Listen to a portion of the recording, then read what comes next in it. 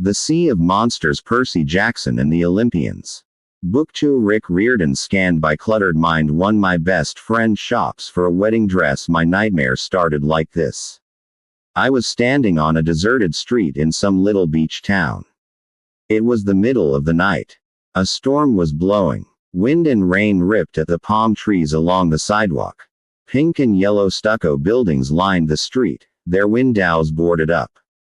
A block away, past a line of hibiscus bushes, the ocean churned. Florida, I thought, though I wasn't sure how I knew that. I'd never been to Florida. Then I heard hooves clattering against the pavement. I turned and saw my friend Grover running for his life. Yeah, I said hooves. Grover is a satyr. From the waist up, he looks like a typical gangly teenager with a peach fuzz goatee and a bad case of acne. He walks with a strange limp, but unless you happen to catch him without his pants on, which I don't recommend, you'd never know there was anything unhuman about him. Baggy jeans and fake feet hide the fact that he's got furry hindquarters and hooves. Grover had been my best friend in 6th grade. He'd gone on this adventure with me and a girl named Annabeth to save the world, but I hadn't seen him since last. Anyway, in my dream, Grover was hauling Goat Tail, holding his human shoes in his hands the way he does when he needs to move fast. He clopped past the little tourist shops and surfboard rental places. The wind bent the palm trees almost to the ground. Grover was terrified of something behind him. He must have just come from the beach. Wet sand was caked in his fur. He'd escaped from somewhere. He was trying to get away from something. A bone-rattling growl cut through the storm. Behind Grover, at the far end of the block, a shadowy figure loomed. It swatted aside a street lamp, which burst in a shower of sparks. Grover stumbled, whimpering in fear. He muttered to himself, "Have to get away. Have to warn them." I couldn't see what was chasing him, but I could hear it muttering and cursing. The ground shook as it got closer. Grover dashed around a street corner and faltered. He'd run into a dead-end courtyard full of shops. No time to back up. The nearest door had been blown open by the storm. The sign above the darkened display window read, "Street, Augustine Bridal Boutique." Grover dashed inside. He dove behind a rack of wedding dresses. The monster's shadow passed in front of the shop. I could smell the thing. A sickening combination of wet sheep wool and rotten meat and that weird sour body odor only monsters have, like a skunk that's been living off Mexican food. Grover trembled behind the wedding dresses. The monster's shadow passed on. Silence except for the rain. Grover took a deep breath. Maybe the thing was gone. Then lightning flashed. The entire front of the store exploded, and a monstrous voice bellowed.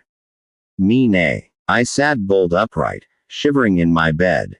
There was no storm. No monster. Morning sunlight filtered through my bedroom window. I thought I saw a shadow flicker across the glass. A human-like shape. But then there was a knock on my bedroom door. My mom called. "Percy, you're going to be late." And the shadow at the window disappeared. It must have been my imagination. A 5th-story window with a rickety old fire escape. There couldn't have been anyone out there. "Come on, dear," my mother called again.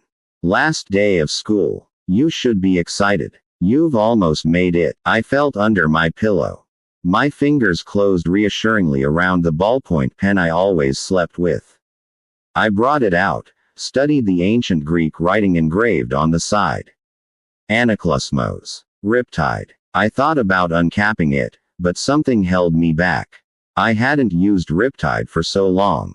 Besides, my mom had made me promise not to use deadly weapons in the apartment after I'd swung a javelin the wrong way and taken out her china cabinet. I put Anaklusmos on my nightstand and dragged myself out of bed. I got dressed as quickly as I could. I tried not to think about my nightmare or monsters or the shadow at my window.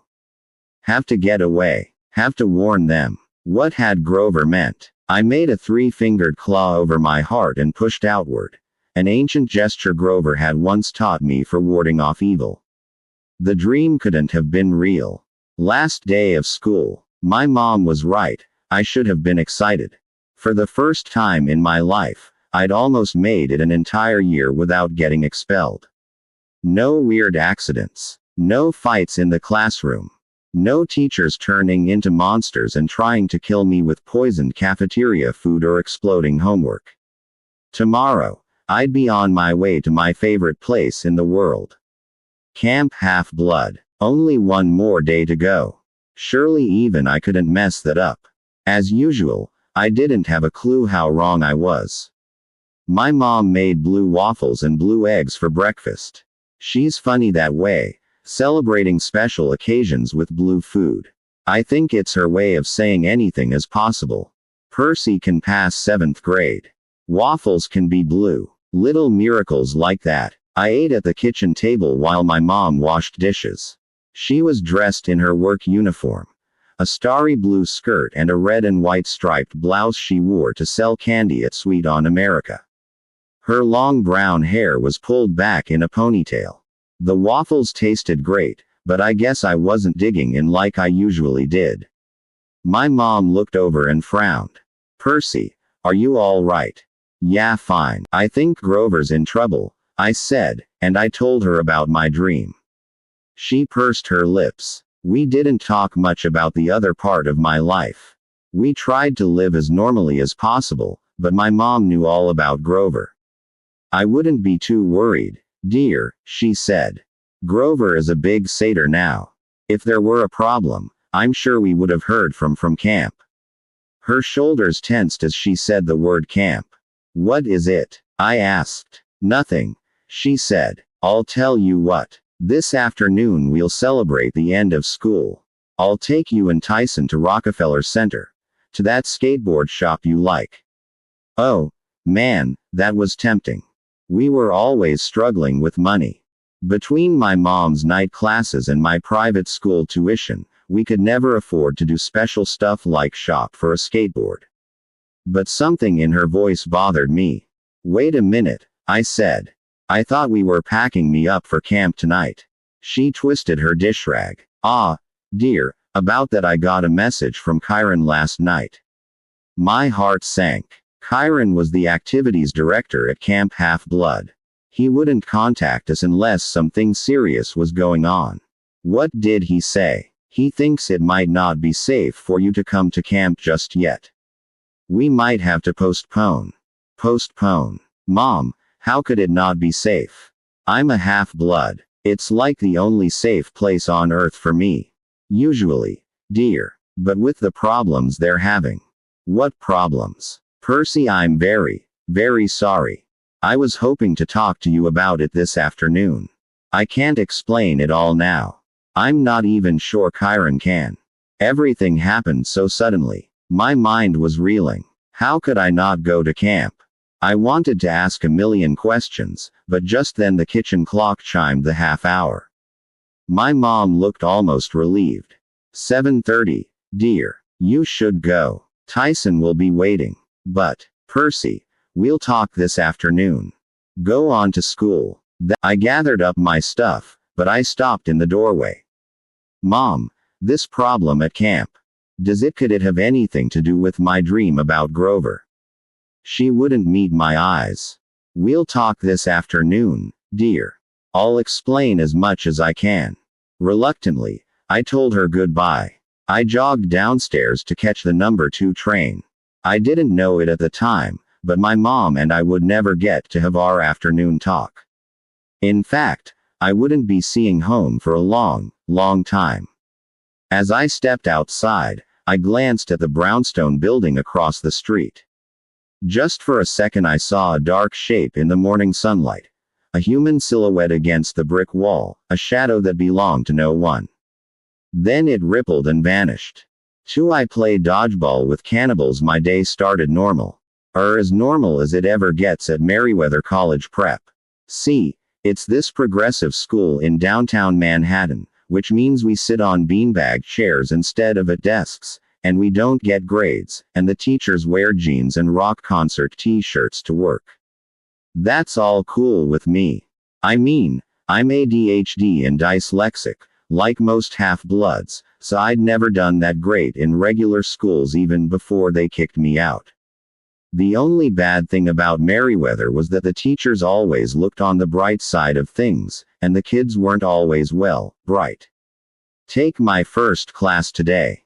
English. The whole middle school had read this book called Lord of the Flies, where all these. Sloane wasn't big or strong, but he acted like he was. He had eyes like a pit bull, and shaggy black hair, and he always dressed in expensive but sloppy clothes, like he wanted everybody to see how little he cared about his family's money. One of his front teeth was chipped from the time he'd taken his daddy's Porsche for a joyride and run into a "Please slow down for children" sign.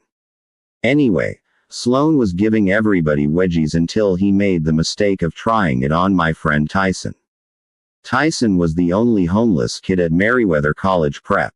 As near as my mom and I could figure, he'd been abandoned by his parents when he was very young, probably because he was so different. He was 6'3" and built like the abominable snowman, but he cried a lot and was scared of just about everything, including his own reflection. His face was kind of misshapen and brutal looking. I couldn't tell you what color his eyes were, because I could never make myself look higher than his crooked teeth. His voice was deep, but he talked funny, like a much younger kid. I guess because he'd never gone to school before coming to Merriweather. He wore tattered jeans, grimy size 20 sneakers, and a plaid flannel shirt with holes in it. He smelled like a New York City alleyway, because that's where he lived, in a cardboard refrigerator box off 72nd Street. Merriweather Prep had adopted him as a community service project so all the students could feel good about themselves. Unfortunately, most of them couldn't stand Tyson. Once they discovered he was a big softy, despite his massive strength and his scary looks, they made themselves feel good by picking on him. I was pretty much his only friend, which meant he was my only friend. My mom had complained to the school a million times that they weren't doing enough to help him. She'd called social services, but nothing ever seemed to happen. The social workers claimed Tyson didn't exist. They swore up and down that they'd visited the alley we described and couldn't find him, though how you miss a giant kid living in a refrigerator box, I don't know. Anyway, Matt Sloane snuck up behind him and tried to give him a wedgie, and Tyson panicked. He swatted Sloane away a little too hard. Sloane flew 15 feet and got tangled in the little kid's tire swing. "You freak," Sloane yelled. "Why don't you go back to your cardboard box?" Tyson started sobbing. He sat down on the jungle gym so hard he bent the bar, and buried his head in his hands. "Take it back, Sloane," I shouted. Sloane just sneered at me.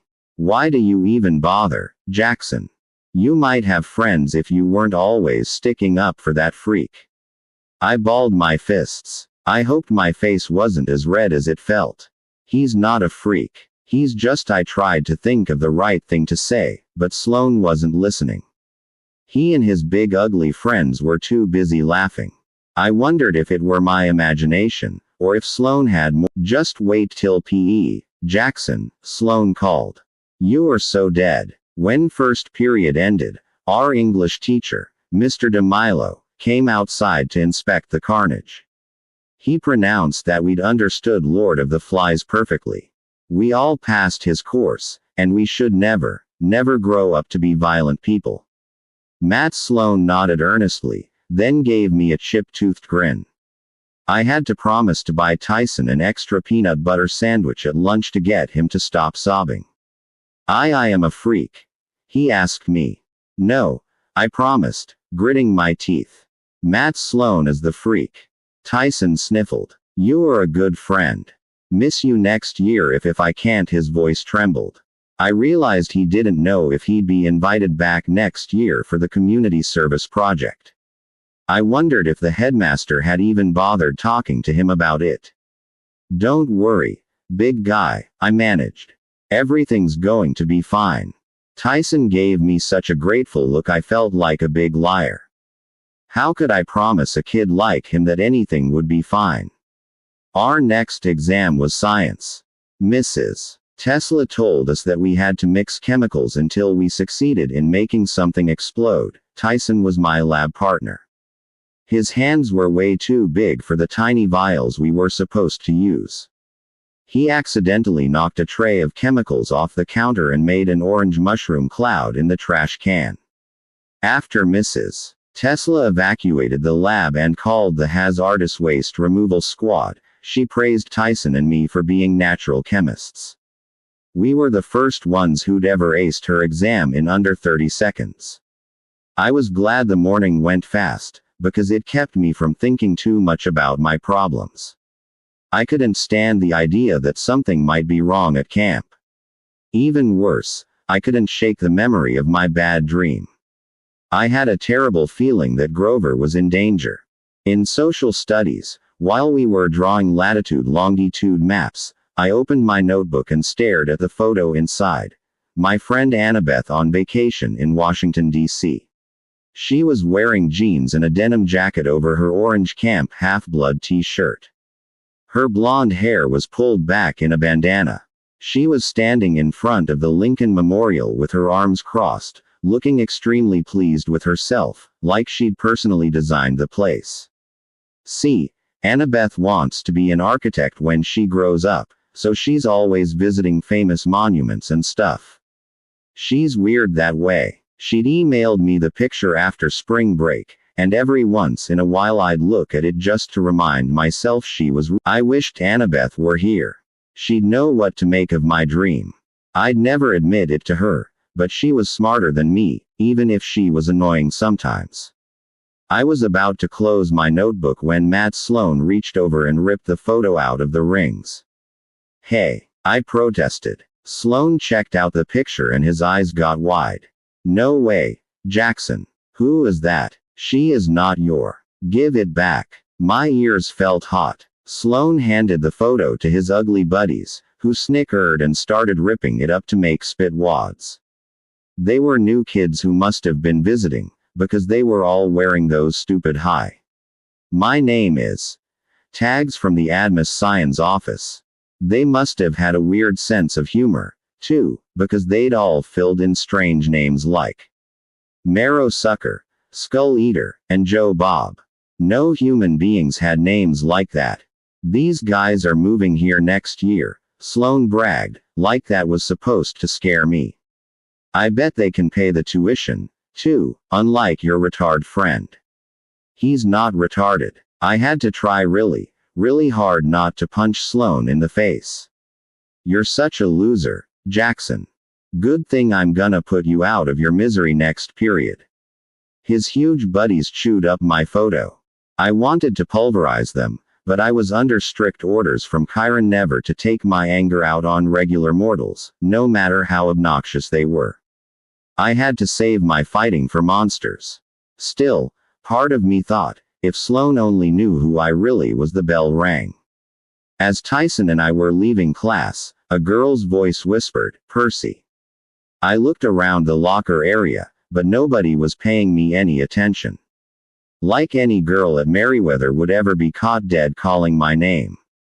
Before I had time to consider whether or not I'd been imagining things, a crowd of kids rushed for the gym, carrying Tyson and me along with them. It was time for PE. Our coach had promised us a free-for-all dodgeball game, and Matt Sloan had promised to kill me. The gym uniform at Merriweather is sky blue shorts and tie-dyed He hadn't changed yet. He was standing by the weight room door, clutching his gym clothes. "Will you, oh, yeah." I tried not to sound aggravated about it. "Yeah, sure, man." Tyson ducked inside the weight room. I stood guard outside the door while he changed. I felt kind of awkward doing this, but he asked me to most days. I think it's because he's completely hairy and he's got weird scars on his back that I've never had the courage to ask him about. Anyway, I'd learned the hard way that if people teased Tyson while he was dressing out, he'd get upset and start ripping the doors off lockers. When we got into the gym, Coach Nunley was sitting at his little desk reading Sports Illustrated. Nunley was about 1,000,000 years old, with bifocals and no teeth and a greasy wave of gray hair. He reminded me of the Oracle at Camp Half-Blood, which was a shriveled-up mummy, except Coach Nunley moved a lot less and he never billowed green smoke. Well, at least not that I'd observed. Matt Sloan said, "Coach, can I be captain?" Coach Nunley looked up from his magazine. "Yeah," he mumbled. Sloan grinned and took charge of the picking. He made me the other team's captain, but it didn't matter who I picked, because all the jocks and the popular kids moved over to Sloan's side. So did the big group of visitors. On my side I had Tyson, Corey Baylor the computer geek, Raj Mandali the calculus whiz, and a half-dozen other kids who always got harassed by Sloan and his gang. Normally I would have been okay with just Tyson. He was worth half a team all by himself. But the visitors on Sloan's team were almost as tall and strong-looking as Tyson, and there were 6 of them. Matt Sloan spilled a cage full of balls in the middle of the gym. Scared, Tyson mumbled, "Smell funny." I looked at him. "What smells funny?" Because I didn't figure he was talking about himself. Them. Tyson pointed at Sloan's new friends. "Smell funny." The visitors were cracking their knuckles, eyeing us like it was slaughter time. I couldn't help wondering where they were from. Someplace where they fed kids raw meat and beat them with sticks. Sloan blew the coach's whistle and the game began. Sloan's team ran for the center line. On my side, Raj Mandali yelled something in Urdu, probably "I have to go potty," and ran for the exit. Corey Baylor tried to crawl behind the wall mat and hide. The rest of my team did their best to cower in fear and not look like targets. "Tyson," I said, "let's G." A ball slammed into my gut. My eyesight was fuzzy. I felt like I'd just gotten the Heimlich maneuver from a gorilla. I couldn't believe anybody could throw that hard. Tyson yelled, "Percy, duck." I rolled as another dodgeball whistled past my ear at the speed of sound. Whoom. It hit the wall mat, and Corey Baylor yelped. "Hey," I yelled at Sloan's team. "You could kill somebody." The visitor named Joe Bob grinned at me evilly. Somehow, he looked a lot bigger now, even taller than Tyson. His biceps bulged beneath his t-shirt. "I hope so, Perseus Jackson. I hope so." The way he said my name sent a chill down my back. Nobody called me Perseus except those who knew my true identity. Friends and enemies. What had Tyson said? "They smell funny. Monsters." All around Matt Sloan, the visitors were growing in size. They were no longer kids. They were 8-foot-tall giants with wild eyes, pointy teeth, and hairy arms tattooed with snakes and hula women and Valentine hearts. Matt Sloan dropped his ball. "Whoa, you're not from Detroit." Who the other kids on his team started screaming and backing toward the exit, but the giant named Marrow Sucker threw a ball with deadly accuracy. It streaked past Raj Mandali just as he was about to leave and hit the door, slamming it shut like magic. Raj and some of the other kids banged on it desperately, but it wouldn't budge. "Let them go," I yelled at the giants. The one called Joe Bob growled at me. He had a tattoo on his biceps that said, "JB loves baby cakes, and Lou's are tasty morsels.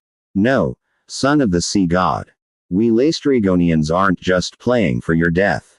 We want lunch." He waved his hand and a new batch of dodgeballs appeared on the center line. But these balls weren't made of red rubber. They were bronze, the size of cannon balls, perforated like wiffle balls with fire bubbling out the holes. They must have been searing hot, but the giants picked them up with their bare hands. Coach can understand. Maybe the coach saw a few 8th graders pounding the younger kids like usual. Maybe the other kids saw Matt Sloan's thugs getting ready to toss Molotov cocktails around. It wouldn't have been the first time. At any rate, I was pretty sure nobody else realized we were dealing with genuine man-eating bloodthirsty monsters. "Yeah, Coach muttered. "Play nice." And he went back to his magazine. The giant named Skull Eater threw his ball. I dove aside as the fiery bronze comet sailed past my shoulder. Corey! I screamed. Tyson pulled him out from behind the exercise mat just as the ball exploded against it, blasting the mat to smoking shreds.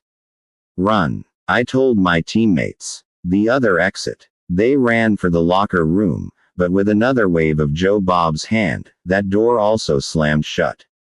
No one leaves unless you're out. Joe Bob roared. And you're not out until we eat you. He launched his own fireball. My teammates scattered as it blasted a crater in the gym floor. I reached for Riptide, which I always kept in my pocket, but then I realized I was wearing gym shorts. I had no pockets. Riptide was tucked in my jeans inside my gym locker. And the locker room door was sealed. I was completely defenseless.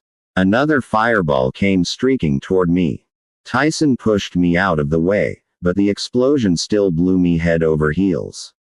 I found myself sprawled on the gym floor, dazed from smoke, my tie-dyed t-shirt peppered with sizzling holes. Just across the center line, two hungry giants were glaring down at me. Flesh!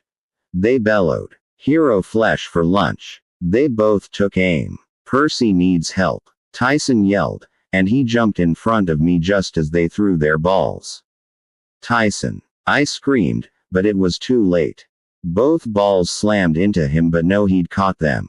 Somehow Tyson, who was so clumsy he knocked over lab equipment and broke playground structures on a regular basis, had caught two fiery metal balls speeding toward him at a zillion miles an hour. He sent them hurtling back toward their surprised owners, who screamed, "Bad!" as the bronze spheres exploded against their chests. The giants disintegrated in twin columns of flame. My brothers! Joe Bob the cannibal wailed. He flexed his muscles and his baby cake's tattoo rippled. You will pay for their destruction. Tyson! I said. Look out! Another comet hurtled toward us. Tyson just had time to swat it aside. It flew straight over Coach Nunley's head and landed in the bleachers with a huge kaboom. Kids were running around screaming, trying to avoid the sizzling craters in the floor. Others were banging on the door, calling for help. Sloan himself stood petrified in the middle of the court, watching in disbelief as balls of death flew around him. Coach Nunley still wasn't seeing anything. He tapped his hearing aid like the explosions were giving him interference, but he kept his eyes on his magazine. Surely the whole school could hear the noise. The headmaster, the police, somebody would come help us. Victory will be ours, roared Joe Bob the cannibal. We will feast on your bones. I wanted to tell him he was taking the dodgeball game way too seriously, but before I could, he hefted another ball. The other three giants followed his lead. I knew we were dead. Tyson couldn't deflect all those balls at once. His hands had to be seriously burned from blocking the first volley. Without my sword, I had a crazy idea. I ran toward the locker room. Move, I told my teammates. Away from the door. Explosions behind me. Tyson had batted two of the balls back toward their owners and blasted them to ashes.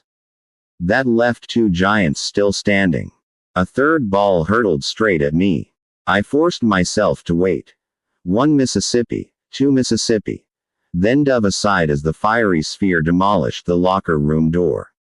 Now, I figured that the built-up gas in most boys' locker rooms was enough to cause an explosion, so I wasn't surprised when the flaming dodgeball ignited a huge WHOOOOOOOOM. The wall blew apart. Locker doors, socks, athletic supporters, and other various nasty personal belongings rained all over the gym. I turned just in time to see Tyson punch Skull Eater in the face. The giant crumpled. But the last giant, Joe Bob, had wisely held on to his own ball, waiting for an opportunity. He threw just as Tyson was turning to face him. No, I yelled. The ball caught Tyson square in the chest. He slid the length of the court and slammed into the back wall, which cracked and partially crumbled on top of him, making a hole right onto Church Street. I didn't see how Tyson could still be alive, but he only looked dazed. The bronze ball was smoking at his feet. Tyson tried to pick it up, but he fell back, stunned, into a pile of cinder blocks.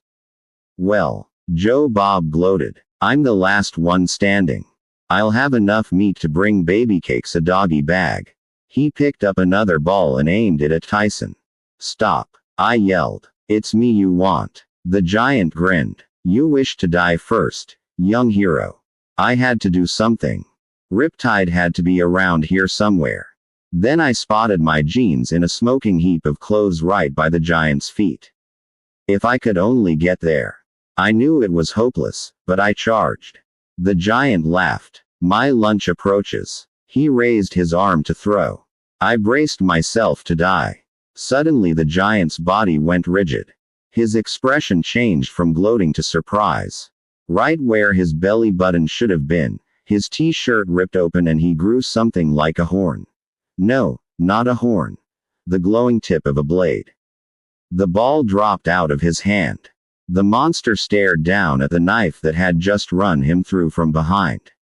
He muttered, "Ow," and burst into a cloud of green flame, which I figured was going to make baby cakes pretty upset. Standing in the smoke was my friend Annabeth. Her face was grimy and scratched. She had a ragged backpack slung over her shoulder, her baseball cap tucked in her pocket, a bronze knife in her hand, and a wild look in her storm gray eyes, like she'd just been chased 1,000 miles by ghosts. Matt Sloan, who'd been standing there dumbfounded the whole time, finally came to his senses. He blinked at Annabeth, as if he dimly recognized her from my notebook picture. That's the girl, that's the girl. Annabeth punched him in the nose and knocked him flat. And you, she told him, lay off my friend. The gym was in flames. Kids were still running around screaming. I heard sirens wailing and a garbled voice over the intercom. Through the glass window, pretty much all morning, she sheathed her bronze knife. I've been trying to find a good time to talk to you, but you were never alone. The shadow I saw this morning. That was. My face felt hot. Oh my gods, you were looking in my bedroom window. There's no time to explain. She snapped, though she looked a little red-faced herself. I just didn't want to. There. A woman screamed.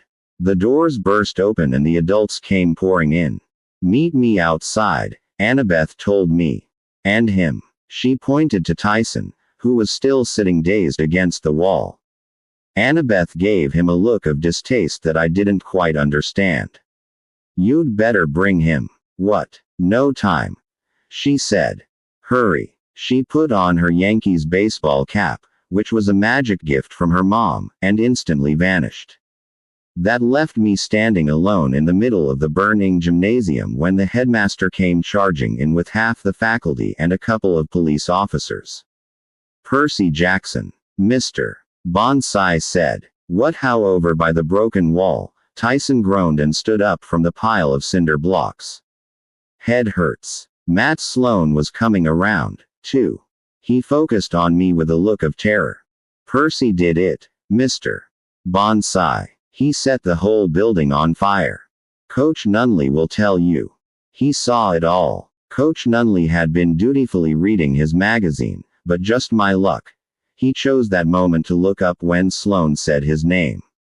Yeah, The other adults turned toward me. I knew they would never believe me, even if I could tell them the truth. I grabbed Riptide out of my ruined jeans, told Tyson, we hailed a taxi of eternal torment. Annabeth was waiting for us in an alley down Church Street. She pulled Tyson and me off the sidewalk just as a fire truck screamed past, heading for Merriweather Prep. Where'd you find him? She demanded, pointing at Tyson. Now, under different circumstances, I would have been really happy to see her. We'd made our peace last summer, despite the fact that her mom was Athena and didn't get along with my dad. I'd missed Annabeth probably more than I wanted to admit. But I'd just been attacked by cannibal giants. Tyson had saved my life 3 or 4 times, and all Annabeth could do was glare at him like he was the problem. He's my friend, I told her. Is he homeless? What does that have to do with anything? He can hear you, you know. Why don't you ask him? She looked surprised. He can talk. I talk, Tyson admitted.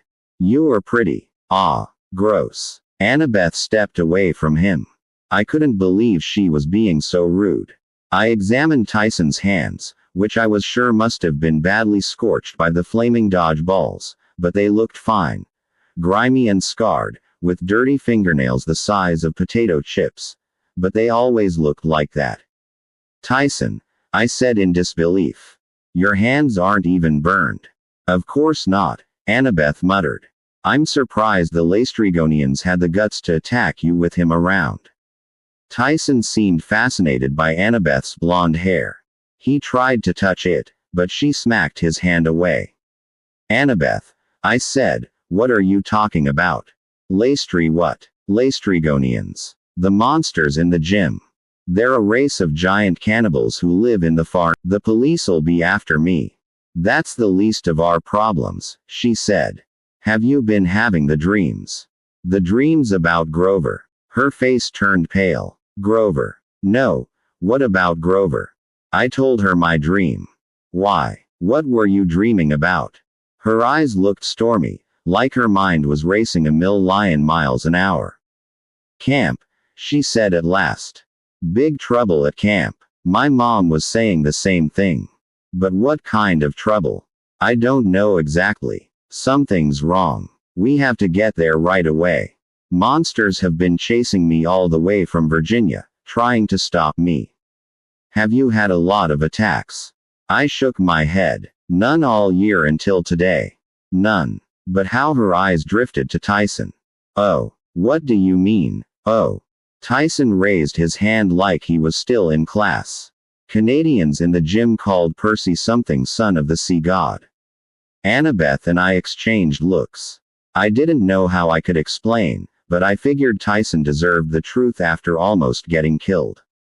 Big guy, I said, you ever hear those old stories about the Greek gods? Like Zeus, Poseidon, Athena. Yes, Tyson said. Well, those gods are still alive. They kind of follow Western civilization around, living in the strongest countries, so like now they're in the US. And sometimes they have kids with mortals. Kids called half-bloods. Yes, Tyson said, like he was still waiting for me to get to the point. Well, Annabeth, I stared at him. He didn't seem surprised or confused by what I was telling him, which surprised and confused me. So you believe me? Tyson nodded. But you're son of the sea god. Yeah, I admitted. My dad is Poseidon. Tyson frowned. Now he looked confused. But then a siren wailed. A police car raced past our alley. We don't have time for this, Annabeth said. We'll talk in the taxi. A taxi all the way to camp. I said. You know how much money? Trust me. I hesitated. What about Tyson? I imagined escorting my giant friend into Camp Half-Blood. If he freaked out on a regular playground with regular bullies, how would he act at a training camp for demigods? On the other hand, the cops would be looking for us. We can't just leave him, I decided. He'll be in true BLE, too. Yeah, Annabeth looked grim. We definitely need to take him. Now come on. I didn't like the way she said that, as if Tyson were a big disease we needed to get to the hospital, but I followed her down the alley. Together the three of us sneaked through the side streets of downtown while a huge column of smoke billowed up behind us from my school gymnasium. Here, Annabeth stopped us on the corner of Thomas and Trimble. She fished around in her backpack. I hope I have one left. She looked even worse than I'd realized at first. Her chin was cut. Twigs and grass were tangled in her ponytail, as if she'd slept several nights in the open. The slashes on the hems of her jeans looked suspiciously like claw marks. What are you looking for? I asked. All around us, sirens wailed. I figured it wouldn't be long before more cops cruised by, looking for juvenile delinquent gym bombers. No doubt Matt Sloan had given them a statement by now. He'd probably twisted the story around so that Tyson and I were the bloodthirsty cannibals. Found one. Thank the Annabeth, I said. New York taxi drivers won't take that. Stathi, she shouted in ancient Greek. O Harma Diaboles. As usual, the moment she spoke in the language of Olympus, I somehow understood it. She'd said, "Stop, chariot of damnation." That didn't exactly make me feel real excited about whatever her plan was. She threw her coin into the street, but instead of clattering on the asphalt, the drachma sank right through and disappeared. For a moment, nothing happened. Then, just where the coin had fallen, the asphalt darkened. It melted into a rectangular pool about the size of a parking space, bubbling red liquid like blood. Then a car erupted from the ooze. It was a taxi, all right, but unlike every other taxi in New York, it wasn't yellow. It was smoky gray. I mean, it looked like it was woven out of smoke, like you could walk right through it. There were words printed on the door. Something like GYARSSIRES, but my dyslexia made it hard for me to decipher what it said. The passenger window rolled down, and an old woman stuck her head out. She had a mop of grizzled hair covering her eyes, and she spoke in a weird mumbling way, like she'd just had a shot of Novocaine. Passage. 3 to Camp Half-Blood, Annabeth said. She opened the cab's back door and waved at me to get in, like this was all completely normal. Ack! The old woman screeched.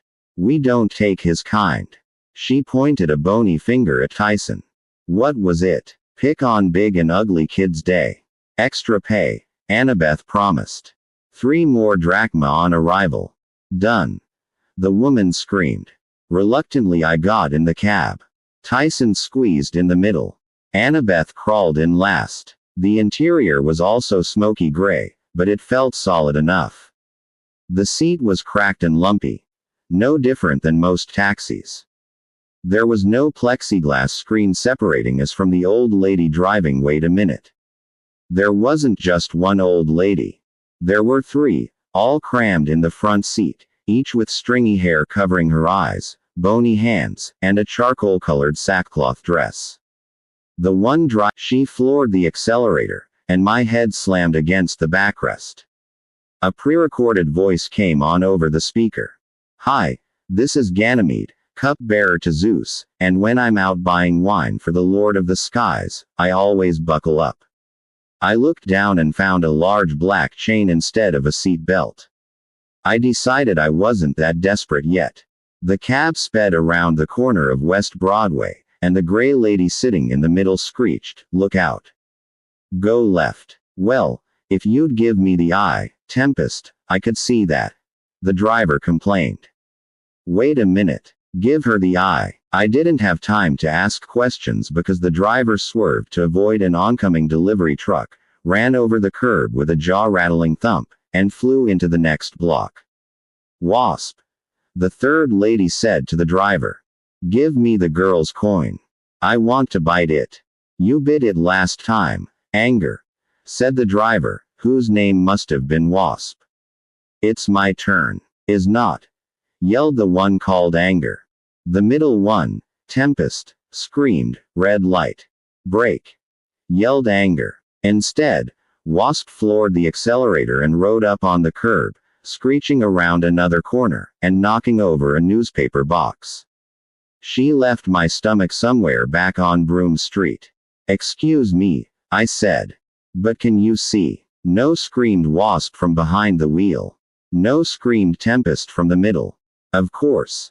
Screamed Anger by the shotgun window. I looked at Annabeth. They're blind. Not completely. Annabeth, oh, man, I said, because I'd seen Tyson get carsick on school field trips and it was not something you wanted to be within 50 feet of. Hang in there, big guy. Anybody got a garbage bag or something? The 3 gray ladies were too busy squabbling to pay me any attention. I looked over at Annabeth, who was hanging on for dear life, and I gave her a "why did you do this to me" look. Hey, she said, Gray Sisters taxi is the fastest way to camp. Then why didn't you take it from Virginia? That's outside their service area, she said, like that should be obvious. They only serve Greater New York and surrounding communities. We've had famous people in this cab. Anger exclaimed. Jason. You remember him. Don't remind me. Wasp wailed. And we didn't have a cab back then, you old bat. That was 3,000 years ago. Give me the tooth. Anger tried to grab at Wasp's mouth, but Wasp swatted her hand away. Only if Tempest gives me the eye. No, Tempest screeched. You had it yesterday. But I'm driving, you old hag.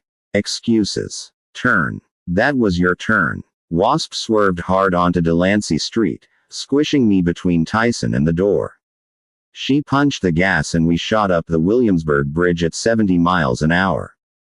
The three sisters were fighting for real now, slapping each other as Anger tried to grab at Wasp's face and Wasp tried to grab at Tempest's.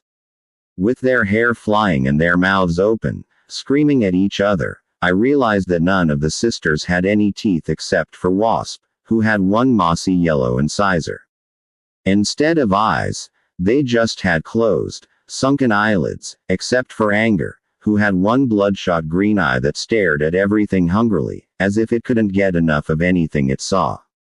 Finally Anger, who had the advantage of sight, managed to yank the tooth out of her sister Wasp's mouth.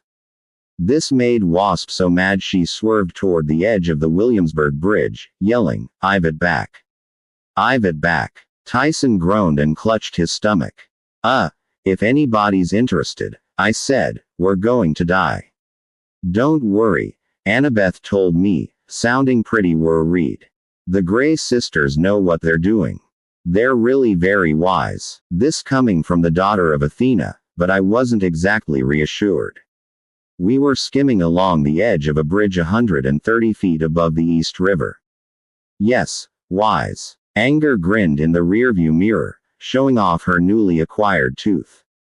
We know things. Every street in Manhattan. Wasp bragged, still hitting her sister. The capital of Nepal. The location you seek. Tempest added. Immediately her sisters pummeled her from either side, screaming, "Be quiet. Be quiet." He didn't even ask yet. What? I said. What location? I'm not seeking any. Nothing. Tempest said. You're right, boy. It's nothing. Tell me. No, they all screamed. The last time we told, it was horrible. Tempest said. I tossed in a lake. Anger agreed. Years to find it again. Wasp moaned. And speaking of that, give it back. No, yelled Anger. Wasp yelled. Gimme. She whacked her sister Anger on the back. There was a sickening pop and something flew out of Anger's face. Anger fumbled for it, trying to catch it, but she only managed to bat it with the back of her hand. The slimy green orb sailed over her shoulder, into the backseat, and straight into my lap. I jumped so hard, my head hit the ceiling and the eyeball rolled away. I can't see. All three sisters yelled. Give me the eye. Wasp wailed. Give her the eye. Annabeth screamed. I don't have it. I said. Going to be sick. Tyson warned. Annabeth. I yelled. Let Tyson use your backpack. Are you crazy? Get the eye. Wasp yanked the wheel, and the taxi swerved away from the rail. We hurtled down the bridge toward Brooklyn, going faster than any human taxi. The Gray Sisters screeched and pummeled each other and cried out for their eye. At last I steeled my nerves. I ripped off a chunk of my tie-dyed t-shirt, which was already falling apart from all the burn marks, and used it to pick the eyeball off the floor. Nice boy. Anger cried, as if she somehow knew I had her missing peeper. Give it back. Not until you explain, I told her. What were you talking about? The location I seek. No time. Tempest cried, accelerating. I looked out the window. Sure enough, trees and cars and whole neighborhoods were now zipping by in a gray blur. We were already out of Brooklyn, heading through the middle of Long Island. Percy, Annabeth warned, they can't find our destination without the eye. We'll just keep accelerating until we break into a million pieces. First they have to tell me, I said. Or I'll open the window and throw the eye into oncoming traffic. No, the Gray sisters wailed. Too dangerous. I'm rolling down the window. Wait. The Gray sisters screamed. 30, 31, 75, 12.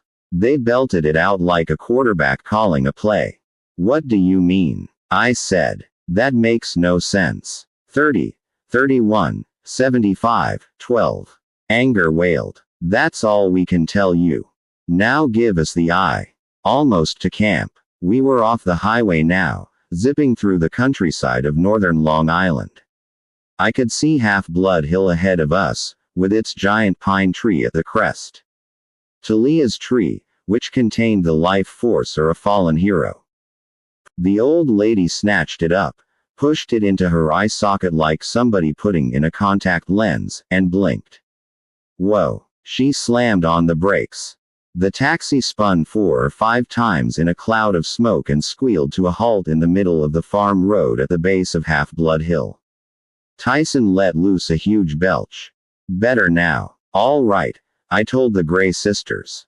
Now tell me what those numbers mean. No time. Annabeth opened her door. We have to get out now. I was about to ask why, when I looked up at Half-Blood Hill and understood. At the crest of the hill was a group of campers. And they were under attack. 4 Tyson plays with fire. Mythologically speaking, if there's anything I hate worse than trios of old ladies, it's bulls. Last summer, I fought the Minotaur on top of Half-Blood Hill. This time what I saw up there was even worse. 2 bulls. And not just regular bulls. Bronze ones the size of elephants. And even that wasn't bad enough. Naturally they had to breathe fire, too. As soon as we exited the taxi, the Gray sisters peeled out, heading back to New York, where life was safer. They didn't even wait for their extra 3 drachma payment. They just left us on the side of the road, Annabeth with nothing but her backpack and knife, Tyson and me still in our burned-up tie-dyed gym clothes. Oh, man, said Annabeth, looking at the battle raging on the hill. What worried me most weren't the bulls themselves. Or the 10 heroes in full battle armor who were getting their bronze-plated booties whooped. What worried me was that the bulls were ranging all over the hill, even around the back side of the pine tree. That shouldn't have been possible. The camp's magic boundaries didn't allow border patrol, I thought. The camp didn't have a border patrol. It's Clarice, Annabeth said. Come on, we have to help her. Normally, rushing to Clarice's aid would not have been high on my to-do list. She was one of the biggest bullies at camp. The first time we'd met she tried to introduce my head to a toilet. She was also a daughter of Ares, and I'd had a very serious disagreement with her father last summer, so now the god of war and all his children basically hated my guts. Still, she was in trouble. Her fellow warriors were scat-tearing, running in panic as the bulls charged. The grass was burning in huge swaths around the pine tree. One hero screamed and waved his arms as he ran in circles, the horsehair plume on his helmet blazing like a fiery mohawk. Clarice's own armor was charred. She was fighting with a broken spear shaft, the other end embedded uselessly in the metal joint of one bull's shoulder. I uncapped my ballpoint pen. It shimmered, growing longer and heavier until I held the bronze sword Anaklusmos in my hands. Tyson, stay here. I don't want you taking any more chances. No, Annabeth said. We need him. I stared at her. He's mortal. He got lucky with the dodge balls but he can't. Percy, do you know what those are up there? The Colchis bulls, made by Hephaestus himself. We can't fight them without Medea's sunscreen SPF 50,000. We'll get burned to a crisp.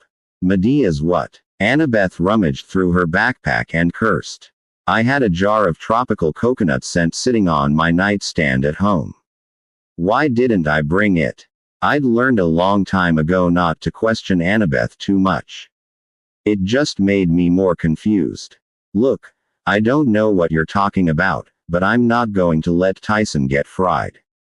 Percy. Tyson, stay back. I raised my sword. I'm going in. Tyson tried to protest, but I was already running up the hill toward Clarice, who was yelling at her patrol, trying to get them into phalanx formation. It was a good idea. The few who were listening lined up shoulder to shoulder, locking their shields to form an ox hide and bronze wall, their spears bristling over the top like porcupine quills. Unfortunately, Clarice could only muster 6 campers. The other 4 were still running around with their helmets on fire. Annabeth ran toward them, trying to help. She taunted one of the bulls into the bull moved deadly fast for something so big. Its metal hide gleamed in the sun. It had fist-sized rubies for eyes, and horns of polished silver. When it opened its hinged mouth, a column of white-hot flame blasted out. Hold the line, Clarice ordered her warriors. Whatever else you could say about Clarice, she was brave. She was a big girl with cruel eyes like her father's. She looked like she was born to wear Greek battle armor, but I didn't see how even she could stand against that bull's charge. Unfortunately, at that moment, the other bull lost interest in finding Annabeth. It turned, wheeling around behind Clarice on her unprotected side. Behind you, I yelled. Look out. I shouldn't have said anything, because all I did was startle her. Bull number 1 crashed into her shield, and the phalanx broke. Clarice went flying backward and landed in a smoldering patch of grass. The bull charged past her, but not before blasting the other heroes with its fiery breath. Their shields melted right off their arms. They dropped their weapons and ran as bull number 2 closed in on Clarice for the kill. I lunged forward and grabbed Clarice by the straps of her armor. I dragged her out of the way just as bull number 2 freight trained past.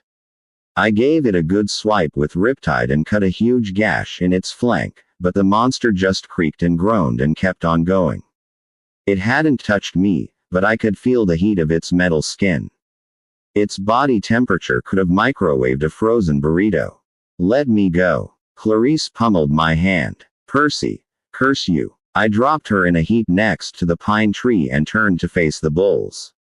We were on the inside slope of the hill now, the valley of Camp Half-Blood directly below us. The cabins, the training facilities, the big house. All of it at risk if these bulls got past us. Annabeth shouted orders to the other heroes, telling them to spread out and keep the bulls distracted. Bull number 1 ran a wide arc, making its way back toward me. As it passed the middle of the hill, where the invisible boundary line should have kept it out, it slowed down a little, as if it were struggling against a strong wind. But then it broke through and kept coming. Bull number 2 turned to face me, fire sputtering from the gash I'd cut in its side. I couldn't tell if it felt any pain, but its ruby eyes seemed to glare at me like I'd just made things personal. I couldn't fight both bulls at the same time.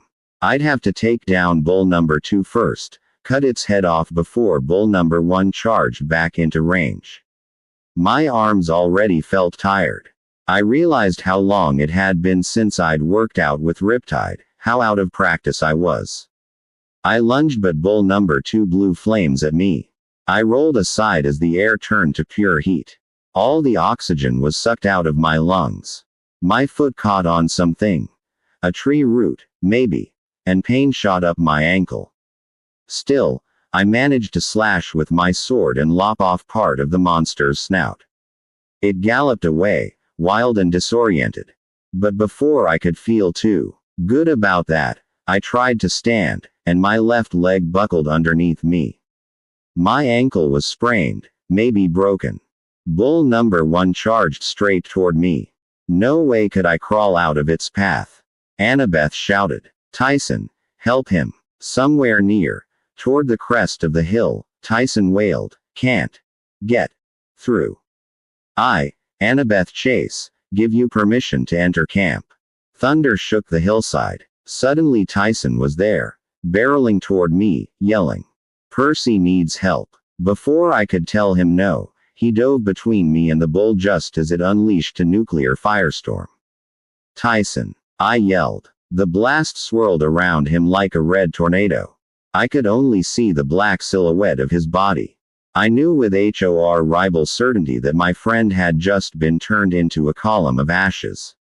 But when the fire died, Tyson was still standing there, completely unharmed.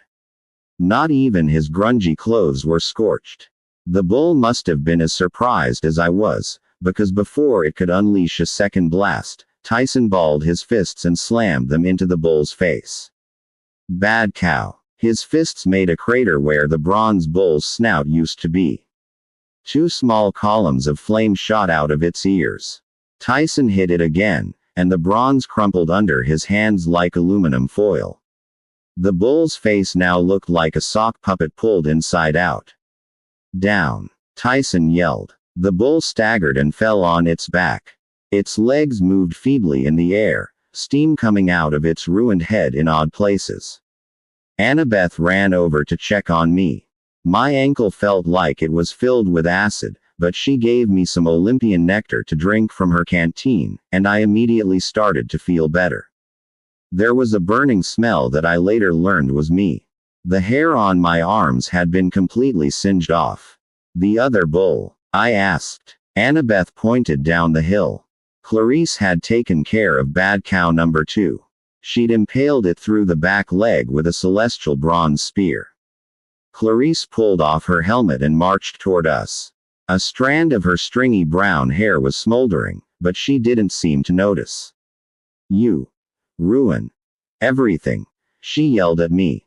I had it under control. I was too stunned to answer. Annabeth grumbled. Good to see you too, Clarice. Arg! Clarice screamed. Don't ever try saving me again. Clarice, Annabeth said, you've got wounded campers.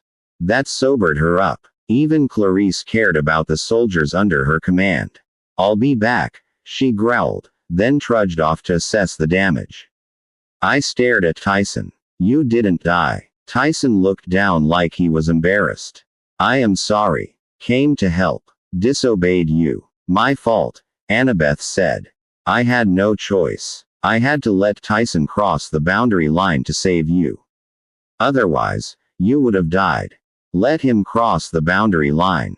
I asked. But, Percy, she said, have you ever looked at Tyson closely? I mean in the face. Ignore the mist, and really look at him.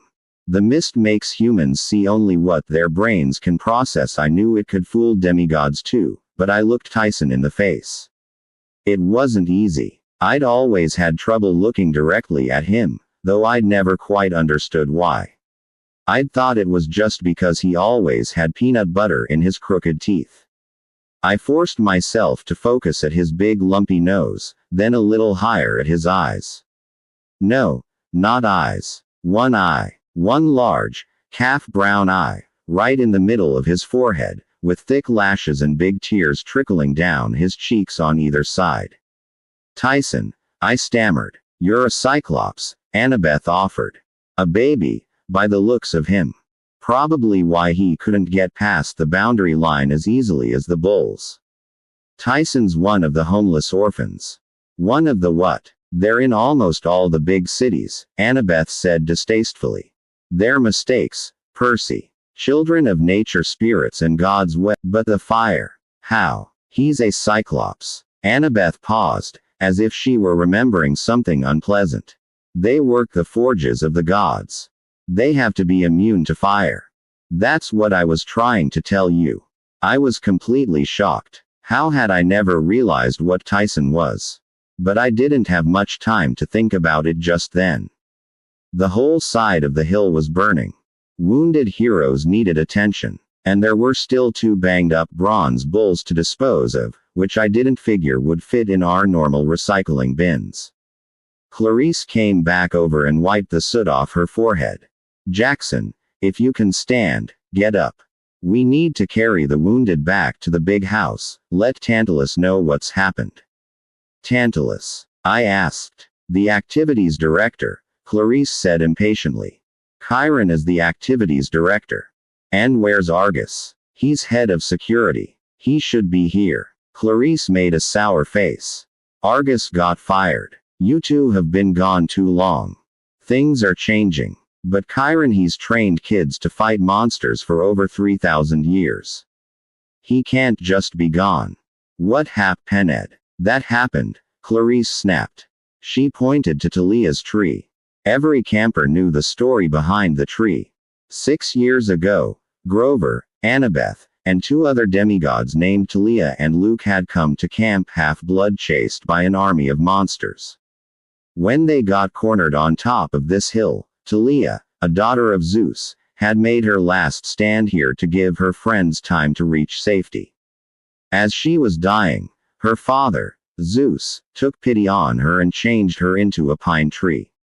Her spirit had reinforced the magic borders of the camp, protecting it from monsters. The pine had been here ever since, strong and healthy. But now, its needles were yellow. A huge pile of dead ones littered the base of the tree. In the center of the trunk, 3 feet from the ground, was a puncture mark the size of a bullet hole, oozing green sap. A sliver of ice ran through my chest. Now I understood why the camp was in danger. The magical borders were failing because Talia's tree was dying. Someone had poisoned it. 5 I get a new cabin mate ever come home and found your room messed up. Like some helpful person. Hi, Mom has tried to clean it, and suddenly you can't find anything. And even if nothing is missing, you get that creepy feeling like somebody's been looking through your private stuff and dusting everything with lemon furniture polish. That's kind of the way I felt seeing Camp Half-Blood again. On the surface, things didn't look all that different. The big house was still there with its blue gabled roof and its wraparound porch. The strawberry fields still baked in the sun. The same white columned Greek buildings were scattered around the valley. The amphitheater, the combat arena, the dining pavilion overlooking Long Island Sound. And nestled between the woods and the creek were the same cabins. A crazy assortment of 12 buildings, each representing a different Olympian god. But there was an air of danger now. You could tell something was wrong. Instead of playing volleyball in the sandpit, counselors and satyrs were stockpiling weapons in the tool shed. Dryads armed with bows and arrows talked nervously at the edge of the woods. The forest looked sickly, the grass in the meadow was pale yellow, and the fire marks on Half-Blood Hill stood out like ugly scars. Somebody had messed with my favorite place in the world, and I was not well, a happy camper. As we made our way to the big house, I recognized a lot of kids from last summer. Nobody stopped to talk. Nobody said, "Welcome back." Some did double takes when they saw Tyson, but most just walked grimly past and carried on with their duties. Running messages, toting swords to sharpen on the grinding wheels. The camp felt like a military school. And believe me, I know. I've been kicked out of a couple. None of that mattered to Tyson. He was absolutely fascinated by everything he saw. Wastat. He gasped. The stables for Pegasi, I said. The winged horses. Wastat. Those are the toy. Wastat. The cabins for the campers. If they don't know who your Olympian parent is, they put you in the Hermes cabin. That brown one over there. Until you're determined. Then, once they know, they put you in your dad or mom's group. He looked at me in awe. You have a cabin. Number 3. I pointed to a low gray building made of sea stone. You live with friends in the cabin. No, just me. I didn't feel like explaining. The embarrassing truth. I was the only one who stayed in that cabin because I wasn't supposed to be alive. The big 3 gods, Zeus, Poseidon, and Hades, had made a pact after World War II not to have any more children with mortals. We were more powerful than regular half-bloods. We were too unpredictable. When we got mad we tended to cause problems like World War II, for instance. The Big 3 pact had only been broken twice. Once when Zeus sired Talia, once when Poseidon sired me. Neither of us should have been born. Talia had gotten herself turned into a pine tree when she was 12. Me, well, I was doing my best not to follow her example. I had nightmares about what Poseidon might turn me into if I were ever on the verge of death. Plankton, maybe. Or a floating patch of kelp. When we got to the big house, we found Chiron in his apartment, listening to his favorite 1960s lounge music while he packed his saddlebags. I guess I should mention. Chiron is a centaur. From the waist up he looks like a regular middle-aged guy with curly brown hair and a scraggly beard. From the waist down, he's a white stallion. He can pass for human by compacting his lower half into a magic wheelchair.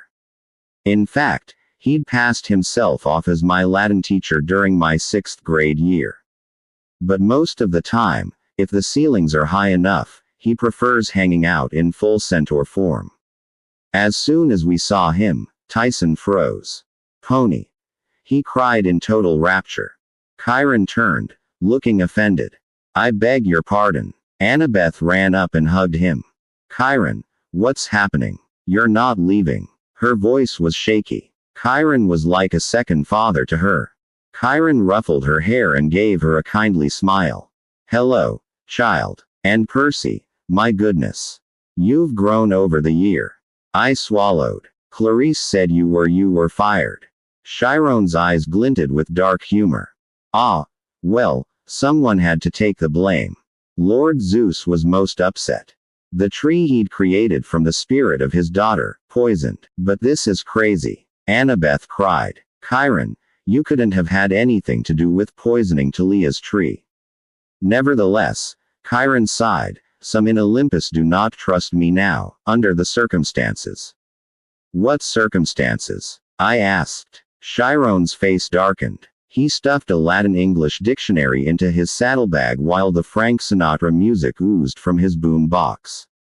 Tyson was still staring at Chiron in amazement. He whimpered like he wanted to pat Chiron's flank but was afraid to come closer. "Pony." Chiron sniffed. "My dear young Cyclops, I am a centaur." "Chiron," I said, "what about the tree? What happened?" He shook his head sadly.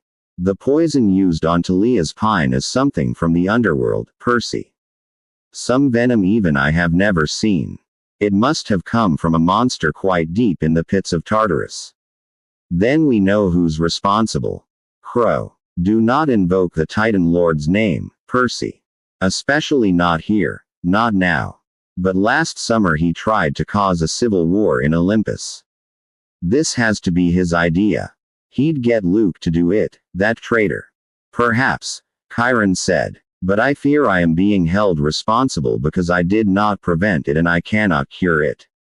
The tree has only a few weeks of life left unless what?" Annabeth asked. "No," Chiron said. "A foolish thought. The whole valley is feeling the shock of the poison. The magical borders are deteriorating. The camp itself is dying. Only one source of magic would be strong enough to reverse the poison, and it was lost centuries ago." "What is it?" I asked. "We'll go find it." Chiron closed his saddlebag. He pressed the stop button on his boom box. Then he turned and rested his hand on my shoulder, looking me straight in the eyes.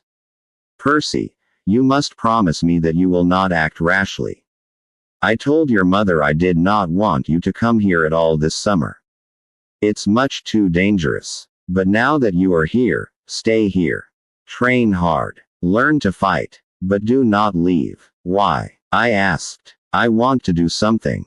I can't just let the borders fail. The whole camp will be overrun by monsters," Chiron said. Yes, it was true, but still, I wanted to help so badly. I also wanted to make Kronos pay. I mean, you'd think the Titan Lord would have learned his lesson eons ago when he was overthrown by the gods.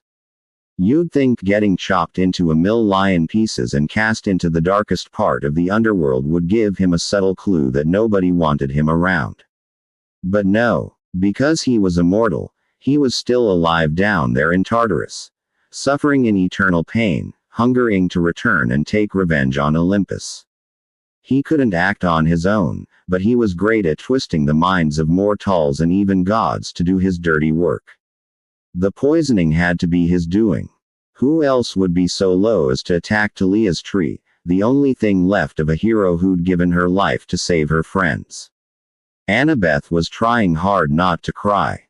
Chiron brushed a tear from her cheek. Stay with Percy, child, he told her. Keep him safe. The prophecy. Remember it. I will. I said. Would this be the super dangerous prophecy that has me in it, but the gods have forbidden you to tell me about? Nobody answered. Right, I muttered. Just checking. Chiron. Annabeth said. You told me the gods made you immortal only so long as you were needed to train heroes. If they dismiss you from camp, swear you will do your best to keep Percy from danger, he insisted. Swear upon the river Styx. I swear it upon the river Styx, Annabeth said. Thunder rumbled outside. Very well, Chiron said. He seemed to relax just a little. Perhaps my name will be cleared and I shall return. Until then, I go to visit my wild kinsmen in the Everglades. It's possible they know of some cure for the poison tree that I have forgotten. In any event, I will stay in exile until this matter is resolved one way or another. Annabeth stifled a sob. Chiron patted her shoulder awkwardly. There, now, child. I must entrust your safety to Mr. D and the new activities director. We must hope well. Perhaps they won't destroy the camp quite as quickly as I fear. Who is this Tantalus guy, anyway? I demanded. Where does he get off taking your job? A conch horn blew across the valley. I hadn't realized how late it was. It was time for the campers to assemble for dinner. Go, Chiron said. You will meet him at the pavilion. I will contact your mother, Percy, and let her know you're safe. No doubt she'll be worried by now. Just remember my warning. You are in grave danger. Do not think for a moment that the Titan Lord has forgotten you. With that, he clopped out of the apartment and down the hall, Tyson calling after him, Pony. Don't go. I realized I'd forgotten to tell Chiron about my dream of Grover. Now it was too late. The best teacher I'd ever had was gone, maybe for good. Tyson started bawling almost as bad as Annabeth. I tried to tell them that things would be okay, but I didn't believe it. The sun was setting behind the dining pavilion as the campers came up from their cabins.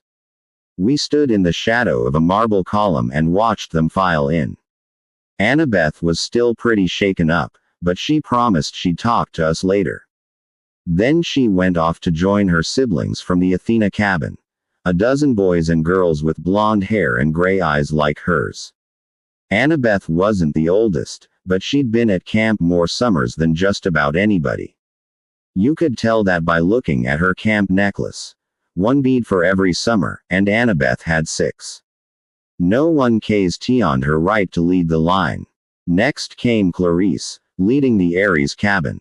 She had one arm in a sling and a nasty-looking gash on her cheek, but otherwise her encounter with the bronze bulls didn't seem to have fazed her. Someone had taped a piece of paper to her back that said, "You moo, girl." But nobody in her cabin was bothering to tell her about it. After the Ares kids came the Hephaestus cabin. 6 guys led by Charles Beckendorf, a big 15-year-old African-American kid. He had hands the size of catcher's mitts and a face that was hard and squinty from looking into a blacksmith's forge all day. He was nice enough once you got to know him, but no one ever called him Charlie or Chuck or Charles. Most just called him Beckendorf. Rumor was he could make anything. Give him a chunk of metal and he could create a razor-sharp sword or a robotic warrior or a singing birdbath for your grandmother's garden. Whatever you wanted. The other cabins filed in. Demeter, Apollo, Aphrodite, Dionysus. Naiads came up from the canoe lake. Dryads melted out of the trees. From the meadow came a dozen satyrs, who reminded me painfully of Grover. I'd always had a soft spot for the satyrs. When they were at camp, they had to do all kinds of odd jobs for Mr. D, the director, but their most important work was out in the real world. They were the camp's seekers. They went undercover into schools all over the world, looking for potential half-bloods and escorting them back to camp. That's how I'd met Grover. He had been the first one to recognize I was a demigod. After the satyrs filed into dinner, the Hermes cabin brought up the rear. They were always the biggest cabin. Last summer, it had been led by Luke, the guy who'd fought with Talia and Annabeth on top of Half-Blood Hill. For a while, before Poseidon had claimed me, I'd lodged in the Hermes cabin. Luke had befriended me and then he'd tried to kill me. Now the Hermes cabin was led by Travis and Connor Stoll. They weren't twins, but they looked so much alike it didn't matter. I could never remember which one was older. They were both tall and skinny, with mops of brown hair that hung in their eyes. They wore orange camp half-blood t-shirts untucked over baggy shorts, and they had those elfish features whenever they looked at you, like they were about to drop a firecracker down your shirt. I'd always thought it was funny that the god of thieves would have kids with the last name Stoll, but the only time I mentioned it to Travis and Connor, they both stared at me blankly like they didn't get the joke. As soon as the last campers had filed in, I led Tyson into the middle of the pavilion. Conversations faltered. Heads turned. Who invited that? Somebody at the Apollo table murmured. I glared in their direction, but I couldn't figure out who'd spoken. From the head table a familiar voice drawled, well, if it isn't Peter Johnson. My millennium is complete. I gritted my teeth. Percy Jackson, sir. Mr. D sipped his Diet Coke. Yes. Well, as you young people say these days. Whatever. He was wearing his usual leopard pattern Hawaiian shirt, walking shorts, and tennis shoes with black socks. With his pudgy belly and his blotchy red face, he looked like a Las Vegas tourist who'd stayed up too late in the casinos. Behind him, a nervous-looking satyr was peeling the skins off grapes and handing them to Mr. D one at a time. Mr. D's real name is Dionysus, the god of wine. Zeus appointed him director of Camp Halfblood to dry out for 100 years, a punishment for chasing some off-limits wood nymph. Next to him, where Chiron usually sat or stood, in centaur form, was someone I'd never seen before. A pale, horribly thin man in a threadbare orange prisoner's jumpsuit. The number over his pocket read 0001. He had blue shadows under his eyes, dirty fingernails, and badly cut gray hair, like his last haircut had been done with a weed whacker. He stared at me. His eyes made me nervous. He looked fractured, angry and frustrated and hungry all at the same time. This boy, Dionysus told him, you need to watch. Poseidon's child, you know. Ah. The prisoner said. That one. His tone made it obvious that he and Dionysus had already discussed me at length. I am Tantalus, the prisoner said, smiling coldly. On special assignment here until my lord Dionysus decides otherwise. And you, Perseus Jackson, I do expect you to refrain from causing any more trouble. Trouble? I demanded. Dionysus snapped his, yes, trouble, Tantalus said with satisfaction. You caused plenty of it last summer, I understand. I was too mad to speak. Like it was my fault the gods had almost gotten into a civil war. A satyr inched forward nervously and set a plate of barbecue in front of Tantalus. The new activities director licked his lips. He looked at his empty goblet and said, root beer. Barks Special Stock. 1967. The glass filled itself with foamy soda. Tantalus stretched out his hand hesitantly, as if he were afraid the goblet was hot. Go on, then, old fellow, Dionysus said, a strange sparkle in his eyes. Perhaps now it will work. Tantalus grabbed for the glass, but it scooted away before he could touch it. A few drops of root beer spilled, and Tantalus tried to dab them up with his fingers, but the drops rolled away like quicksilver before he could touch them. He growled and turned toward the plate of barbecue.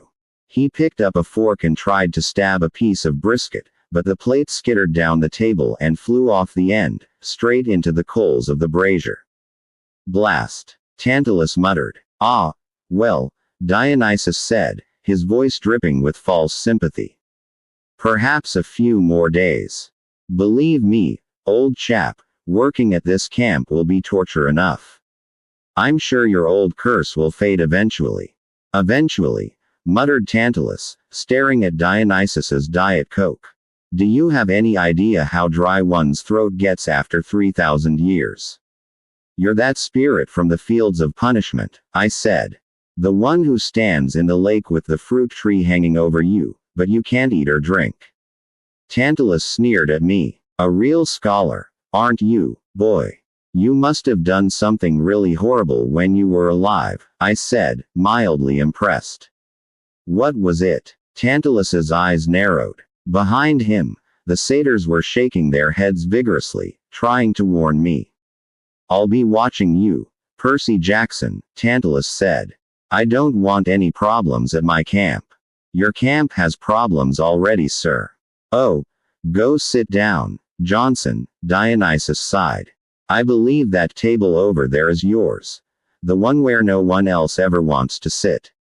My face was burning, but I knew better than to talk back. Dionysus was an overgrown brat, but he was an immortal, super powerful overgrown brat. I said, come on, Tyson. Oh, no, Tantalus said. The monster stays here. We must decide him, I snapped. His name is Tyson. The new activities director raised an eyebrow. Tyson saved the camp, I insisted. He pounded those bronze bulls. Otherwise they would have burned down this whole place. Yes, Tantalus sighed, and what a pity that would have been. Dionysus snickered. Leave us, Tantalus ordered, while we decide this creature's fate. Tyson looked at me with fear in his one big eye, but I knew I couldn't disobey a direct order from the camp directors. Not openly, anyway. I'll be right over here, big guy, I promised. Don't worry. We'll find you a good place to sleep tonight. Tyson nodded. I believe you. You are my friend. Which made me feel a whole lot guiltier. I trudged over to the Poseidon table and slumped onto the bench. A wood nymph brought me a plate of Olympian olive and pepperoni pizza, but I wasn't hungry. I'd been almost killed twice today. I'd managed to end my school year with a complete disaster. Camp Half-Blood was in serious trouble and Chiron had told me not to do anything about it. I didn't feel very thankful, but I took my dinner, as was customary, up to the bronze brazier and scraped part of it into the flames. Poseidon, I murmured, accept my offering. And send me some help while you're at it, I prayed silently. Please. The smoke from the burning pizza changed into something fragrant. The smell of a clean sea breeze with wildflowers mixed in. But I had no idea if that meant my father was really listening. I went back to my seat. I didn't think things could get much worse. But then Tantalus had one of the satyrs blow the conch horn to get our attention for announcements. Yes, well, Tantalus said, once the talking had died down. Another fine meal, or so I am told. As he spoke, he inched his hand toward his refilled dinner plate, as if maybe the food, and here on my first day of authority, he continued, I'd like to say what a pleasant form of punishment it is to be here. Over the course of the summer, I hope to torture, interact with each and every one of you children. You all look good enough to eat. Dionysus clapped politely, leading to some half-hearted applause from the satyrs. Tyson was still standing at the head table, looking uncomfortable, but every time he tried to scoot out of the limelight, Tantalus pulled him back. And now some changes. Tantalus gave the campers a crooked smile. We are reinstituting the chariot races. Murmuring broke out at all the tables. Excitement, fear, disbelief. Now I know, Tantalus continued, raising his voice, that these races were discontinued some years ago due to, technical problems.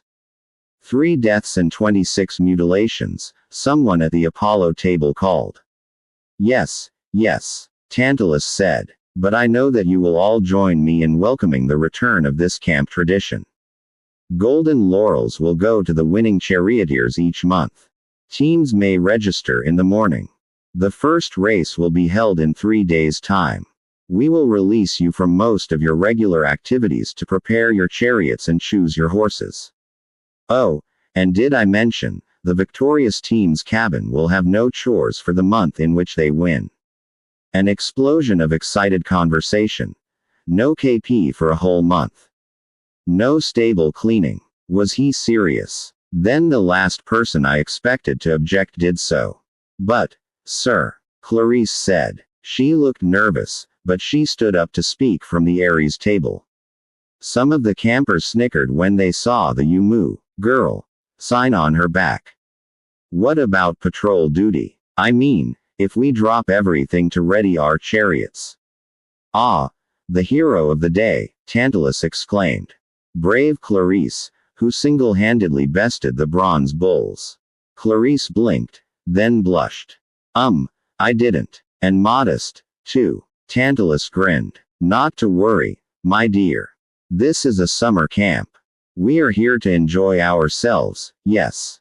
But the tree. And now, Tantalus said, as several of Clarice's cabin mates pulled her back into her seat, before we proceed to the campfire and sing along, one slight housekeeping issue. Percy Jackson and Annabeth Chase have seen fit, for some reason, to bring this here. Tantalus waved a hand toward Tyson. Uneasy murmuring spread among the campers. A lot of sideways looks at me. I wanted to kill Tantalus. Now, of course, he said, Cyclops have a reputation for being bloodthirsty monsters with a very small brain capacity. Under normal circumstances, I would release this beast into the woods and have you hunt it down with torches and pointed sticks. But who knows? Perhaps this Cyclops is not as horrible as most of its brethren. Until it proves worthy of destruction, we need a place to keep it. I've thought about the stables, but that will make the horses nervous. Hermes's cabin, possibly. Silence at the Hermes table. Travis and Connor Stoll developed a sudden interest in the tablecloth. I couldn't blame them. The Hermes cabin was always full to bursting. There was no way they could take in a 6'3" Cyclops. Come now, Tantalus chided. The monster may be able to do some menial chores. Any suggestions as to where such a beast should be kenneled? Suddenly everybody gasped. Tantalus scooted away from Tyson in surprise. All I could do was stare in disbelief at the brilliant green light that was about to change my life. A dazzling holographic image that had appeared above Tyson's head. With a sickening twist in my stomach, I remembered what Annabeth had said about Cyclops. They're the children of nature, spirits and gods. Well, one god in particular, usually swirling over Tyson, was a glowing green trident. The same symbol that had appeared above me the day Poseidon had claimed me as his son. There was a moment of odd silence. Being claimed was a rare event. Some campers waited in vain for it their whole lives. When I'd been claimed by Poseidon last summer, everyone had reverently knelt. But now, they followed Tantalus's lead, and Tantalus roared with laughter. Well, I think we know where to put the beast now. By the gods, I can see the family resemblance. Everybody laughed except Annabeth and a few of my other friends. Tyson didn't seem to notice. He was too mystified, trying to swat the glowing trident that was now fading over his head. He was too innocent to understand how much they were making fun of him, how cruel people were. But I got it. I had a new cabin mate. I had a monster for a half-brother. 6. Demon pigeons attack the next few days were torture, just like Tantalus wanted. First there was Tyson moving into the Poseidon cabin, giggling to himself every 15 seconds and saying, "Percy is my brother." Like he'd just won the lottery. Ah, Tyson, I'd say. It's not that simple. But there was no explaining it to him. He was in heaven. And me, as much as I liked the big guy, I couldn't help feeling embarrassed. Ashamed. There, I said it. My father, the all-powerful Poseidon, had gotten moony-eyed for some nature spirit, and Tyson had been the result. I mean, I'd read the myths about Cyclops. I even remembered that they were often Poseidon's children. But I'd never really processed that this made them my family. Until I had Tyson living with me in the next bunk. And then there were the comments from the other campers. Suddenly, I wasn't Percy Jackson, the cool guy who'd retrieved Zeus's lightning bolt last summer. Now I was Percy Jackson, the poor schmuck with the ugly monster for a brother. He's not my real brother. I protested whenever Tyson wasn't around. He's more like a half-brother on the monstrous side of the family. Like a half-brother twice removed, or something. Nobody bought it. I admit, I was angry at my dad. I felt like being his son was now a joke. Annabeth tried to make me feel better. She suggested we team up for the chariot race to take our minds off our problems. Don't get me wrong. We both hated Tantalus and we were worried sick about camp. But we didn't know what to do about it. Until we could come up with some brilliant plan to save Talia's tree, we figured we might as well go along with the races. After all, Annabeth's mom, Athena, had invented the chariot, and my dad had created horses. Together we would own that track. One morning Annabeth and I were sitting by the Canoe Lake sketching chariot designs when some jokers from Aphrodite's cabin walked by and asked me if I needed to borrow some eyeliner for my sorry eyes. As they walked away laughing, Annabeth grumbled, "Just ignore them, Percy. It isn't your fault you have a monster for a brother." "He's not my brother," I snapped. "And he's not a monster, either." Annabeth, "Well, you gave him permission to enter the camp. Because it was the only way to save your life. I mean, I'm sorry, Percy, I didn't expect Poseidon to claim him. Cyclops are the most deceitful, treacherous. He is not. What have you got against Cyclops, anyway?" Annabeth's ears turned pink. I got the feeling there was something she wasn't telling me. Something bad. "Just forget it," she said. "Now, the axle for this chariot. You're treating him like he's this horrible thing," I said. "He saved my life." Annabeth threw down her pencil and stood. "Then maybe you should design a chariot with him." "Maybe I should." Fine. She stormed off and left me feeling even worse than before. The next couple of days, I tried to keep my mind off my problems. Selena Beauregard, one of the nicer girls from Aphrodite's cabin, gave me my first riding lesson on a Pegasus.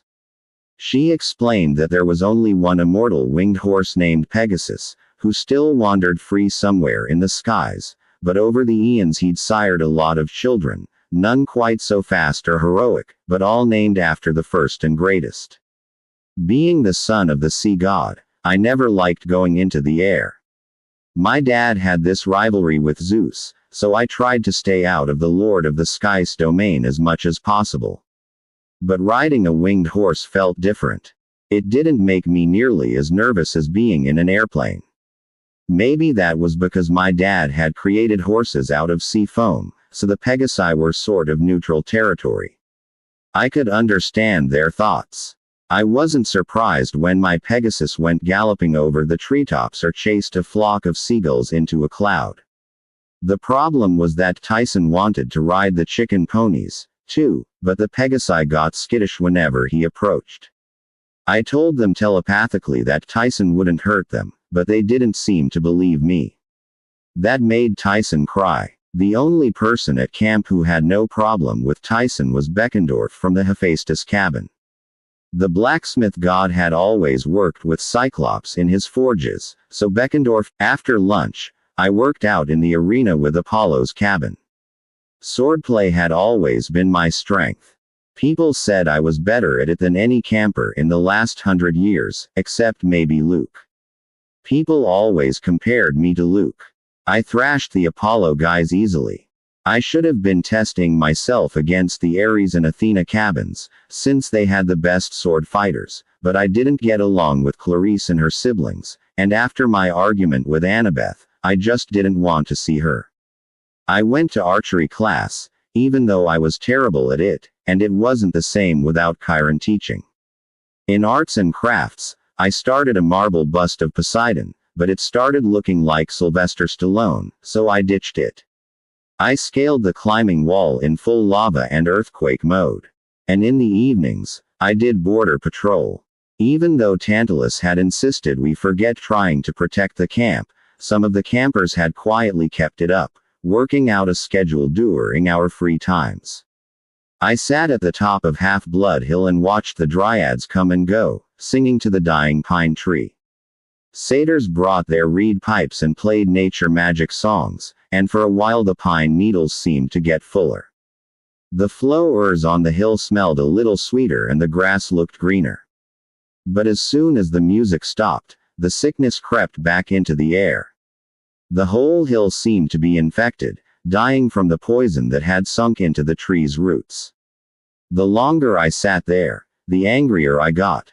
Luke had done this. I remembered his sly smile, the dragon claw scar across his face. He'd pretended to be my friend, and the whole time he'd been Kronos' #1 servant. I opened the palm of my hand. The scar Luke had given me last summer was fading, but I could still see it. A white asterisk-shaped wound where his pit scorpion had stung me. I thought about what Luke had told me right before he'd tried to kill me. Goodbye, Percy. There is a new golden age coming. You won't be part of it. At night, I had more dreams of Grover. Sometimes, I just heard snatches of his voice. Once, I heard him say, "It's here." Another time, "He likes sheep." I thought about telling Annabeth about my dreams, but I would have felt stupid. I mean, he likes sheep. She would have thought I was crazy. The night before the race, Tyson and I finished our chariot. It was wicked cool. Tyson had made the metal parts in the armory's forges. I'd sanded the wood and put the car rigged together. It was blue and white, with wave designs on the sides and a trident painted on the front. After all that work, it seemed only fair that Tyson would ride shotgun with me, though I knew the horses wouldn't like it, and Tyson's extra weight would slow us down. As we were turning in for bed, Tyson said, "You are mad." I realized I'd been scowling. "Nah, I'm not mad." He lay down in his bunk and was quiet in the dark. His body was way too long for his bed. When he pulled up the covers, his feet stuck out the bottom. "I am a monster." "Don't say that. It is okay. I will be a good monster. Then you will not have to be mad." I didn't know what to say. I stared at the ceiling and felt like I was dying slowly, right along with Talia's tree. It's just I never had a half-brother before. I tried to keep my voice from cracking. It's really different for me. And I'm worried about the camp. And another friend of mine, Grover, he might be in trouble. I keep feeling like I should be doing something to help, but I don't know what. Tyson said nothing. "I'm sorry," I told him. "It's not your fault. I'm mad at Poseidon. I feel like he's trying to embarrass me, like he's trying to compare us or something, and I don't understand why." I heard a deep rumbling sound. Tyson was snoring. I sighed. "Good night, big guy." And I closed my eyes, too. In my dream, Grover was wearing a wedding dress. It didn't fit him very well. The gown was too long and the hem was caked with dried mud. The neckline kept falling off his shoulders. A tattered veil covered his face. He was standing in a dank cave, lit only by torches. There was a cot in one corner and an old-fashioned loom in the other, a length of white cloth half woven on the frame. And he was staring right at me, like I was a TV program he'd been waiting for. "Thank the gods," he yelped. "Can you hear me?" My dream self was slow to respond. I was still looking around, taking in the stalactite ceiling, the stench of sheep and goats, the growling and grumbling and bleating sounds that seemed to echo from behind a refrigerator-sized boulder, which was blocking the room's only exit, as if there were a much larger cavern beyond it. "Percy," Grover said, "please, I don't have the strength to project any better. You have to hear me." "I hear you," I said. "Grover, What's going on? From behind the boulder, a monstrous voice yelled, Honeybee. Are you done yet? Grover flinched. He called out in falsetto, not quite, dearest. A few more days. Bah, hasn't it been 2 weeks yet? And no, dearest, just 5 days. That leaves 12. The monster was silent, maybe trying to do the math. He must have been worse at arithmetic than I was, because he said, all right, but hurry. I want to see under that veil, hey haha. Grover turned back to me. You have to help me. No time. I'm stuck in this cave. On an island in the sea. Where? I don't know exactly. I went to Florida and turned left. What? How did you? It's a trap. Grover said. It's the reason no satyr has ever returned from this quest. He's a shepherd, Percy. And he has it. Its nature magic is so powerful it smells just like the great god Pan. The satyrs come here thinking they've found Pan, and they get trapped and eaten by Polyphemus. Polly who? The Cyclops. Grover said, exasperated. I almost got away. I made it all the way to St. Augustine. But he followed you, I said, remembering my first dream. And trapped you in a bridal boutique. That's right, Grover said. My first empathy link must have worked then. Look, this bridal dress is the only thing keeping me alive. He thinks I smell good, but I told him it was just goat-scented perfume. Thank goodness he can't see very well. His eye is still half blind from the last time somebody poked it out. But soon he'll realize what I am. He's only giving me 2 weeks to finish the bridal train, and he's getting impatient. Wait a minute. This Cyclops thinks you're. Yes. Grover wailed. He thinks I'm a lady Cyclops and he wants to marry me. Under different circumstances, I might have busted out laughing. Oh, well, perhaps not. You might live for years in a vegetative state. But, it would be a lot better if you got me out of here. Honeybee. The monster bellowed. Dinner time. Yummy yummy sheep meat. Grover whimpered. I have to go. Hurry. Wait. You said. It was here. What? But Grover's voice was already growing fainter. Sweet dreams. Don't let me die. The dream faded and I woke with a start. It was early morning. Tyson was staring down at me, his one big brown eye full of concern. Are you okay? He asked. His voice sent a chill down my back, because he sounded almost exactly like the monster I'd heard in my dream. The morning of the race was hot and humid. Fog lay low on the ground like sauna steam. Millions of birds were roosting in the trees. Fat gray and white pigeons, except they didn't coo like regular pigeons. They made this annoying metallic screeching sound that reminded me of submarine radar.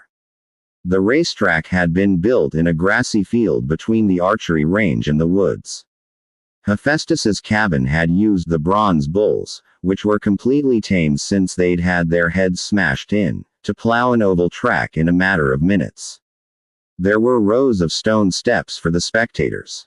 Tantalus, the satyrs, a few dryads, and all of the campers who weren't participating. Mr. D didn't show. He never got up before 10 o'clock. Right. Tantalus announced as the teams began to assemble. A naiad had brought him a big platter of pastries, and as Tantalus spoke, his right hand chased a chocolate eclair across the judge's table.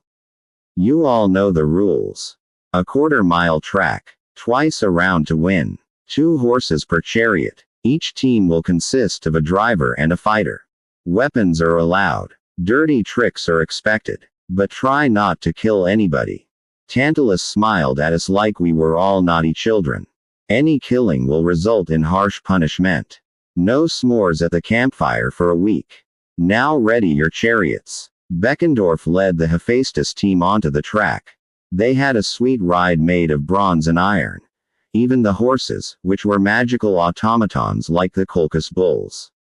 I had no doubt that their chariot had all kinds of mechanical traps and more fancy options than a fully loaded Maserati. The Ares chariot was blood red, and pulled by 2 grizzly horse skeletons. Clarice climbed aboard with a batch of javelins, spiked balls, caltrops, and a bunch of other nasty toys. Apollo's chariot was trim and graceful and completely gold, pulled by two beautiful palominos. Their fighter was armed with a bow, though he had promised not to shoot regular pointed arrows at the opposing drivers.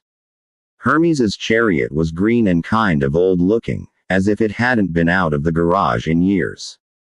It didn't look like anything special, but it was manned by the Stoll brothers, and I shuddered to think what dirty tricks they'd schemed up. That left two chariots, one driven by Annabeth, and the other by me. Before the race began, I tried to approach Annabeth and tell her about my dream. She perked up when I mentioned Grover, but when I told her what he'd said, she seemed to get distant again, suspicious. "You're trying to distract me," she decided. "What? No, I'm not." "Oh, right. Like Grover would just happen to stumble across the one thing that could save the camp." "What do you mean?" She rolled her eyes. "Go back to your chariot, Percy. I'm not making this up. He's in trouble, Annabeth." She hesitated. I could tell she was trying to decide whether or not to trust me. Despite our occasional fights, we'd been through a lot together. And I knew she would never want anything bad to happen to Grover. "Percy, an empathy link is so hard to do. I mean, it's more likely you really were dreaming." "The Oracle," I said. "We could consult the Oracle." Annabeth frowned. "Last summer, before my quest, I'd visited the strange spirit that lived in the big house attic, and it had given me a prophecy that came true in ways I'd never expected. The experience had freaked me out for months. Annabeth knew I'd never suggest going back there if I wasn't completely serious." Before she could answer, the conch horn sounded. "Charioteers," Tantalus called. "To your mark. We'll talk later," Annabeth told me, "after I win." As I was walking back to my own chariot, I noticed how many more pigeons were in the trees now, paying them much attention, but they made me nervous. Their beaks glinted strangely. Their eyes seemed shinier than regular birds. Tyson was having trouble getting our horses under control. I had to talk to them a long time before they would settle down. "He's a monster, Lord," they complained to me. "He's a son of Poseidon," I told them. Just like me." "No," they insisted. "Monster. Horse eater. Not trusted." "I'll give you sugar cubes at the end of the race," I said. Sugar cubes. Very big sugar cubes. And apples. Did I mention the apples? Finally they agreed to let me harness them. Now, if you've never seen a Greek chariot, it's built for speed, not safety or comfort. It's basically a wooden basket, open at the back, mounted on an axle between two wheels. The driver stands up the whole time, and you can feel every bump in the road. The carriage is made of such light wood that if you wipe out making the hairpin turns at either end of the track, you'll probably tip over and crush both the chariot and yourself. It's an even better rush than skateboarding. I took the reins and maneuvered the chariot to the starting line. I gave Tyson a 10-foot pole and told him that his job was to push the other chariots away if they got too close, and to deflect anything they might try to throw at us. "No hitting ponies with the stick," he insisted. "No," I agreed. "Or people, either, if you can help it. We're going to run a clean race.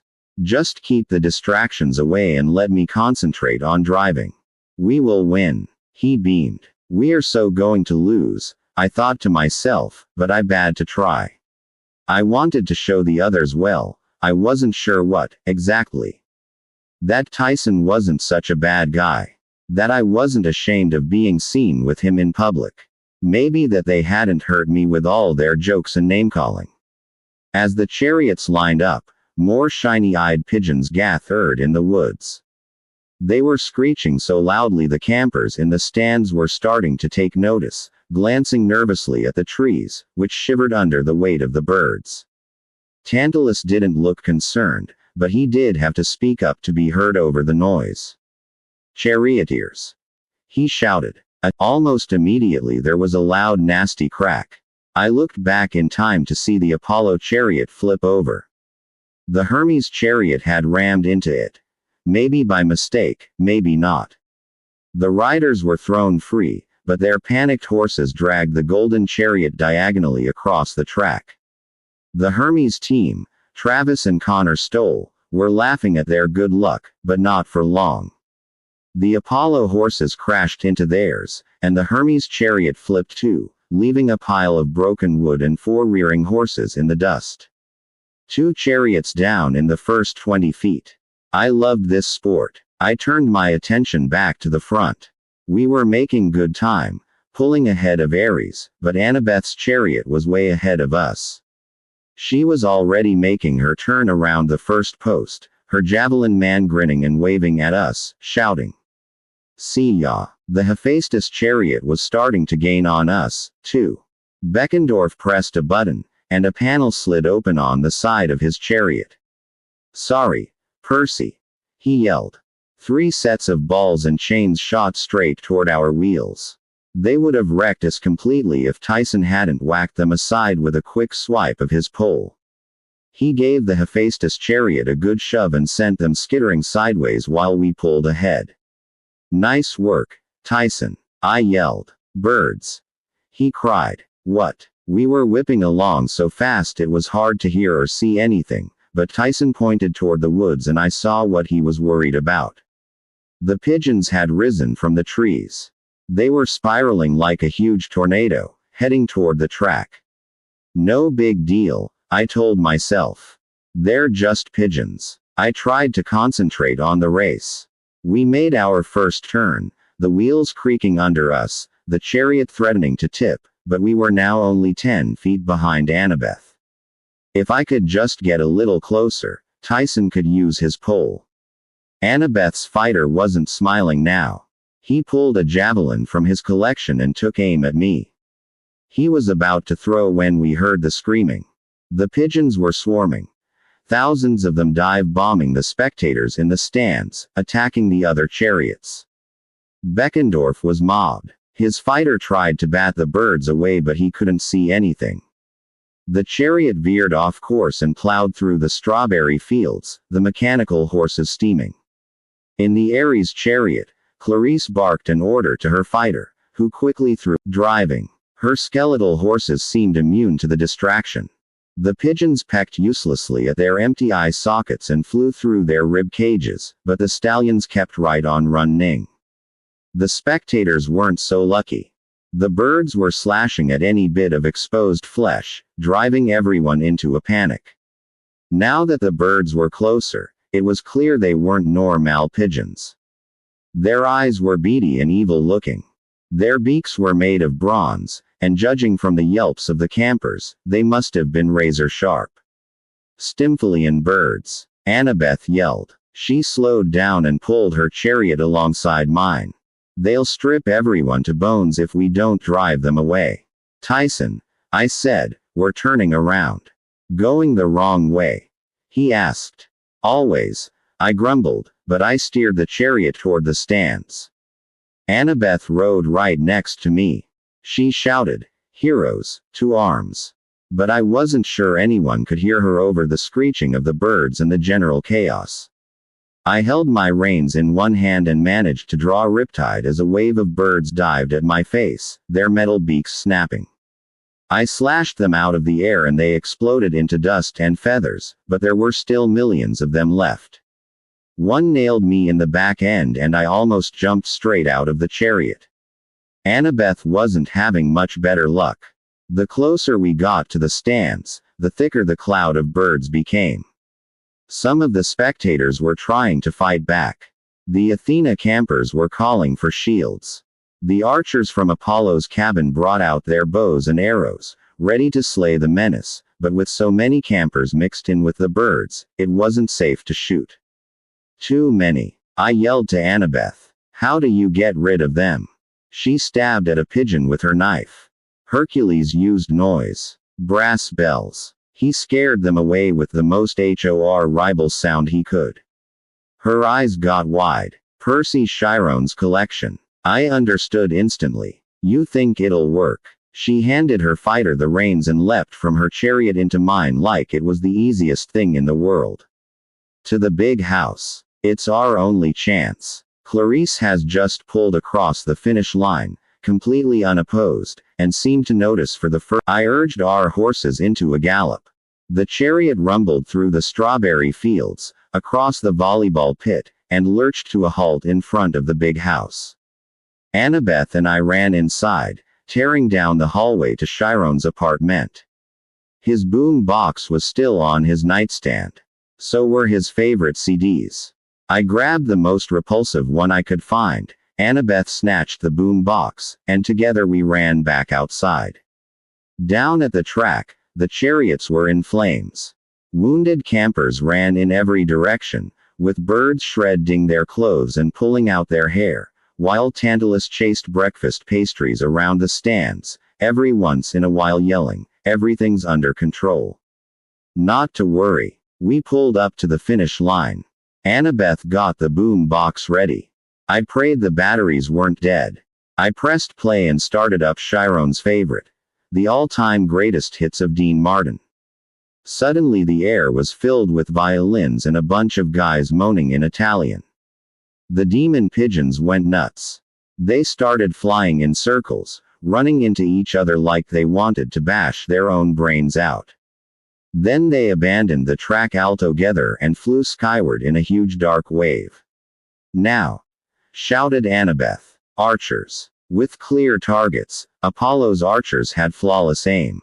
Most of them could knock 5 or 6 arrows at once. Within minutes, the ground was littered with dead bronze-beaked pigeons, and the survivors were a distant trail of smoke on the horizon. The camp was saved, but the wreckage wasn't pretty. Most of the chariots had been completely destroyed. Almost everyone was wounded, bleeding from multiple bird pecks. The kids from Aphrodite's cabin were screaming because their hairdos had been ruined and their clothes pooped on. From a stranger, the way Tantalus saw it, the Stymphalian birds had simply been minding their own business in the woods and would not have attacked if Annabeth, Tyson, and I hadn't disturbed them with our bad chariot driving. This was so completely unfair. I told Tantalus to go chase a donut, which didn't help his mood. He sentenced us to kitchen patrol, scrubbing pots and platters all afternoon in the underground kitchen with the cleaning harpies. The harpies washed with lava instead of water, to get that extra clean sparkle and kill 99.9% of all germs, so Annabeth and I had to wear asbestos gloves and aprons. Tyson didn't mind. He plunged his bare hands right in and started scrubbing, but Annabeth and I had to suffer through hours of hot, dangerous work, especially since there were tons of extra plates. Tantalus had ordered a special luncheon banquet to celebrate Clarice's chariot victory, a full-course meal featuring country fried Stymphalian death bird. The only good thing about our punishment was that it gave Annabeth and me a common enemy and lots of time to talk. After listening to my dream about Grover again, she looked like she might be starting to believe me. "If he's really found it," she murmured, "and if we could retrieve it." "Hold on," I said. "You act like this whatever it is Grover found is the only thing in the world that could save the camp. What is it? I'll give you a hint. What do you get when you skin a ram?" "Messy," she sighed. "A fleece. The coat of a ram is called a fleece. And if that ram happens to have golden wool, the golden fleece." "Are you serious?" Annabeth scrapped a plateful of death bird bones into the lava. "Percy, remember the Grey sisters? They said they knew the location of the thing you seek. And they mentioned Jason. 3,000 years ago, they told him how to find the golden fleece. You do know the story of Jason and the Argonauts?" "Yeah," I said. "That old movie with the clay skeletons." Annabeth rolled her eyes. "Oh my gods, Percy. You are so hopeless." "What?" I demanded. "Just listen. The real story of them up in Greece and carried them all the way to Colchis in Asia Minor. Well, actually it carried Cadmus. Europa fell off and died along the way, but that's not important. It was probably important to her. The point is, When Cadmus got to Colchis, he sacrificed the golden ram to the gods and hung the fleece in a tree in the middle of the kingdom. The fleece brought prosperity to the land. Animals stopped getting sick. Plants grew better. Farmers had bumper crops. Plagues never visited. That's why Jason wanted the fleece. It can revitalize any land where it's placed. It cures sickness, strengthens nature, cleans up pollution. It could cure Talia's tree. Annabeth nodded. And it would totally strengthen the borders of Camp Half-Blood. But Percy, the fleece has been missing for centuries. Tons of heroes have searched for it with no luck. But Grover found it, I said. He went looking for Pan and he found the fleece instead because they both radiate nature magic.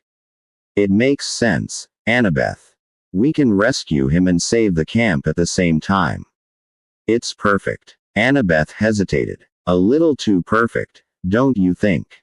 What if it's a trap? I remembered last summer, how Kronos had manipulated our quest.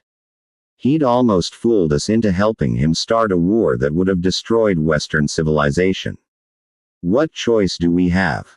I asked. Are you going to help me rescue Grover or not? She glanced at Tyson, who'd lost interest in our conversation and was happily making toy boats out of cups and spoons in the lava. Percy, she said under her breath, we'll have to fight a Cyclops. Polyphemus, the worst of the Cyclops. And there's only one place his island could be. The Sea of Monsters. Where's that? She stared at me like she thought I was playing dumb.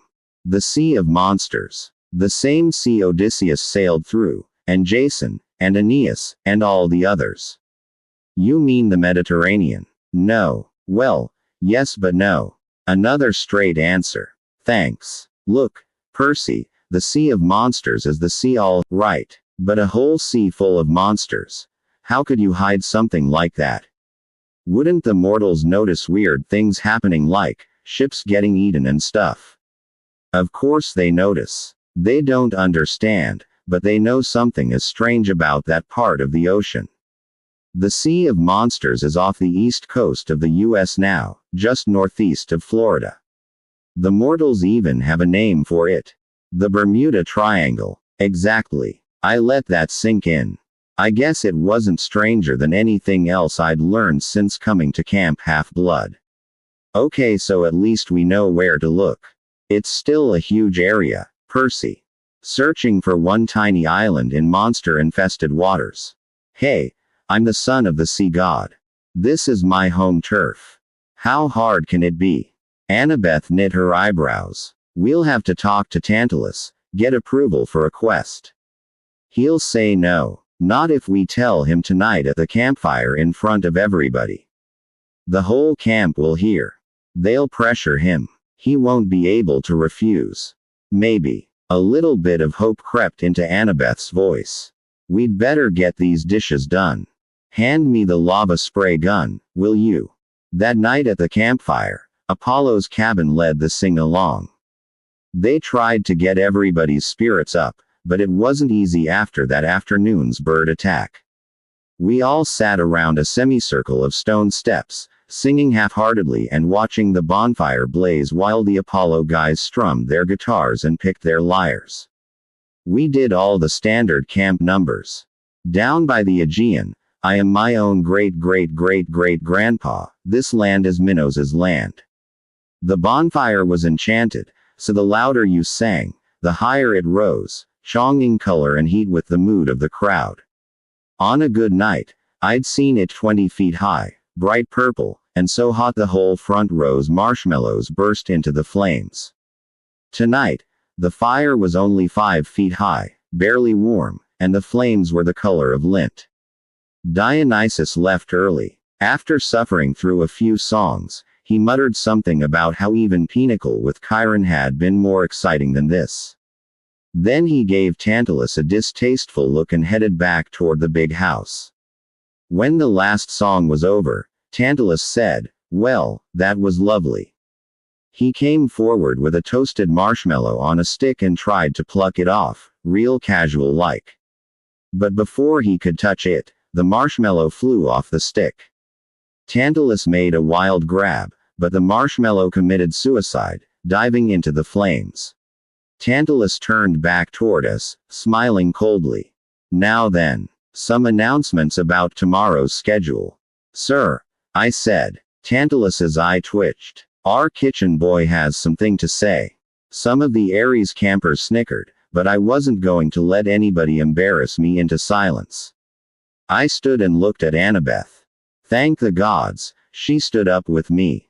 I said, we have an idea to save the camp. Dead silence, but I could tell I'd gotten everybody's interest, because the campfire flared bright yellow. Indeed, Tantalus said blandly. Well, if it has anything to do with chariots.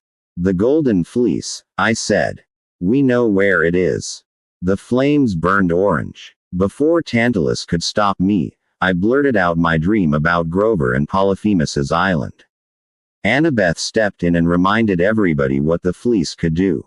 It sounded more convincing coming from her.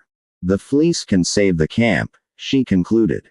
I'm certain of it. Nonsense, said Tantalus. We don't need saving. Everybody stared at him until Tantalus started looking uncomfortable.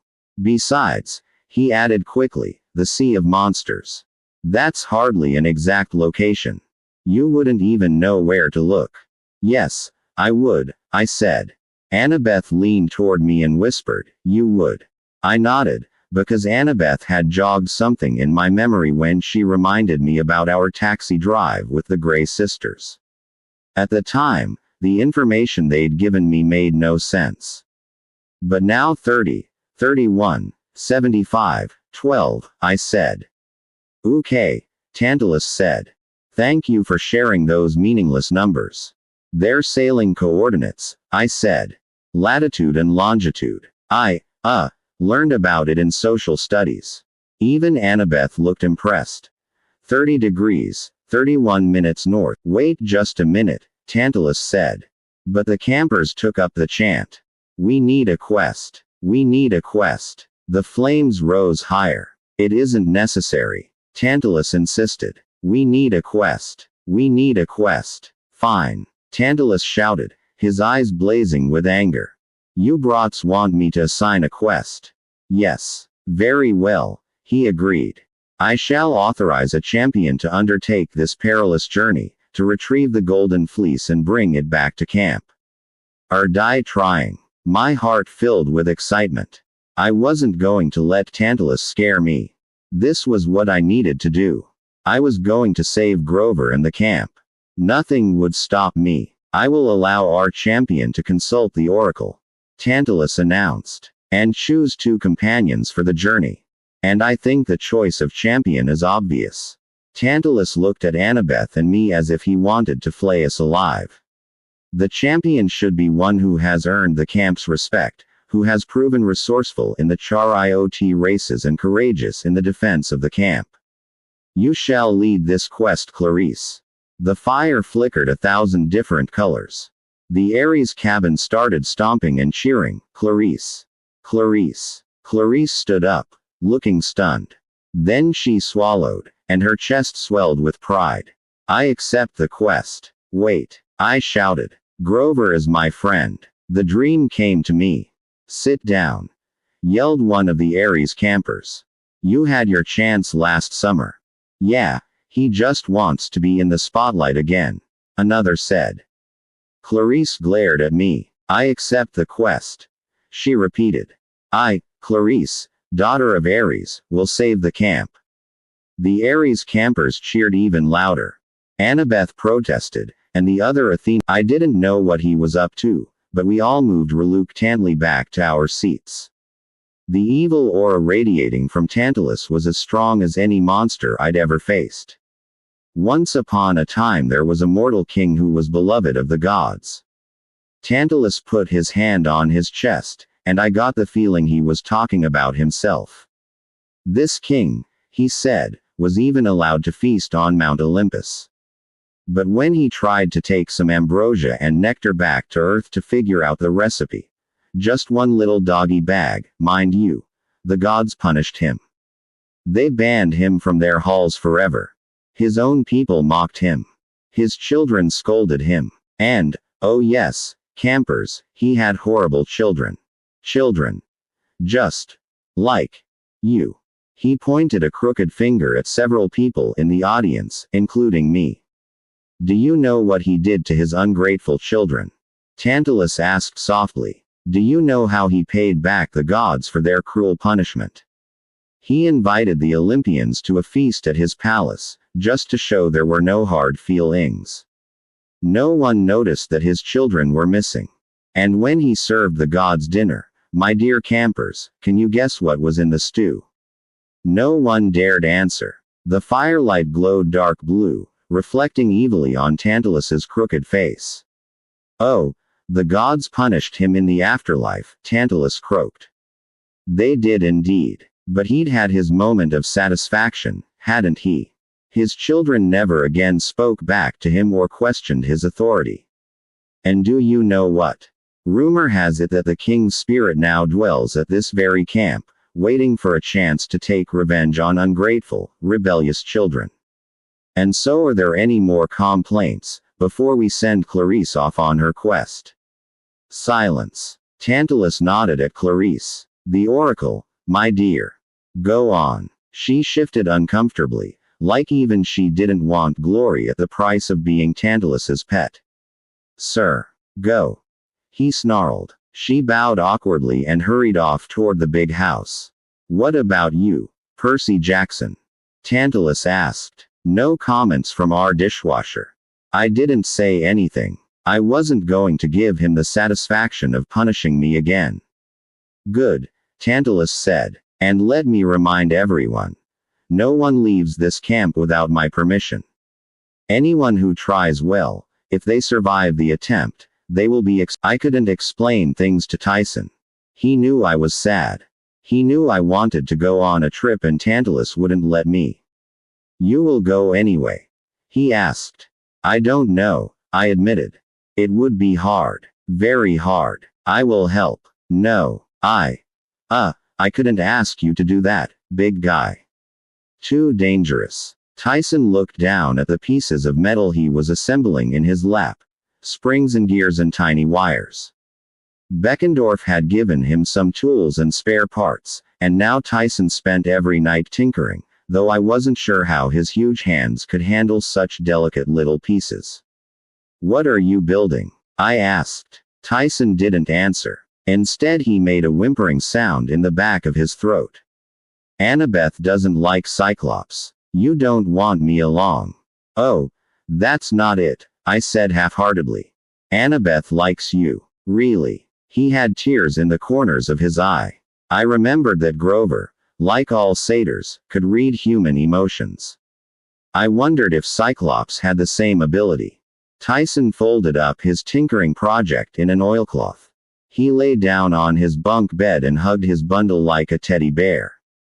When he turned toward the wall, I could see the weird scars on his back, like somebody had plowed over him with a tractor. I wondered for the millionth time how he'd gotten hurt. Daddy always cared for me, he sniffled. Now I think he was mean to have a Cyclops boy. I should not have been born. Don't talk that way. Poseidon claimed you, didn't he? So he must care about you a lot. My voice trailed off as I thought about all those years Tyson had lived on the streets of New York in a cardboard refrigerator box. How could Tyson think that Poseidon had cared for him? What kind of dad let that happen to his kid, even if his kid was a monster? Tyson Camp will be a good home for you. The others will get used to you. I promise. Tyson sighed. I waited for him to say something. Then I realized the full moon shone through my window. The sound of the surf rumbled in the distance. I could smell the warm scent of the strawberry fields, and hear the laughter of the dryads as they chased owls through the forest. But something felt wrong about the night. The sickness of Talia's tree, spreading across the valley. Could Clarice save Half-Blood Hill? I thought the odds were better of me getting a Best Camper award from Tantalus. I got out of bed and pulled on some clothes. I grabbed a beach blanket and a 6-pack of Coke from under my bunk. The Cokes were against the rules. No outside snacks or drinks were allowed, but if you talked to the right guy in Hermes's cabin and paid him a few golden drachma, he could smuggle in almost anything from the nearest convenience store. Sneaking out after curfew was against the rules, too. If I got caught, I'd either get in big trouble or be eaten by the harpies. But I wanted to see the ocean. I always felt better there. My thoughts were clearer. I left the cabin and headed for the beach. I spread my blanket near the surf and popped open a Coke. For some reason, sugar and caffeine always calmed down my hyperactive brain. I tried to decide what to do to save the camp, but nothing came to me. I wished Poseidon would talk to me, give me some advice or something. The sky was clear and starry. I was checking out the constellations Annabeth had taught me. Sagittarius, Hercules, Corona Borealis. When somebody said, "Bo Tiffel, aren't they?" I almost spewed soda. Standing right next to me was a guy in nylon running shorts and a New York City Marathon t-shirt. He was slim and fit, with salt and pepper hair and a sly smile. He looked kind of familiar, but I couldn't figure out why. My first thought was that he must have been taking a midnight jog down the beach and strayed inside the camp borders. That wasn't supposed to happen. Regular mortals couldn't enter the valley. But maybe with the tree's magic weakening he'd managed to slip in. But in the middle of the night. And there was nothing around except farmland and state preserves. Where would this guy have jogged from? "May I join you?" he asked. I haven't sat down in ages. Now, I know. A strange guy in the middle of the night. Common sense. I was supposed to run away, yell for help, etc. But the guy acted so calm about the whole thing that I found it hard to be afraid. I said, sure. He smiled.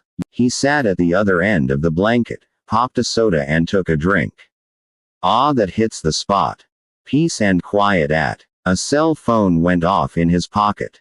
The jogger sighed. He pulled out his phone and my eyes got big, because it glowed with a bluish light. When he extended the antenna, two creatures began writhing around it. Green snakes, no bigger than earthworms. The jogger didn't seem to notice. He checked his LCD display and cursed. "I've got to take this." Just a sec, then into the phone. "Hello." He listened. The mini snakes writhed up and down the antenna right next to his ear. "Yeah," the jogger said. "Listen, I know, but I don't care if he is chained to a rock with vultures pecking at his liver. If he doesn't have a tracking number, we can't locate his package. A gift to humankind. Great, you know how many of those we deliver." "Oh, never mind. Listen, just refer him to Aris in customer service. I gotta go." He hung up. "Sorry. The overnight express business is just booming. Now, as I was saying, you have snakes on your phone." "What?" "Oh, they don't bite. Say hello, George and Martha." "Hello, George and Martha," a raspy male voice said inside my head. "Don't be sarcastic," said a female voice. "Why not?" George demanded. "I do all the real work." "Oh, let's not go into that again." The jogger slipped his phone back into his pocket. "Now, where were we? Yes. Peace and quiet." He crossed his ankles and stared up at the stars. "Been a long time since I've gotten to relax. Ever since the telegraph. Rush, rush, rush. Do you have a favorite constellation, Percy?" I was still kind of wondering about the little green snakes he'd shoved into his jogging shorts, but I said, I like Hercules." "Why?" "Well, because he had rotten luck. Even worse than mine. It makes me feel better." The jogger chuckled. "Not because he was strong and famous and all that. No." Before I could answer, Martha the snake's muffled voice came from his pocket.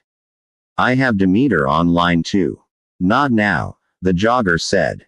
"Tell her to leave a message. She's not going to like that. The last time you put her off, all the flowers in the floral delivery division wilted. Just tell her I'm in a meeting." The jogger rolled his eyes.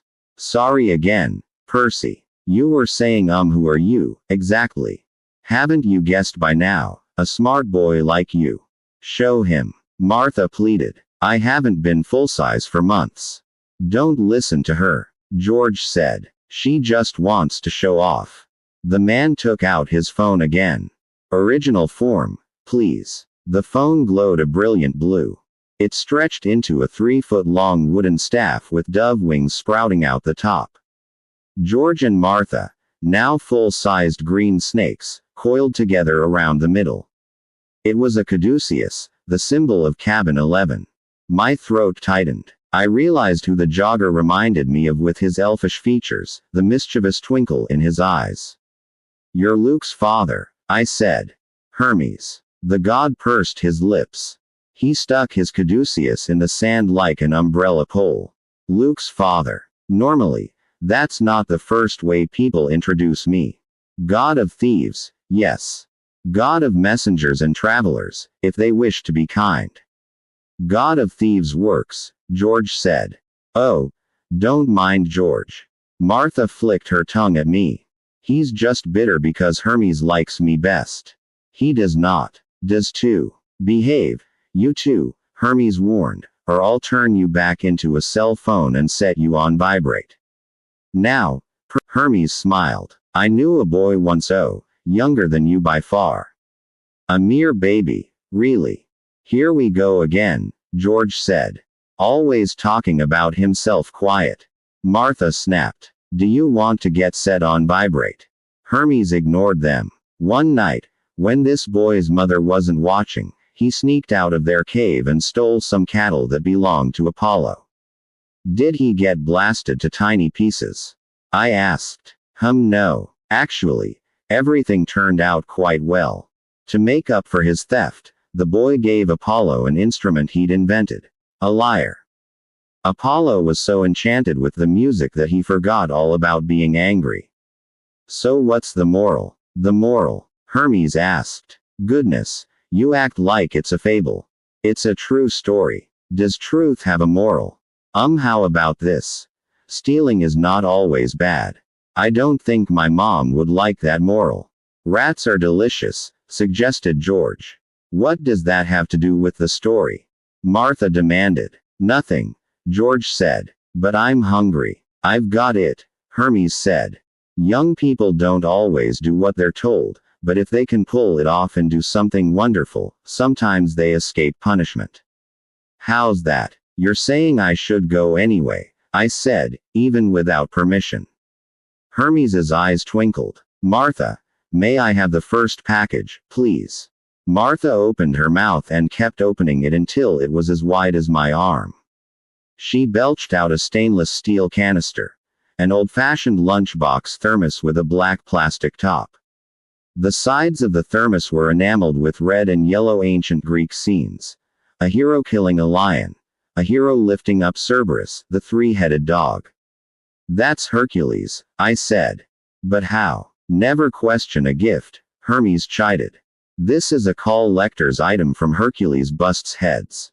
The first season. Great show. Hermes sighed. Back before Hephaestus TV was all reality programming. Of course, the thermos would be worth much more if I had the whole lunchbox. Or if it hadn't been in Martha's mouth, George added. I'll get you for that. Martha began chasing him around the caduceus. Wait a minute, I said. This is a gift. One of two, Hermes said. Go on, pick it up. I almost dropped it because it was freezing cold on one side and burning hot on the other. The weird thing was, when I turned the thermos, the side facing the ocean, north, was always the cold side. It's a compass, I said. Hermes looked surprised. Very clever. I never thought of that. But its intended use is a bit more dramatic. Uncap it, and you will release the winds from the four corners of the earth to speed you on your way. Not now. And please, when the time comes, only unscrew the lid a tiny bit. The winds are a bit like me. Always restless. Should all four escape at once, but I'm sure you'll be careful. And now my second gift. George. She's touching me, George complained as he and Martha slithered around the pole. She's always touching you, Hermes said. You're intertwined. And if you don't stop that, you'll get knotted again. The snakes stopped wrestling. George unhinged his jaw and coughed up a little plastic bottle filled with chewable vitamins. You're kidding, I said. Are those minotaur-shaped? Hermes picked up the bottle and rattled it. The lemon ones, yes. The grape ones are furies, I think. Or are they hydras? At any rate, these are potent. Don't take one unless you really, really need it. How will I know if I really, really need it? You'll know, believe me. 9 essential vitamins, minerals, amino acids, everything you need to feel yourself again. He tossed me the bottle. Thanks, I said. But Lord Hermes, why are you helping me? He gave me a melancholy smile. Perhaps because I hope that you can save many people on. Hermes didn't answer. Look, I said. Lord Hermes, I mean, thanks and everything, but you might as well take back your gifts. Luke can't be saved. Even if I could find him, he told me he wanted to tear down Olympus stone by stone. He betrayed everybody he knew. He hates you especially. Hermes gazed up at the stars. My dear young cousin, if there's one thing I've learned over the eons, it's that you can't give up on your family, no matter how tempting they make it. It doesn't matter if they hate you, or embarrass you, or simply don't appreciate your genius for inventing the internet. You invented the internet. It was my idea, Martha said. Rats are delicious, George said. It was my idea, Hermes said. I mean the internet, not the rats. But that's not the point. Percy, do you understand what I'm saying about family? I'm not sure. You will someday. Hermes got up and brushed the sand off his legs. In the meantime, I must be going. You have 60 calls to return, Martha said. And 1,038 emails, George added. Not counting the offers for online discount ambrosia. And you, Percy, Hermes said, have a shorter deadline than you realize to complete your quest. Your friends should be coming right about now. I heard Annabeth's voice calling my name from the sand dunes. Tyson, too, was shouting from a little bit farther away. I hope I packed well for you, Hermes said. I do have some experience with travel. He snapped his fingers and 3 yellow duffel bags appeared at my feet. Waterproof, of course. If you ask nicely, your father should be able to help you reach the ship. Ship. Hermes pointed. Sure enough, a big cruise ship was cutting across Long Island. He opened his hand and the Caduceus flew into it. Good luck, Martha told me. Bring me back a rat, George said. The Caduceus changed into a cell phone and Hermes slipped it into his pocket. He jogged off down the beach. 20 paces away, he shimmered and vanished, leaving me alone with a thermos, a bottle of chewable vitamins, and 5 minutes to make an impossible decision. 8 We board the Princess Andromeda. I was staring at the waves when Annabeth and Tyson found me. What's going on? Annabeth asked. I heard you calling for help. Me, too, Tyson said. Heard you yell, bad things are attacking. I didn't call you guys, I said. I'm fine. But then Annabeth noticed the 3 yellow duffel bags, then the thermos and the bottle of vitamins I was holding. What? Just listen, I said. We don't have much time. I told them about my conversation with Hermes. By the time I was finished, I could hear screeching in the distance. Patrol harpies picking up our scent. Percy, Annabeth said, we have to do the quest. We'll get expelled. I promised I'd keep you from danger. I can only do that by coming with you. Tyson can stay behind and tell them. I want to go, Tyson said. No. Annabeth's voice sounded close to panic. I mean Percy, come on. You know that's impossible. I wondered again why she had such a grudge against Cyclops. There was something she wasn't telling me. She and Tyson both looked at me, waiting for an answer. Meanwhile, the cruise ship was getting farther and farther away. The thing was, part of me didn't want Tyson along. I'd spent the last 3 days in close quarters with the guy, getting razzed by the other campers and embarrassed a million times a day, constantly reminded that I was related to him. I needed some space. Plus, I didn't know how much help he'd be, or how I'd keep him safe. Sure, he was strong, but Tyson was a little kid in Cyclops terms, maybe 7 or 8 years old, mentally. I could see him freaking out and starting to cry while we were trying to sneak past a monster or something. He'd get us all killed. On the other hand, the sound of the harpies was getting closer. We can't leave him, I decided. Tantalus will punish him for us being gone. Percy, Annabeth said, trying to keep her cool, we're going to Polyphemus's island. Polyphemus is an Sikacyk. She stamped her foot in frustration. As smart as she was, Annabeth was dyslexic, too. We could have been there all night while she tried to spell Cyclops. You know what I mean. Tyson can go, I insisted, if he wants to. Tyson clapped his hands. Want to. Annabeth gave me the evil eye, but I guess she could tell I wasn't going to change my mind. Or maybe she just knew we didn't have time to argue. All right, she said. How do we get to that ship? Hermes said my father would help. Well then, seaweed brain. What are you waiting for? Percy. Annabeth whispered. We're in a hurry. We need your help, I called a little louder. We need to get to that ship, before we get eaten and stuff, so at first, nothing happened. Waves crashed against the shore like normal. The harpies sounded like they were right behind the sand dunes. Then, about 100 yards out to sea, 3 white lines appeared on the surface. They moved fast toward the shore, like claws ripping through the ocean. As they neared the beach, the surf burst apart and the heads of 3 white stallions reared out of the waves. Tyson caught his breath. Fish ponies. He was right. As the creatures pulled themselves onto the sand, I saw that they were only horses in the front. Their back halves were silvery fish bodies, with glistening scales and rainbow tail fins.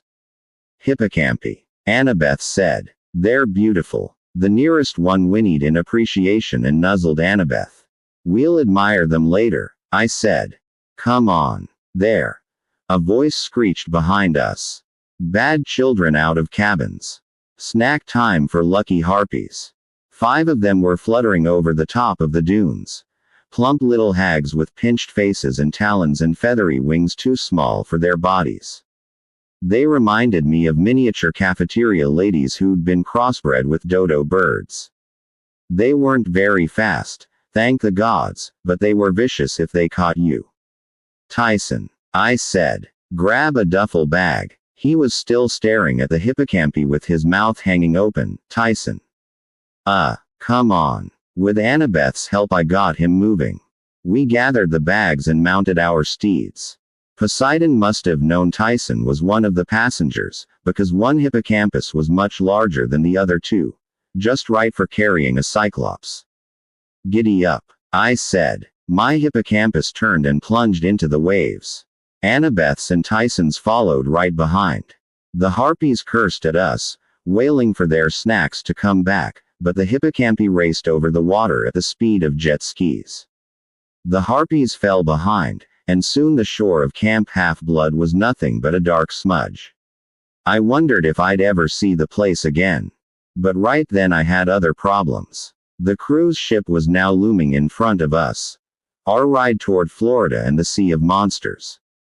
Riding the hippocampus was even easier than riding a Pegasus. We zipped along with the wind in our faces, speeding through the waves so smooth and steady I hardly needed to hold on at all. As we got closer to the cruise ship, I realized just how huge it was. I felt as though I were looking up at a building in Manhattan. The white hull was at least 10 stories tall, topped with another dozen levels of decks with brightly lit balconies and portholes. The ship's name was painted just above the bow line in black letters, lit with a spotlight. It took me a few seconds to decipher it. Princess Andromeda. Attached to the bow was a huge masthead. A 3-story tall woman wearing a white Greek chiton, sculpted to look as if she were chained to the front of the ship. She was young and beautiful, with flowing black hair, but her expression was one of absolute terror. Why anybody would want a screaming princess on the front of their vacation ship, I had no idea. I remembered the myth about Andromeda and how she had been chained to a rock by her own parents as a sacrifice to a sea monster.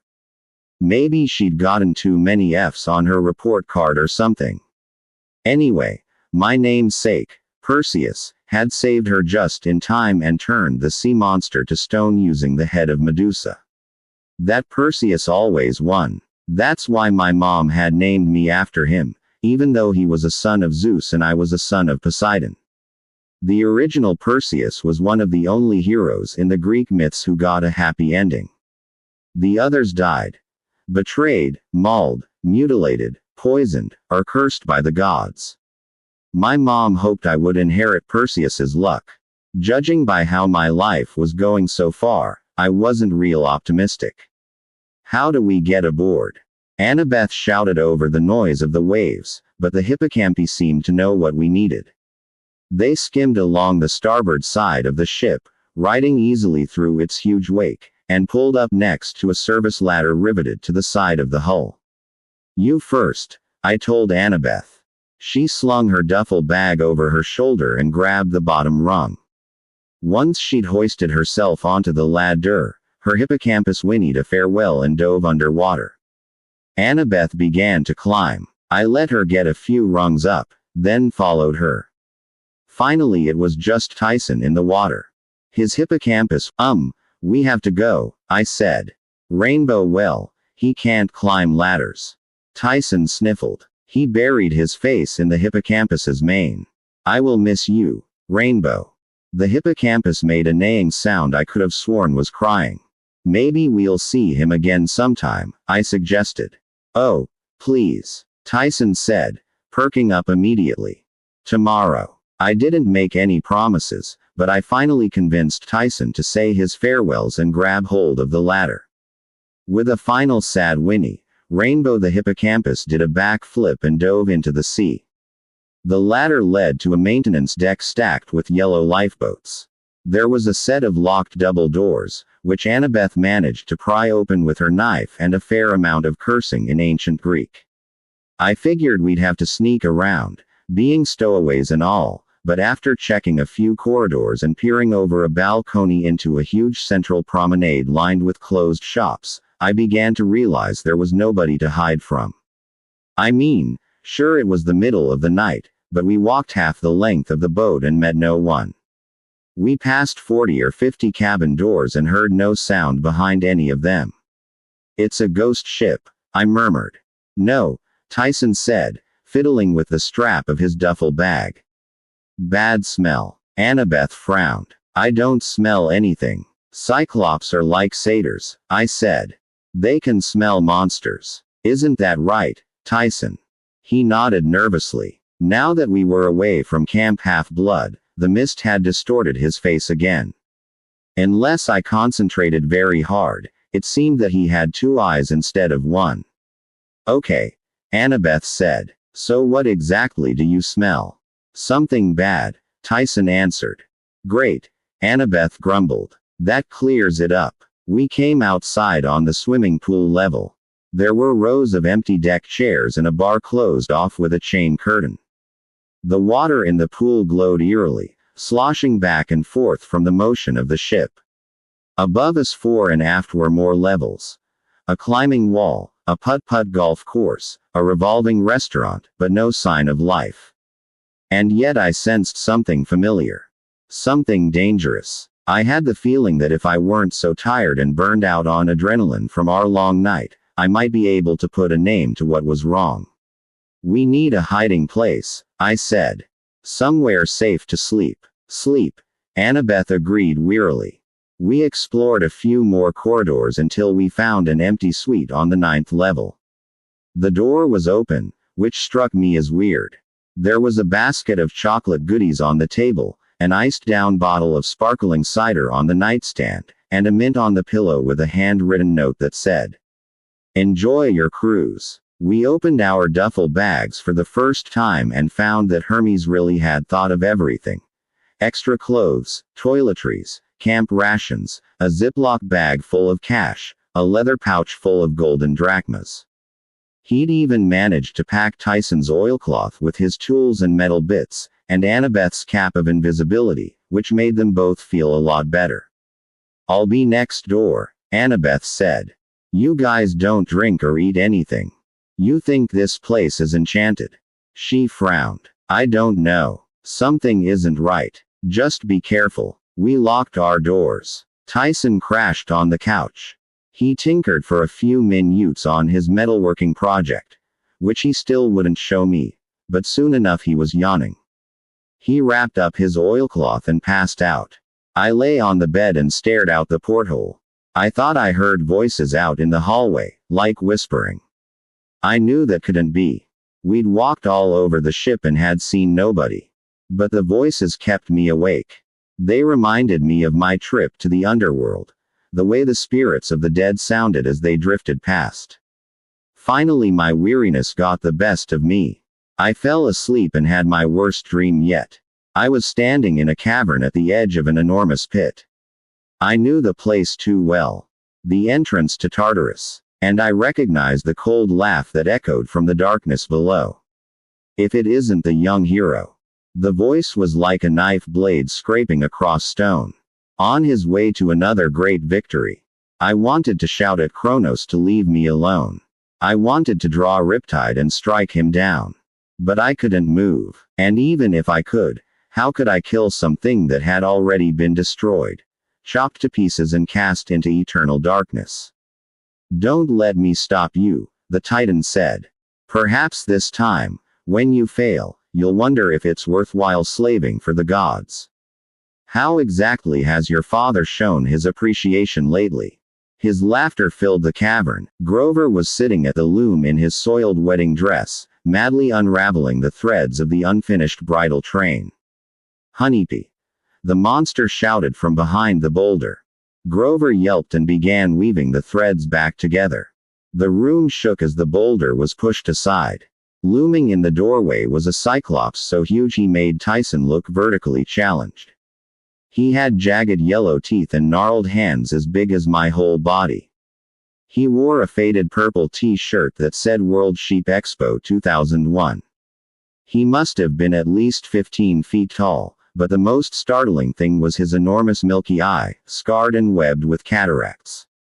If he wasn't completely blind, he had to be pretty darn close. "What are you doing?" the monster demanded. "Nothing," Grover said in his falsetto voice. "Just weaving my bridal train, as you can see." The Cyclops stuck one hand into the room and groped around until he found the loom. He pawed at the cloth. "It hasn't gotten any longer." "Oh, yes it has, dearest. See, I've added at least an inch. Too many delays," the monster bellowed. Then he sniffed the air. "You smell good. Like goats." "Oh." Grover forced a weak giggle. "Do you like it? It's eau de chèvre. I wore it just for you."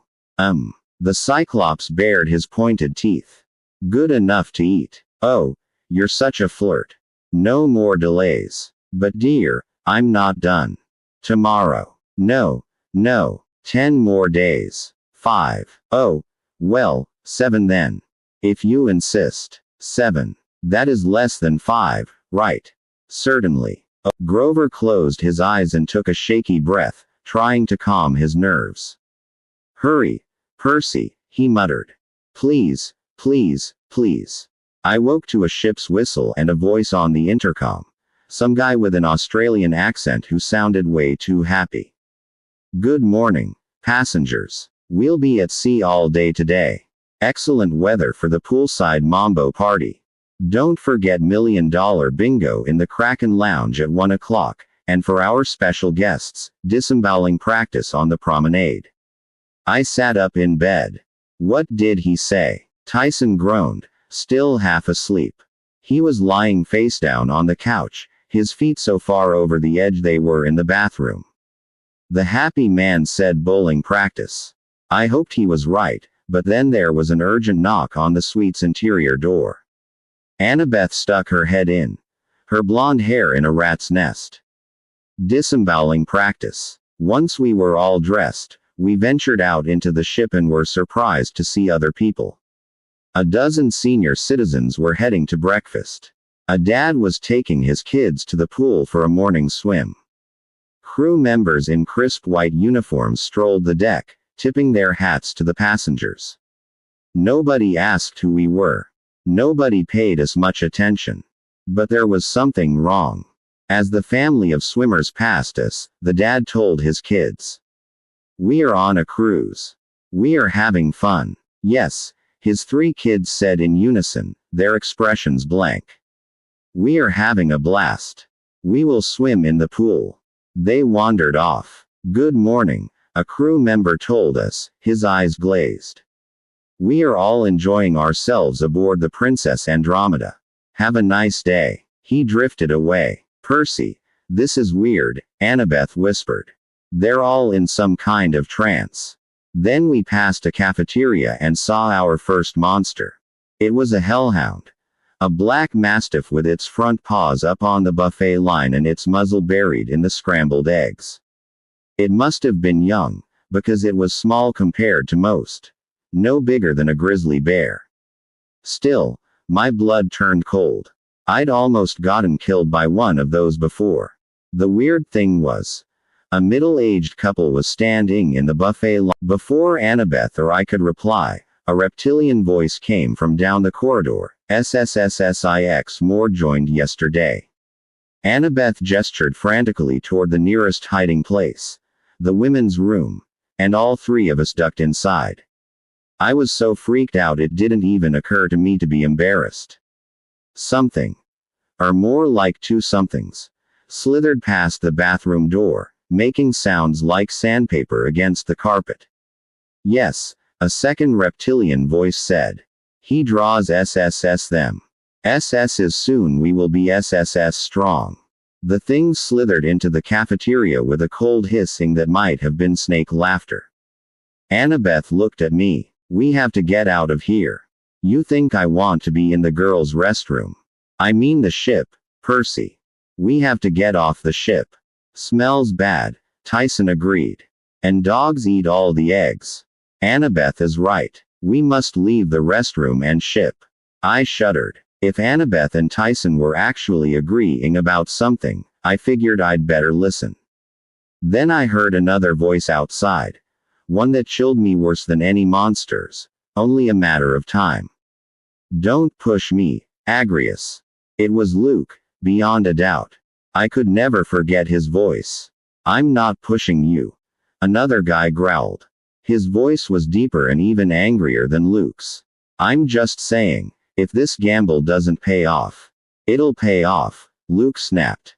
"They'll take the bait. Now, come, we've got to get to the Admiralty suite and check on the casket." Their voices receded down the corridor. Tyson whimpered, "Leave now." Annabeth and I exchanged looks and came to a silent agreement. "We can't," I told Tyson. "We have to find out what Luke is up to," Annabeth agreed. "And if possible, we're going to beat him up, bind him in chains, and drag him to Mount Olympus." 9. I have the worst family reunion ever. Annabeth volunteered to go alone since she had the cap of invisibility, but I convinced her it was too dangerous. Either we all went together, or nobody went. Nobody. Tyson voted, "Please." But in the end he came along, nervously chewing on his huge fingernails. We stopped at our cabin long enough to gather our stuff. We figured whatever happened, we would not be staying another night aboard the zombie cruise ship, even if they did have $1 million bingo. I made sure Riptide was in my pocket and the vitamins and thermos from Hermes were at the top of my bag. I didn't want Tyson to carry everything, but he insisted, and Annabeth told me not to worry about it. Tyson could carry 3 full duffel bags over his shoulder as easily as I could carry a backpack. We sneaked through the corridors, following the ship's "You Are Here" signs toward the Admiralty suite. Annabeth scouted ahead invisibly. We hid whenever someone passed by, but most of the people we saw were just glassy-eyed zombie passengers. As we came up the stairs to Deck 13, where the Admiralty suite was supposed to be, Annabeth hissed, "Hide," and shoved us into a supply closet. I heard a couple of guys coming down the hall. "You see that Ethiopian Drakon in the cargo hold?" one of them said. The other laughed. "Yeah, it's awesome." Annabeth was still invisible, but she squeezed my arm hard. I got a feeling I should know that second guy's voice. "I hear they got 2 more coming," the familiar voice said. "They keep arriving at this rate. Oh, man. No contest." The voices faded down the corridor. That was Chris Rodriguez. Annabeth took off her cap and turned visible. I sort of recalled Chris from the summer before. He was one of those undetermined campers who got stuck in the Hermes cabin because his Olympian dad or mom never claimed him. Now that I thought about it, I realized I hadn't seen Chris at camp this summer. "What's another half-blood doing here?" Annabeth shook her head, clearly troubled. We kept going down the corridor. I didn't need maps anymore to know I was getting close to Luke. I sensed something cold and unpleasant. The presence of evil. "Percy." Annabeth stopped suddenly. "Look." She stood in front of a glass wall looking down into the multi-story canyon that ran through the middle of the ship. At the bottom was the promenade. A mall full of shops. But that's not what had caught Annabeth's attention. A group of monsters had assembled in front of the candy store. A dozen Laestrygonian giants like the ones who'd attacked me with dodgeballs, 2 hellhounds, and a few even stranger creatures. Humanoid females with twin serpent tails instead of legs. "Scythian Dracene," Annabeth whispered. "Dragon women." The monsters made a semicircle around a young guy in Greek armor who was hacking on a straw dummy. A lump formed in my throat when I realized the dummy was wearing an orange Camp Half-Blood t-shirt. As we watched, the guy in armor stabbed the dummy through its belly and ripped upward. Straw flew everywhere. The monsters cheered and howled. Annabeth stepped away from the window. Her face was ashen. "Come on," I told her, trying to sound braver than I felt. "The sooner we find Luke the better." At the end of the hallway were double oak doors that looked like they must lead somewhere important. When we were 30 feet away, Tyson stopped. Voices inside. "You can hear that far?" I asked. Tyson closed his eye like he was concentrating hard. Then his voice changed, becoming a husky approximation of Luke's. "The prophecy ourselves. The fools won't know which way to turn." Before I could react, Tyson's voice changed again, becoming deeper and gruffer, like the other guy we'd heard talking to Luke outside the cafeteria. "You really think the old horseman is gone for good?" Tyson laughed Luke's laugh. "They can't trust." "Keep going," I said. "What else are they saying?" Tyson closed his eye again. He hissed in the gruff man's voice. "Quiet." Then Luke's voice, whispering. "Are you sure?" "Yes," Tyson said in the gruff voice. "Right outside." Too late. I realized what was happening. I just had time to say, "Run," when the doors of the stateroom burst open and there was Luke, flanked by 2 hairy giants armed with javelins, their bronze tips aimed right at our chests. "Well," Luke said with a crooked smile, "if it isn't my 2 favorite cousins. Come right in." The stateroom was beautiful, and it was horrible. The beautiful part. Huge windows curved along the back wall, looking out over the stern of the ship. Green sea and blue sky stretched all the way to the horizon. A Persian rug covered the floor. 2 plush sofas occupied the middle of the room, with a canopied bed in one corner and a mahogany dining table in the other. The table was loaded with food. Pizza boxes, bottles of soda, and a stack of roast beef sandwiches on a silver platter. The horrible part. On a velvet dais at the back of the room lay a 10-foot-long golden casket. A sarcophagus, engraved with ancient Greek scenes of cities in flames and heroes dying grisly deaths. Despite the sunlight streaming through the windows, the casket made the whole room feel cold. "Well," Luke said, spreading his arms proudly, A little nicer than Cabin 11, huh? He'd changed since the last summer. Instead of Bermuda shorts and a t-shirt, he wore a button-down shirt, khaki pants, and leather loafers. His sandy hair, which used to be so unruly, was now clipped short. He looked like an evil male model, showing off what the fashionable college-age villain was wearing to Harvard this year. He still had the scar under his eye, a jagged white line from his battle with a dragon. And propped against the sofa was his magical sword, Backbiter, glinting strangely with its half-steel, half-celestial bronze blade that could kill both mortals and monsters. Sit, he told us. He waved his hand and 3 dining chairs scooted themselves into the center of the room. None of us sat. Luke's large friends were still pointing their javelins at us. They looked like twins, but they weren't human.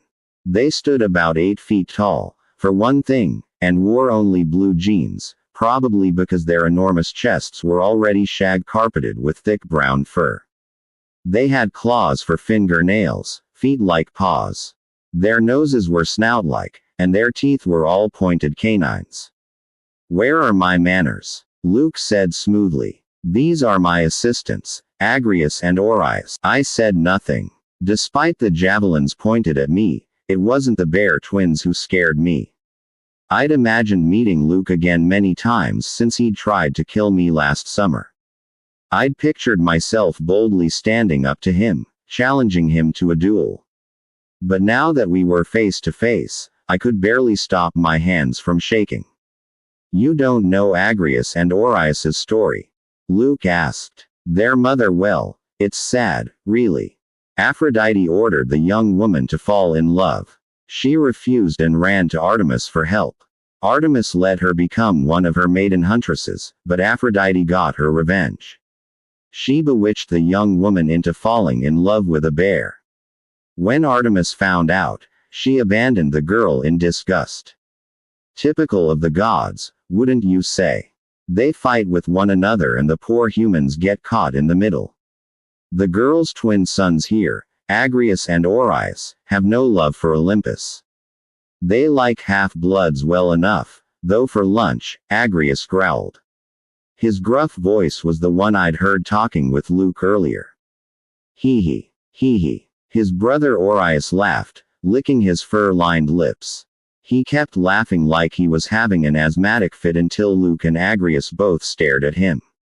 "Shut up, you idiot," Agrias growled. "Go punish yourself." Orias whimpered. He trudged over to the corner of the room, slumped onto a stool, and banged his forehead against the dining table, making the silver plates rattle.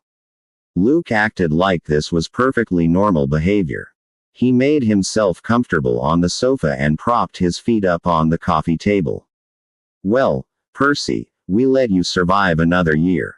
I hope you appreciated it. How's your mom? How's school? You poisoned Talia's tree." Luke sighed. "Right to the point, Okay. Sure, I poisoned the tree.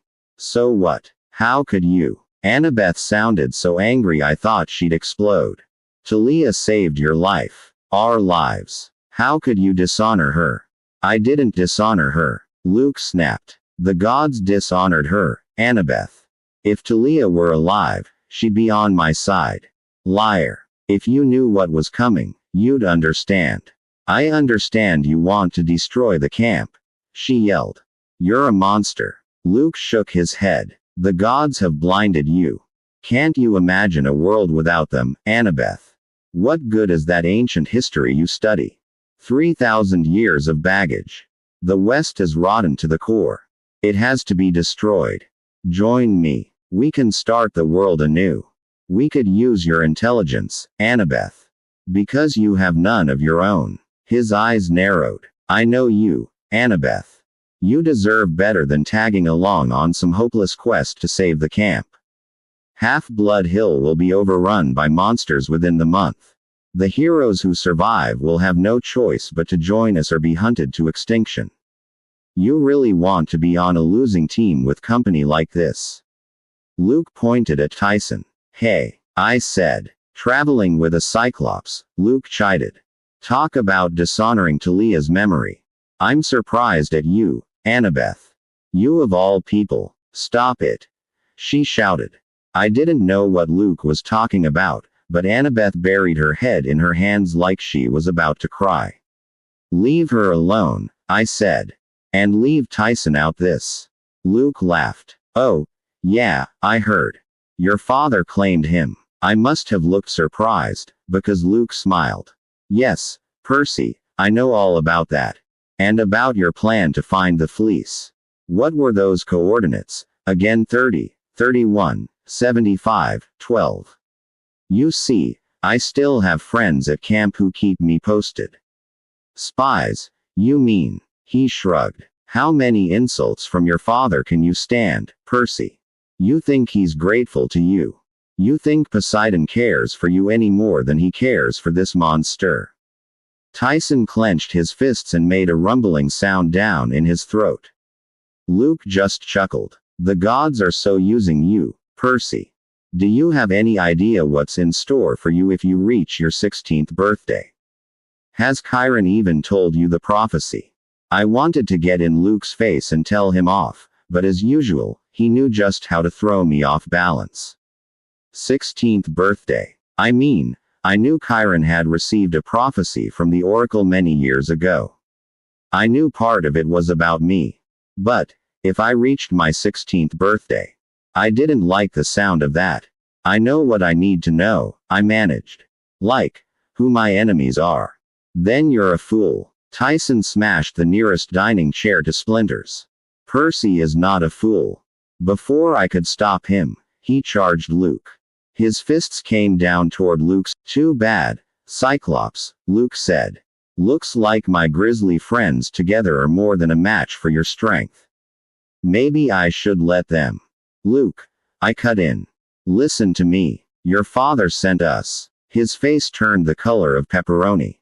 Don't even mention him. He told us to take this boat. I thought it was just for a ride, but he sent us here to find you. He told me he won't give up on you, no matter how angry you are. Angry? Luke roared. Give up on me. He abandoned me, Percy. I want Olympus destroyed, every throne crushed to rubble. You tell Hermes it's going to happen, too.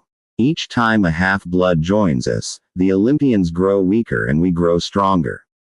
He grows stronger. Luke pointed to the gold sarcophagus.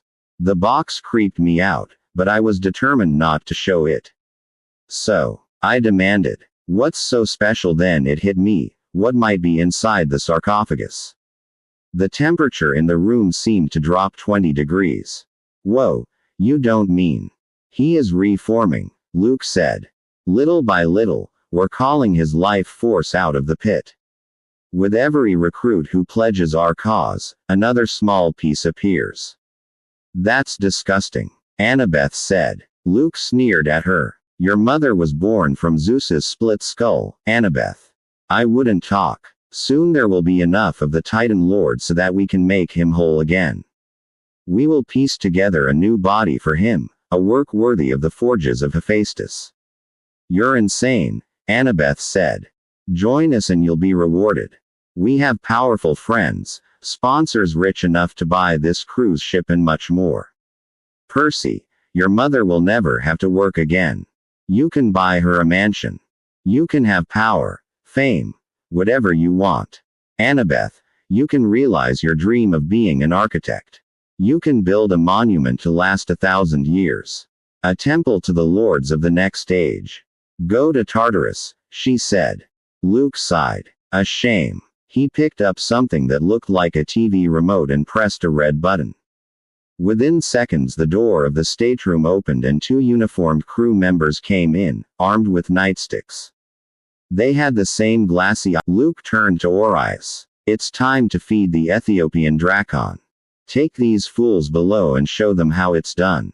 Orius grinned stupidly. Hee hee. Hee hee. Let me go, too, Agrius grumbled. My brother is worthless. That Cyclops is no threat, Luke said. He glanced back at the golden casket, as if something were troubling him. Agrius, stay here. We have important matters to discuss. But, Orius, Don't fail me. Stay in the hold to make sure the Drakon is properly fed. Orius prodded us with his javelin and herded us out of the stateroom, followed by the 2 human security guards. As I walked down the corridor with Orius's javelin poking me in the back, I thought about what Luke had said, that the Bear twins together were a match for Tyson's strength. But maybe separately we exited the corridor amidships and walked across an open deck lined with lifeboats. I knew the ship well enough to realize this would be our last look at sunlight. Once we got to the other side, we'd take the elevator down into the hold, and that would be it. I looked at Tyson and said, "Now. Thank the gods." He understood. He turned and smacked Orius 30 feet backward into the swimming pool, right into the middle of the zombie tourist family. "Ah!" the kids yelled in unison. "We are not having a blast in the pool." One of the security guards drew his nightstick, but Annabeth knocked the wind out of him with a well-placed kick. The other guard ran for the nearest alarm box. "Stop him!" Annabeth yelled, but it was too late. Just before I banged him on head with a deck chair, he hit the alarm. Red lights flashed. Sirens wailed. "Lifeboat!" I yelled. We ran for the nearest one. By the time we got the cover off, monsters and more security men were swarming the deck, pushing aside tourists and waiters with trays of tropical drinks. A guy in Greek armor drew his sword and charged, but slipped in a puddle of pina colada.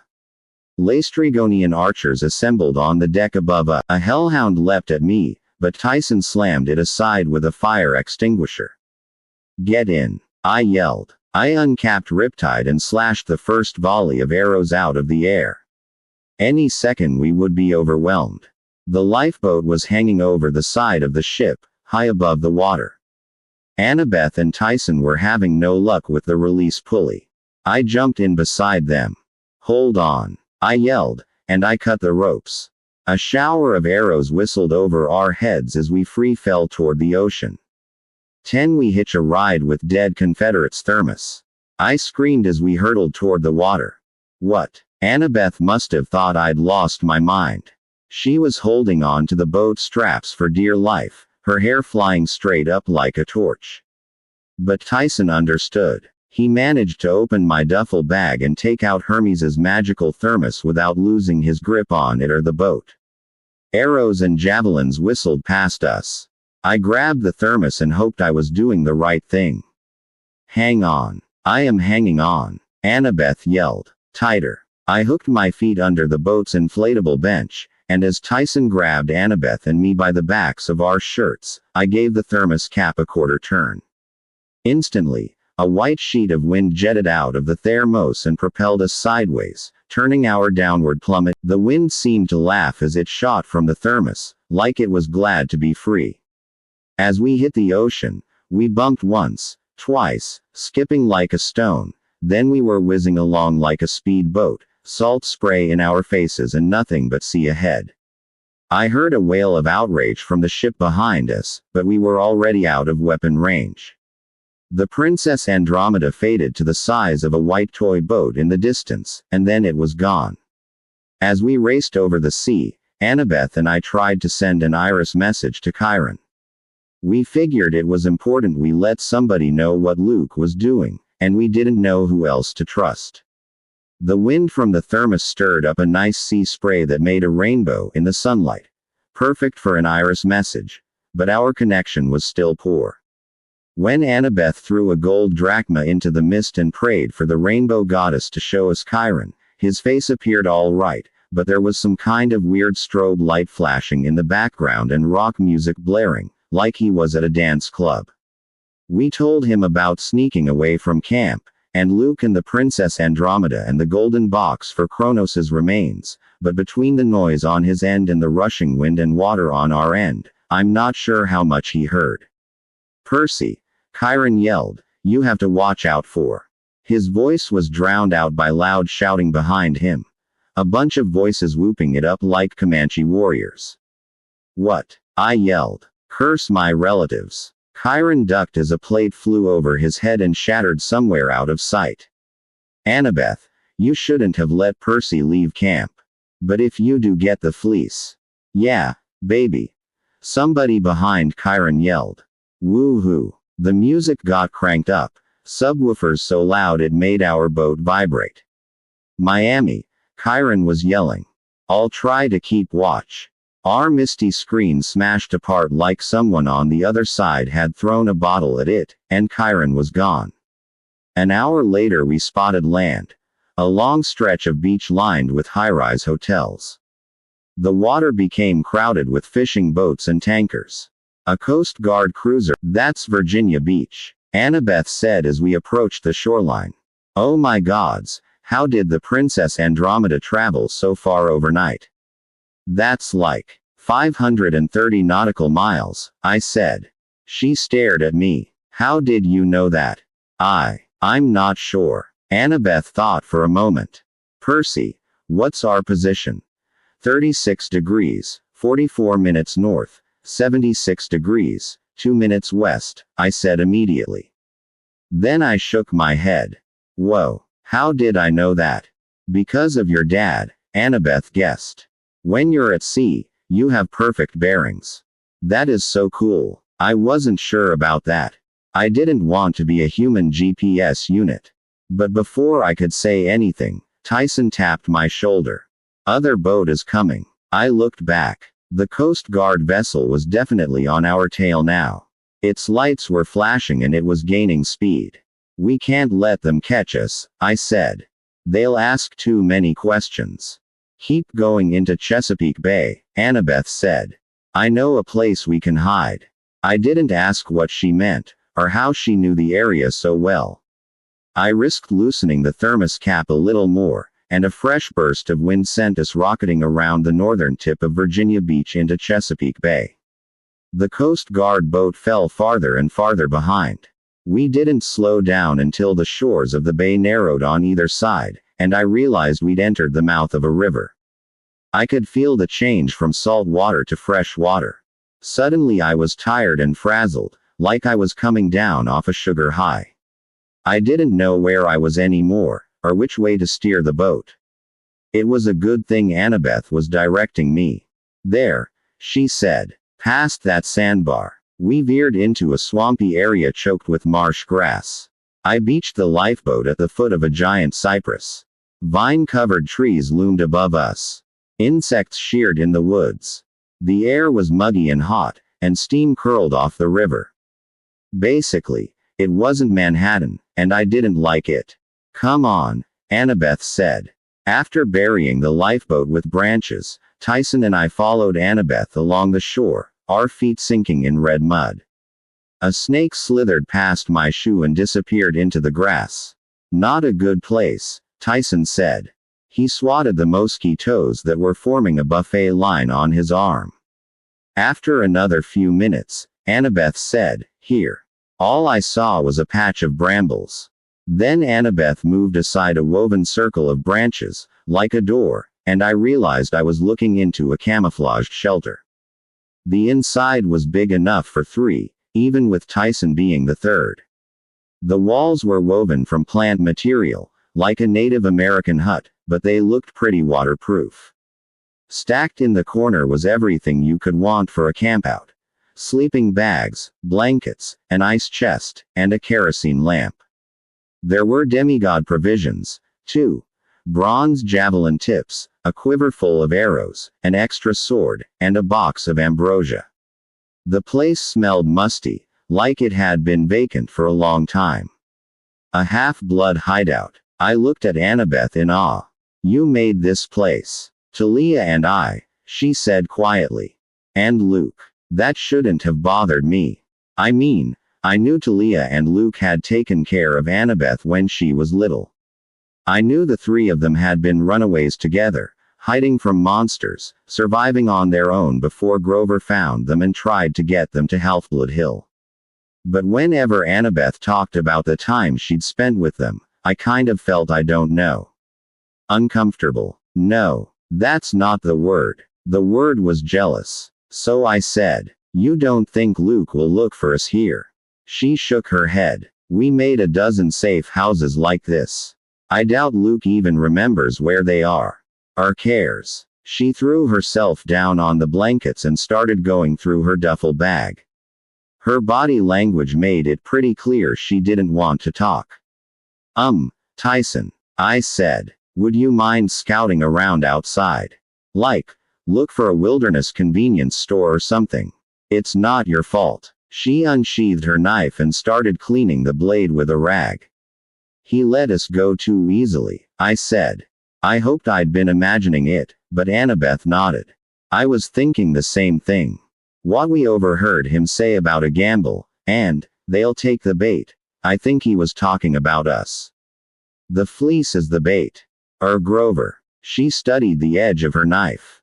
I don't know, Percy. Maybe he wants the fleece for himself. Maybe he's hoping we'll do the hard work and then he can steal it from us. I just can't believe he would poison the tree. What did he mean? I asked. That Talia would have been on his side. He's wrong. You don't sound sure. Annabeth glared at me, and I started to wish I hadn't asked her about this while she was holding a knife. Percy, you know who you remind me of most. Talia. You guys are so much alike it's scary. I mean, either you would have been best friends or you would have strangled each other. Let's go with best friends. Talia got angry with her dad sometimes. So do you. Would you turn against Olympus because of that? I stared at the quiver of arrows in the corner. No. Okay. Then. Neither would she. Luke's wrong. Annabeth stuck her knife blade into the dirt. I wanted to ask her about the prophecy Luke had mentioned and what it had to do with my 16th birthday. But I figured she wouldn't tell me. Chiron had made it pretty clear that I wasn't allowed to hear it until the gods decided otherwise. So what did Luke mean about Cyclops? I asked. He said you of all people. I know what he said. He was talking about the real reason Talia died. I waited, not sure what to say. Annabeth drew a shaky breath. You can never trust a Cyclops, Percy. Annabeth stared at him. Where did you get that? We're in the middle of the wilderness. There's nothing around for 50 feet, Tyson said. Monster Donut Shop. Just over the hill. This is bad, Annabeth muttered. We were crouching behind a tree, staring at the donut shop in the middle of the woods. It looked brand new, with brightly lit windows, a parking area, and a little road leading off into the forest, but there was nothing else around, and no cars parked in the lot. We could see one employee reading a magazine behind the cash register. That was it. On the store's marquee, in huge black letters that even I could read, it said, Monster Donut. A cartoon ogre was taking a bite out of the O in Monster. The place smelled good, like fresh baked chocolate donuts. This shouldn't be here, Annabeth whispered. It's wrong. What? I asked. It's a donut shop. Shish. Why are we whispering? Tyson went in and bought a dozen. Nothing happened to him. He's a monster. Ah, come on, Annabeth. Monster Donut doesn't mean monsters. It's a chain. We've got them in New York. A chain, she agreed. And don't you think it's strange that one appeared immediately after you told Tyson to get donuts? Right here in the middle of the woods. I thought about it. It did seem a little weird, but, I mean, donut shops weren't real high on my list of sinister forces. It could be a nest, Annabeth explained. Tyson whimpered. I doubt he understood what Annabeth was saying any better than I did, but her tone was making him nervous. He'd plowed through half a dozen donuts from his box and was getting powdered sugar all over his face. A nest for what? I asked. Haven't you ever wondered how franchise stores pop up so fast? She asked. One day there's nothing and then the next day. Boom, there's a new burger place. No, never thought about it. Percy, some of the chains multiply so fast because all their locations are magically linked to the life force of a monster. Some children of Hermes figured out how to do it back in the 1950s. They breed. She froze. What? I demanded. They breed what? No sudden moves, Annabeth said, like her life depended on it. Very slowly, Turn around. Then I heard it. A scraping noise, like something large dragging its belly through the leaves. I turned and saw a rhino-sized thing moving through the shadows of the trees. It was hissing, its front half writhing in all different directions. I couldn't understand what I was seeing at first. Then I realized the thing had multiple necks. At least 7, each topped with a hissing reptilian head. Its skin was leathery, and under each neck it wore a plastic bib that read, "I'm a monster donut kid." I took out my ballpoint pen, but Annabeth locked eyes with me. A silent warning. Not yet. I understood. A lot of monsters have terrible eyesight. It was possible the Hydra might pass us by. But if I uncapped my sword now, the bronze glow would certainly get its attention. We waited. The Hydra was only a few feet away. It seemed to be sniffing the ground and the trees like it was hunting for something. Then I noticed that 2 of the heads were ripping apart a piece of yellow canvas, one of our duffel bags. The thing had already been to our campsite. It was following our scent. My heart pounded. I'd seen a stuffed Hydra head trophy at camp before, but that did nothing to prepare me for the real thing. Each head was diamond-shaped, like a rattlesnake's, but the mouths were lined with jagged rows of shark-like teeth. Tyson was trembling. He stepped back and accidentally snapped a twig. Immediately, all 7 heads turned toward us and hissed.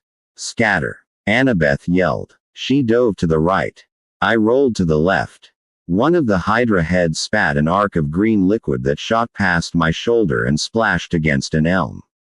The trunk smoked and began to disintegrate. The whole tree toppled straight toward Tyson, who still hadn't moved, petrified by the monster that was now right in front of him. Tyson. I tackled him with all my might, knocking him aside just as the Hydra lunged and the tree crashed on top of 2 of its heads. The Hydra stumbled backward, yanking its heads free, then wailing in outrage at the fallen tree. All 7 heads shot acid, and the elm melted into a steaming pool of muck. "Move," I told Tyson. I ran to one side and uncapped Riptide, hoping to draw the monster's attention. It worked. The sight of celestial bronze is hateful to most monsters. As soon as my glowing blade appeared, the Hydra whipped toward it with all its heads, hissing and baring its teeth. The good news. Tyson was momentarily out of danger. The bad news. I was about to be melted into a puddle of goo. One of the heads snapped at me experimentally. Without thinking, I swung my sword. "No," Annabeth yelled. Too late. I sliced the Hydra's head clean off. It rolled away into the grass, leaving a flailing stump, which immediately stopped bleeding and began to swell like a balloon. In a matter of seconds the wounded neck split into 2 necks, each of which grew a full-size head. Now I was looking at an 8-headed Hydra. "Percy," Annabeth scolded. "You just opened another monster donut shop somewhere." I dodged a spray of acid. "I'm about to die and you're worried about that. How do we kill it?" "Fire," Annabeth said. "We have to have fire." As soon as she said that, I remembered the story. The Hydra's heads would only stop multiplying if we burned the stumps before they regrew. That's what Heracles had done, anyway. But we had no fire. I backed up toward river. The Hydra followed. Annabeth moved in on my left and tried to distract one of the heads, parrying its teeth with her knife, but another head swung sideways like a club and knocked her into the muck. No hitting, my friends. Tyson charged in, putting himself between the Hydra and Annabeth. As Annabeth got to her feet, Tyson started smashing at the monster heads with his fists so fast it reminded me of the Whack-A-Mole game at the arcade. But even Tyson couldn't fend off the Hydra forever. We kept inching backward, dodging acid splashes and deflecting snapping heads without cutting them off, but I knew we were only postponing our deaths. Eventually, we would make a mistake and the thing would kill us. Then steam engine, Tyson said. What? I ducked as the Hydra spat acid over my head. Then from the river behind us, a familiar female voice shouted. There. Prepare the 32-pounder. I didn't dare look away from the Hydra, but if that was who I thought it was behind us, I figured we now had enemies on two fronts. A gravelly male voice said, "They're too close, milady." "Damn the heroes." The girl said. "Full steam ahead." "Aye, milady. Fire at will, Captain." Annabeth understood what was happening a split second before I did. She yelled, "Hit the dirt." And we dove for the ground as an earth-shattering boom echoed from the river. There was a flash of light, a column of smoke, and the Hydra exploded right in front of us, showering us with nasty green slime that vaporized as soon as it hit, the way monster guts tend to do. "Gross!" screamed Annabeth. "Steamship!" yelled Tyson. I stood, coughing from the cloud of gunpowder smoke that was rolling across the banks. Chugging toward us down the river was the strangest ship I'd ever seen. It rode low in the water like a submarine, its deck plated with iron. In the middle was a trapezoid-shaped casemate with slats on each side for cannons. A flag waved from the top, a wild boar and spear on a blood-red field. Lining the deck were zombies in gray uniforms. Dead soldiers with shimmering faces that only partially covered their skulls, like the ghouls I'd seen in the underworld guarding Hades's palace. The ship was an ironclad. A Civil War battle cruiser. I could just make out the name along the prow in moss-covered letters. CSS Birmingham. And standing next to the smoking cannon that had almost killed us, wearing full Greek battle armor, was Clarice. "Losers," she sneered. "But I suppose I have to 11 Clarice blows up everything. You were in so much trouble," Clarice said. "We'd just finished a ship tour we didn't want, through dark rooms overcrowded with dead sailors. We'd seen the coal bunker, the boilers and engine, which huffed and groaned like it would explode any minute. We'd seen the pilot house and the powder magazine and gunnery deck, Clarice's favorite, with 2 Dahlgren smoothbore cannons on the port and starboard sides and a Brook 9-inch rifled gun fore and aft, all specially refitted to fire celestial bronze cannonballs. Everywhere we went, dead Confederate sailors stared at us, their ghostly bearded faces shimmering over their skulls. They approved of Annabeth because she told them she was from Virginia. They were interested in me, too, because my name was Jackson, like the Southern general, but then I ruined it by telling them I was from New York. They all hissed and muttered curses about Yankees.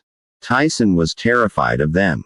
All through the tour, he insisted Annabeth hold his hand, which she didn't look too thrilled about. Finally, we were escorted to dinner.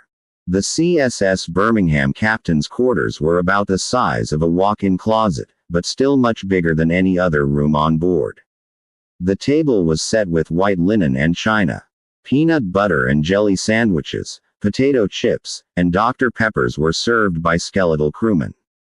I didn't want to eat anything served by ghosts, but my hunger overruled my fear. "Tantalus expelled you for eternity," Clarice told us smugly. "Mr. D said if any of you show your face at camp again, he'll turn you into squirrels and run you over with his SUV." "Did they give you this ship?" I asked. "Course not. My father did." "Ares." Clarice sneered. "You think your daddy is the only one with sea power. The spirits on the losing side of every war owe a tribute to Ares. That's their curse for being defeated. I prayed to my father for a naval transport and here it is. These guys will do anything I tell them. Won't you, Captain?" The captain stood behind her looking stiff and angry. His glowing green eyes fixed me with a hungry stare. "If it means an end to this infernal," Clarice smiled. "Destroy anyone. I like that." Tyson gulped. "Clarice," Annabeth said, "Luke might be after the fleece, too. We saw him. He's got the coordinates and he's heading south. He has a cruise ship full of monsters. Good. I'll blow him out of the water." "You don't understand," Annabeth said. "We have to combine forces. Let us help you." "No." Clarice pounded the table. "This is my quest, smart girl. Finally I get to be the hero, and you two will not steal my chance." "Where are your cabin mates?" I asked. You were allowed to take 2 friends with you, weren't you? They didn't. I let them stay behind. To protect the camp. You mean even the people in your own cabin wouldn't help you? Shut up, Prissy. I don't need them. Are you? Clarice, I said, Tantalus is using you. He doesn't care about the camp. He'd love to see it destroyed. He's setting you up to fail. No, I don't care what the Oracle. She stopped herself. What? I said. What did the Oracle tell you? Nothing. Clarice's ears turned pink. All you need to know is that I'm finishing this quest and you're not helping. On the other hand, I can't let you go, so we're prisoners. Annabeth asked. Guests. For now. Clarice propped her feet up on the white linen tablecloth and opened another Dr. Pepper. Captain, take them below. Assign them hammocks on the berth deck. If they don't mind their manners, show them how we deal with enemy spies. The dream came as soon as I fell asleep. Grover was sitting at his loom, desperately unraveling his wedding train, when the bull come. Polyphemus grabbed Grover around the waist and half-carried, half-dragged him through the tunnels of the cave. Grover struggled to keep his high heels on his hooves. His veil kept tilting on his head, threatening to come off. The Cyclops pulled him into a warehouse-size cavern decorated with sheep junk. There was a wool-covered lazyboy recliner and a wool-covered television set, crude bookshelves loaded with sheep collectibles, coffee mugs shaped like sheep faces, plaster figurines of sheep, sheep board games, and picture books and action figures. The floor was littered with piles of sheep bones, and other bones that didn't look exactly like sheep. The bones of satyrs who'd come to the island looking for Pan. Polyphemus set Grover down only long enough to move another huge boulder. Daylight streamed into the cave, and Grover whimpered with longing. Fresh air. The Cyclops dragged him outside to a hilltop overlooking the most beautiful island I'd ever seen. It was shaped kind of like a saddle cut in half by an axe. There were lush green hills on either side and a wide valley in the middle, split by a deep chasm that was spanned by a rope bridge. Beautiful streams rolled to the edge of the canyon and dropped off in rainbow-colored waterfalls. Parrots fluttered in the trees. Pink and purple flowers bloomed on the bushes. Hundreds of sheep grazed in the meadows, their wool glinting strangely like copper and silver coins. And at the center of the island, right next to the rope bridge, was an enormous twisted oak tree with something glittering in its lowest bough. The golden fleece. Even in a dream, I could feel its power radiating across the island, making the grass greener, the flowers more beautiful. I could almost smell the nature magic at work. I could only imagine how powerful the scent would be for a satyr. Grover whimpered. Yes, Polyphemus said proudly. See over there. Fleece is the prize of my collection. Stole it from heroes long ago, and ever since. Free food. Satyrs come from all over the world, like moths to flame. Satyrs good eating. And now, Polyphemus scooped up a wicked set of bronze shears. Grover yelped, but Polyphemus just picked up the nearest sheep like it was a stuffed animal and shaved off its wool. He handed a fluffy mass of it to Grover. Put that on the spinning wheel, he said proudly. Magic. Cannot be unraveled. Oh well, poor honeybee. Polyphemus grinned. Bad weaver. Ha ha. Not to worry. That thread will solve problem. Finish wedding train by tomorrow. Isn't that thoughtful of you? Hee hee. But, dear, Grover gulped, what if someone were to rescue? I mean attack this island. Grover looked straight at me, and I knew he was asking for my benefit. What would keep them from marching right up here to your cave? Wifey's scared. So cute. Not to worry. Polyphemus has state-of-the-art security system. Have to get through my pets. Pets. Grover looked across the island, but there was nothing to see except sheep grazing peacefully in the meadows. And then, Polyphemus growled, they would have to get through me.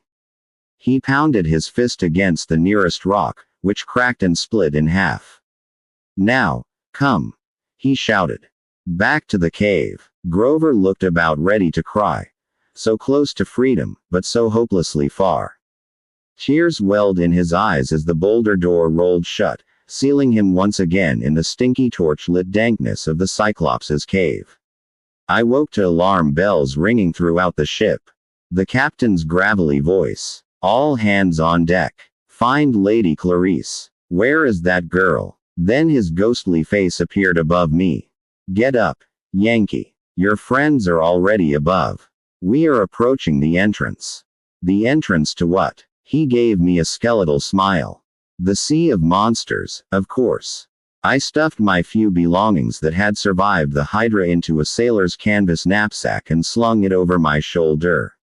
I had a sneaking suspicion that one way or another I would not be spending another night aboard the CSS Birmingham. I was on my way upstairs when something made me freeze. A presence nearby. Something familiar and unpleasant. For no particular reason, I felt like picking a fight. I wanted to punch a dead Confederate. The last time I'd felt like that kind of anger. Instead of going up, I crept to the edge of the ventilation grate and peered down into the boiler deck. Clarice was standing right below me, talking to an image that shimmered in the steam from the boilers. A muscular man in black leather biker clothes, with a military haircut, red-tinted sunglasses, and a knife strapped to his side. My fists clenched. It was my least favorite Olympian. Ares, the god of war. I don't want excuses, little girl. He growled. Why yes, father, Clarice mumbled. You don't want to see me mad, do you? No, father. No, father, Ares mimicked. You're pathetic. I should have let one of my sons take this quest. I'll succeed, Clarice promised, her voice trembling. I'll make you proud. You'd better, he warned. You asked me for this quest, girl. If you let that slimeball Jackson kid steal it from you. But the oracle said, I don't care what it said. Ares bellowed with such force that his image shimmered. You will succeed. And if you don't, he raised his fist. Even though he was only a figure in the steam, Clarice flinched. Do we understand each other? Ares growled. The alarm bells rang again. I heard voices coming toward me, officers yelling orders to ready the cannons. I crept back from the ventilation grate and made my way upstairs to join Annabeth and Tyson on the spar deck. What's wrong? Annabeth asked me. Another dream. I nodded, but I didn't say anything. I didn't know what to think about what I'd seen downstairs. It bothered me almost as much as the dream about Grover. Clarice came up the stairs right after me. I tried not to look at her. She grabbed a pair of binoculars from a zombie officer and peered toward the horizon. At last, Captain, full steam ahead. I looked in the same. My nautical senses told me we were somewhere off the coast of northern Florida, so we'd come a long way overnight, farther than any mortal ship should have been able to travel.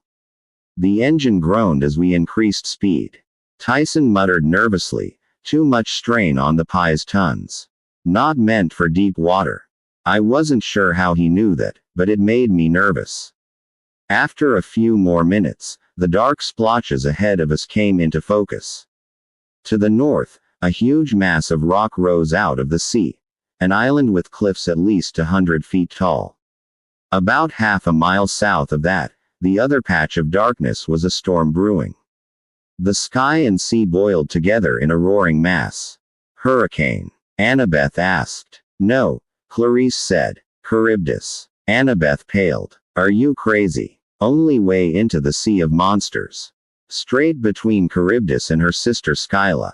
Clarice pointed to the top of the cliffs, and I got the feeling something lived up there that I did not want to meet.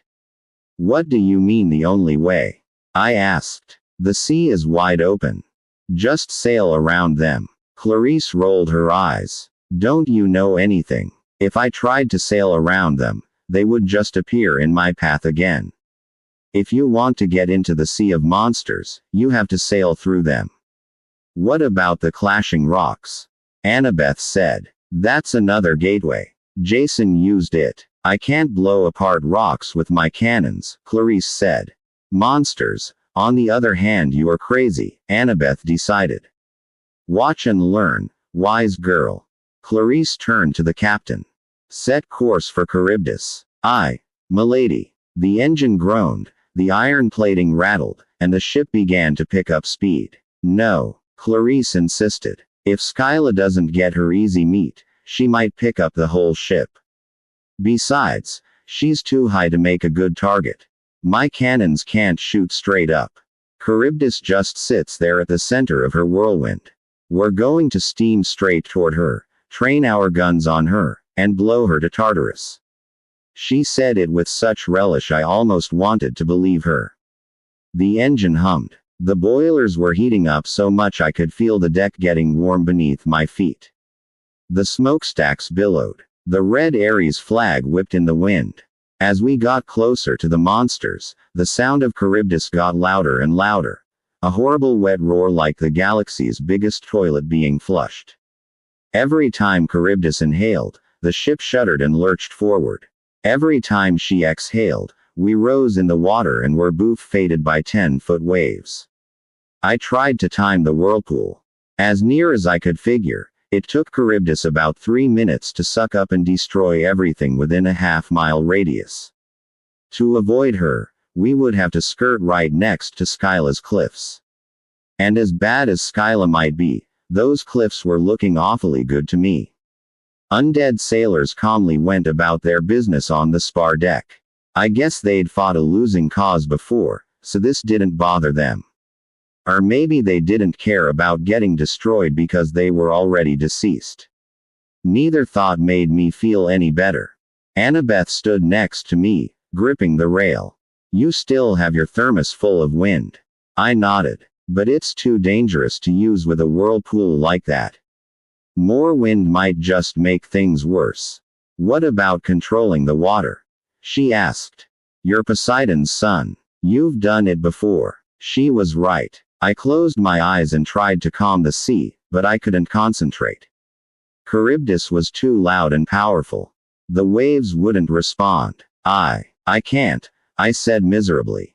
We need a backup plan, Annabeth said. This isn't going to work.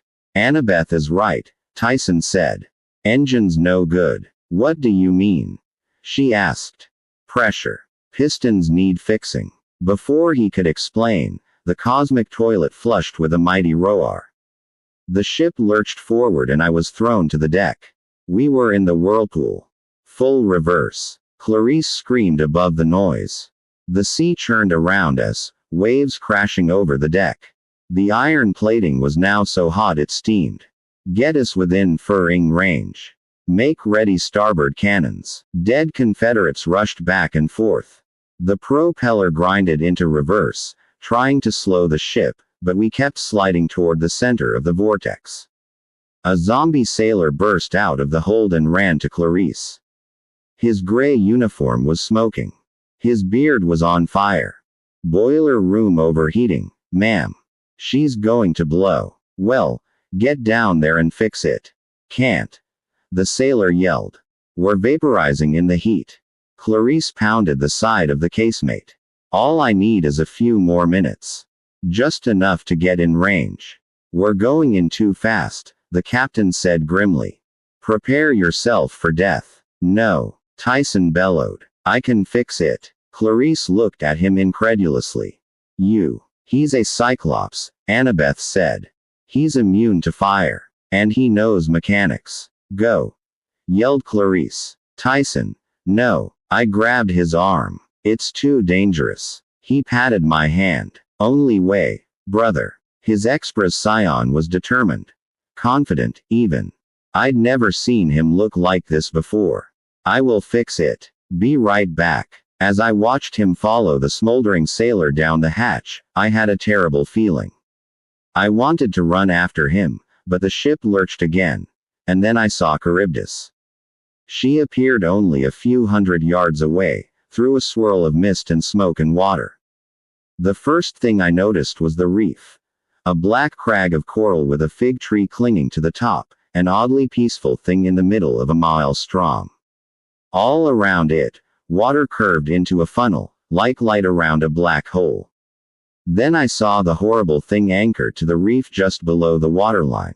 An enormous mouth with slimy lips and mossy teeth the size of rowboats. And worse, the teeth had braces, bands of corroded scummy metal with pieces of fish and driftwood and floating garbage stuck between them. Charybdis was an orthodontist's nightmare. She was nothing but a huge black maw with bad teeth alignment and a serious overbite, and she'd done nothing for centuries but eat without brushing after meals. As I watched, the entire sea around her was sucked into the void. Sharks, schools of fish, a giant squid. And I realized that in a few seconds, the CS-3 rounds were blasted into the monster's maw. One blew off the edge of an incisor. Another disappeared into her gullet. The third hit one of Charybdis's retaining bands and shot back at us, snapping the Ares flag off its pole. Again, Clarice ordered. The gunners reloaded, but I knew it was hopeless. We would have to pound the monster 100 more times to do any real damage, and we didn't have that long. We were being sucked in too fast. Then the vibrations in the deck changed. The hum of the engine got stronger and steadier. The ship shuddered and we started pulling away from the mouth. Tyson did it, Annabeth said. Wait, Clarice said. We need to stay close. We'll die, I said. We have to move away. I gripped the rail as the ship fought against the suction. The broken Ares flag raced past us and lodged in Charybdis's braces. We weren't making much progress, but at least we were holding our own. Tyson had somehow given us just enough juice to keep the ship from being sucked in. Suddenly, the mouth snapped shut. The sea died to absolute calm. Water washed over Charybdis. Then, just as quickly as it had closed, the mouth exploded open, spitting out a wall of water, ejecting everything inedible, including our cannonballs, one of which slammed into the side of the CSS Birmingham with a ding like the bell on a carnival game. We were thrown backward on a wave that must have been 40 feet high. I used all of my willpower to keep the ship from capsizing, but we were still spinning out of control, hurtling toward the cliffs on the opposite side of the strait. Another smoldering sailor burst out of the hold. He stumbled into Clarice, almost knocking them both overboard. The engine is about to blow. Where's Tyson? I demanded. Still down there, the sailor said. Holding it together somehow, though I don't know for how much longer. The captain, Skyla, a sailor yelled, as another column of reptilian flesh shot from the cliffs and snapped him up. It happened so fast it was like watching a laser beam rather than a monster. I couldn't even make out the thing's face, just a flash of teeth and scales. I uncapped Riptide and tried to swipe at the monster as it carried off another deckhand, but I was way too slow. Everyone get below, I yelled. We can't. Clarice drew her own sword. Below deck is in flames. Lifeboats, Annabeth said. Quick. They'll never get clear of the cliffs, Clarice said. We'll all be eaten. We have to try. Percy, the thermos. I can't leave Tyson. We have to get the boats ready. Clarice took Annabeth's command. She and a few of her undead sailors uncovered one of the two emergency rowboats while Skyla's heads rained from the sky like a meteor shower with teeth, picking off Confederate sailors one after another. Get the other boat. I threw Annabeth the thermos. I'll get Tyson. You can't. She said. The heat will kill you. I didn't listen. I ran for the boiler room hatch, when suddenly my feet weren't touching the deck anymore. I was flying straight up, the wind whistling in my ears, the side of the cliff only inches from my face. Skyla had somehow caught me by the knapsack, and was lifting me up toward her lair. Without thinking, I swung my sword behind me and managed to jab the thing in her beady yellow eye. She grunted and dropped me. The fall would have been bad enough, considering I was 100 feet in the air. But as I fell, the CSS Birmingham exploded below me. KAROOM. The engine room blew, sending chunks of ironclad flying in either direction like a fiery set of wings. Tyson, I yelled. The lifeboats had managed to get away from the ship, but not very far. Flaming wreckage was raining down. Clarice and Annabeth would either be smashed or burned or pulled to the bottom by the force of the sinking hull, and that was thinking optimistically, assuming they got away from Skyla. Then I heard a different kind of explosion. The sound of Hermes's magic thermos being opened a little too far. White sheets of wind blasted in every direction, scattering the lifeboats, lifting me out of my free fall and propelling me across the ocean. I couldn't see anything. I spun in the air, got clonked on the head by something hard, and hit the water with a crash that would have broken every bone in my body if I hadn't been the son of the sea god. The last thing I remembered was sinking in a burning sea, knowing that Tyson was gone forever, and wishing I were able to drown. 12 We check into CC's spa and resort. I woke up in a rowboat with a makeshift sail stitched of gray uniform fabric. Annabeth sat next to me, tacking into the wind. I tried to sit up and immediately felt woozy. Rest, she said. You're going to need it. Tyson. She shook her head. Percy. I'm really sorry. We were silent while the waves tossed us up and down. He may have survived, she said half-heartedly. I mean, fire can't kill him. I nodded, but I had no reason to feel hopeful. I'd seen that explosion rip through solid iron. If Tyson had been down in the boiler room, there was no way he could have lived. He'd given his life for us, and all I could think about were the times I'd felt embarrassed by him and had denied that the two of us were related. Waves lapped at the boat. Annabeth showed me some things she'd salvaged from the wreckage. Hermes's thermos now empty, a Ziploc bag full of ambrosia, a couple of Sayla's shirts, and a bottle of Dr. Pepper. She'd fished me out of the water and found my knapsack, bitten in half by Sky, Hermes's bottle of multivitamins, and of course I had Riptide. The ballpoint pen always appeared back in my pocket no matter where I lost it. We sailed for hours. Now that we were in the sea of monsters, the water glittered a more brilliant green, like hydra acid. The wind smelled fresh and salty, but it carried a strange metallic scent, too, as if a thunderstorm were coming. Or something even more dangerous. I knew what direction we needed to go. I knew we were exactly 113 nautical miles west by northwest of our destination. But that didn't make me feel any less lost. No matter which way we turned, the sun seemed to shine straight into my eyes. We took turns sipping from the Dr. Pepper, shading ourselves with the sail as best we could. And we talked about my latest dream of Grover. By Annabeth's estimate, we had less than 24 hours to find Grover, assuming my dream was accurate, and assuming the Cyclops Polyphemus didn't change his mind and try to marry Grover earlier. Yeah, I said bitterly. You can never trust a Cyclops. Annabeth stared across the water. I'm sorry, Percy. I was wrong about Tyson, okay. I wish I could tell him that. I tried to stay mad at her, but it wasn't easy. We'd been through a lot together. She'd saved my life plenty of times. It was stupid of me to resent her. I looked down at our measly possessions. The empty wind thermos, the bottle of multivitamins. I thought about Luke's look of rage when I'd tried to talk to him about his dad. Annabeth, what's Chiron's prophecy? She pursed her lips. Percy, I shouldn't. I know Chiron promised the gods he wouldn't tell me. But you didn't promise, did you? Knowledge isn't always good for you. Your mom is the wisdom goddess. I know. But every time heroes learn the future, they try to change it, and it never works. The gods are worried about something I'll do when I get older, I guessed. Something when I turn 16. Annabeth twisted her Yankees cap in her hands. Percy, I don't know the full prophecy, but it warns about a half-blood child of the big three. The next one who lives to the age of 16. That's the real reason Zeus, Poseidon, and Hades swore a pact after World War II not to have any more kids. The next child of the big three because that hero will decide the fate of Olympus.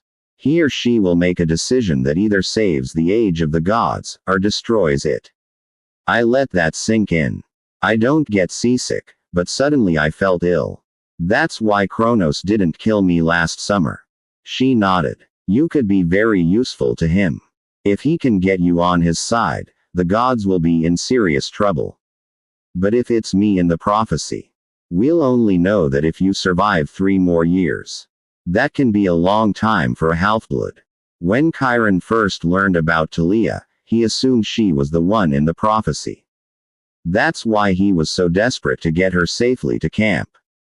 Then she went down fighting and got turned into a pine tree, and none of us knew what to think. Until you came along. On our port side, a spiky green dorsal fin about 15 feet long curled out of the water and disappeared. This kid in the prophecy, he or she couldn't be like a cyclops? I asked. The big 3 have lots of monster children. Annabeth shook her head. The oracle said, half-blood. That always means half-human, half-god. There's really nobody alive who it could be, except you. Then why do the gods even let me live? It would be safer to kill me. You're right. Thanks a lot, Percy. I don't know. I guess some of the gods would like to kill you, but they're probably afraid of offending Poseidon. Other gods, maybe they're still watching you, trying to decide what kind of hero you're going to be. You could be a weapon for their survival, after all. The real question is, what will you do in 3 years? What decision will you make? Did the prophecy give any hints? Annabeth hesitated. Maybe she would have told me more, but just then a seagull swooped down out of nowhere and landed on our makeshift mast. Annabeth looked startled as the bird dropped a small cluster of leaves into her lap. Land, she said. There's land nearby. I sat up. Sure enough, there was a line of blue and brown in the distance. Another minute and I could make out an island with a small mountain in the center, a dazzling white collection of buildings, a beach dotted with palm trees, and a harbor filled with a strange assortment of boats. Welcome, said the lady with the clipboard. She looked like a flight attendant. Blue business suit, perfect makeup, hair pulled back in a ponytail. She shook our hands as we stepped onto the dock. With the dazzling smile she gave us, you would have thought we'd just gotten off the Princess Andromeda rather than a banged-up rowboat. Then again, our rowboat wasn't the weirdest ship in port. Along with a bunch of pleasure yachts, there was a U.S. Navy submarine, several dugout canoes, and an old-fashioned 3-masted sailing ship. There was a helipad with a Channel 5 Fort Lauderdale helicopter on it, and a short runway with a Learjet and a propeller plane that looked like a World War II fighter. Maybe they were replicas for tourists to look at or something. Is this your first time with us? The clipboard lady inquired. Annabeth and I exchanged looks. Annabeth said, first time, at spa, the lady said as she wrote on her clipboard. Let's see, she looked us up and down critically. An herbal wrap to start for the young lady. And of course, a complete makeover for the young gentleman. A what? I asked. She was too busy jotting down notes to answer. Right, she said with a breezy smile. Well, I'm sure CC will want to speak with you personally before the luau. Come, please. Now here's the thing. Annabeth and I were used to traps, and usually those traps looked good at first. So I expected the clipboard lady to turn into a snake or a demon, or something, any minute. But on the other hand, we'd been floating in a rowboat for most of the day. I was tired, and hungry, and when this lady mentioned a luau, my stomach sat up on its hind legs and begged like a dog. I guess it couldn't hurt, Annabeth muttered. Of course it could, but we followed the lady anyway. I kept my hands in my pockets where I'd stashed my only magic defenses. Hermes's multivitamins and Riptide. But the farther we wandered into the resort, the more I forgot about them. The place was amazing. There was white marble and blue water everywhere I looked. Terraces climbed up the side of the mountain, with swimming pools on every level, connected by watersides and waterfalls and underwater tubes you could swim through. Fountains sprayed water into the air, forming impossible shapes, like flying eagles and galloping horses. Tyson loved horses, and I knew he'd love those fountains. I almost turned around to see the expression on his face before I remembered. Tyson was gone. You okay? Annabeth asked me. You look pale. I'm okay, I lied. Just let's keep walking. We passed all kinds of tame animals. A sea turtle napped in a stack of beach towels. A leopard stretched out asleep on the diving board. The resort guests, only young women, as far as I could see, lounged in deck chairs, drinking fruit smoothies or reading magazines while herbal gunk dried on their faces and manicurists in white uniforms did their nails. As we headed up a staircase toward what looked like the main building, I heard a woman singing. Her voice drifted through the air like a lullaby. Her words were in some language other than ancient Greek, but just as old. Minoan, maybe, or something like that. I could understand what she sang about. Moonlight in the olive groves, the colors of the sunrise. And magic. Something about magic. Her voice seemed to lift me off the steps and carry me toward her. We came into a big room where the whole front wall was windows. The back wall was covered in mirrors, so the room seemed to go on forever. There was a bunch of expensive-looking white furniture, and on a table in one corner was a large wire pet cage. The cage seemed out of place, but I didn't think about it too much, because just then I saw the lady who'd been singing in Woe. She sat at a loom the size of a big screen TV, her hands weaving colored thread back and forth with amazing skill. The tapestry shimmered like it was three-dimensional. A waterfall scene so real I could see the water moving and clouds drifting across a fabric sky. Annabeth caught her breath. It's beautiful. The woman turned. She was even prettier than her fabric. Her long dark hair was braided with threads of gold. She had piercing green eyes and she wore a silky black dress with shapes that seemed to move in the fabric. Animal shadows, black upon black, like deer running through a forest at night. You appreciate weaving, my dear? The woman asked. Oh, yes, ma'am. Annabeth said. My mother is. She stopped herself. You couldn't just go around announcing that your mom was Athena, the goddess who invented the loom. Most people would lock you in a rubber room. Our hostess just smiled. You have good taste, my dear. I'm so glad you've come. My name is CC. The animals in the corner cage started squealing. They must have been guinea pigs, from the sound of them. We introduced ourselves to CC. She looked me over with a twinge of disapproval, as if I'd failed some kind of test. Immediately, I felt bad. For some reason, I really wanted to please this lady. Oh, CC called to the lady in the business suit. Hyla, take Annabeth on a tour, will you? Show her what we have available. The clothing will need to change. And the hair, my goodness. We will do a full image consultation after I've spoken with this young gentleman. But Annabeth's voice sounded hurt. What's wrong with my hair? CC smiled benevolently. My dear, you are lovely. Really. But you're not showing off yourself or your talents at all. So much wasted potential. Wasted. Well, surely you're not happy the way you are. My goodness, there's not a single person who is. But don't worry. We can improve anyone here at the spa. Hyla will show you what I mean. You, my dear, need to unlock your true self. Annabeth's eyes glowed with longing. I'd never seen her so much at a loss for words. But what about Percy? Oh, definitely, CC said, giving me a sad look. Percy requires my personal attention. He needs much more work than you. Normally if somebody had told me that, I would have gotten angry, but when CC said it, I felt sad. I'd disappointed her. I had to figure out how to do better.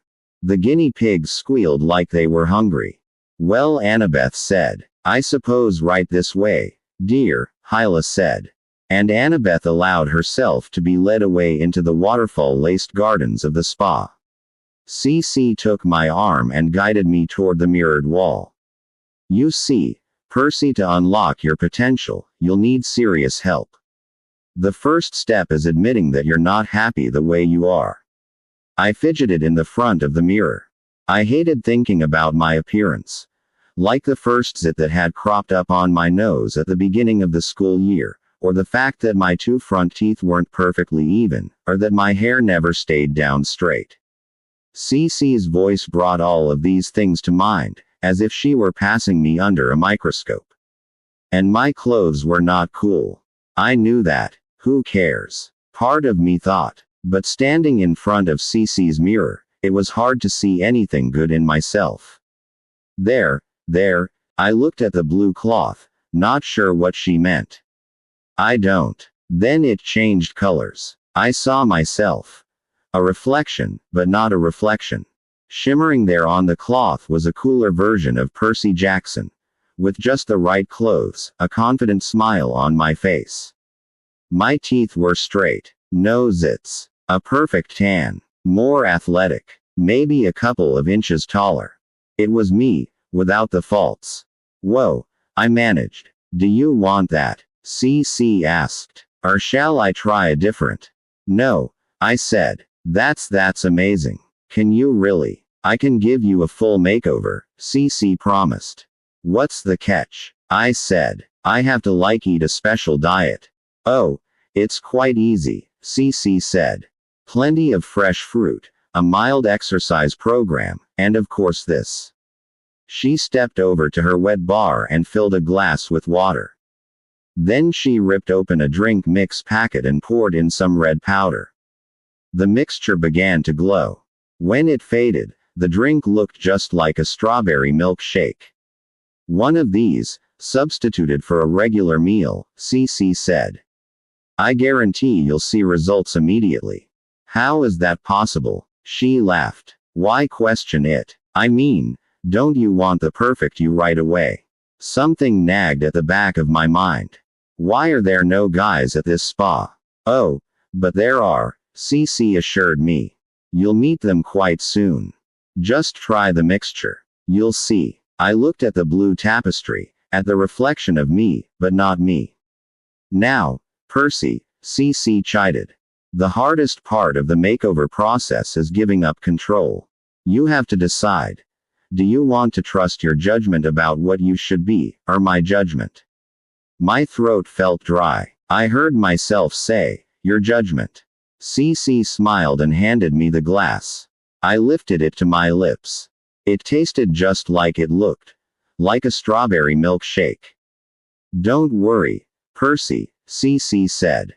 The pain will pass. Look, as I promised. Immediate results. Something was horribly wrong. The curtain dropped away, and in the mirror I saw my hands shriveling, curling, growing long delicate claws. Fur sprouted on my face, under my shirt, in every uncomfortable place you can imagine.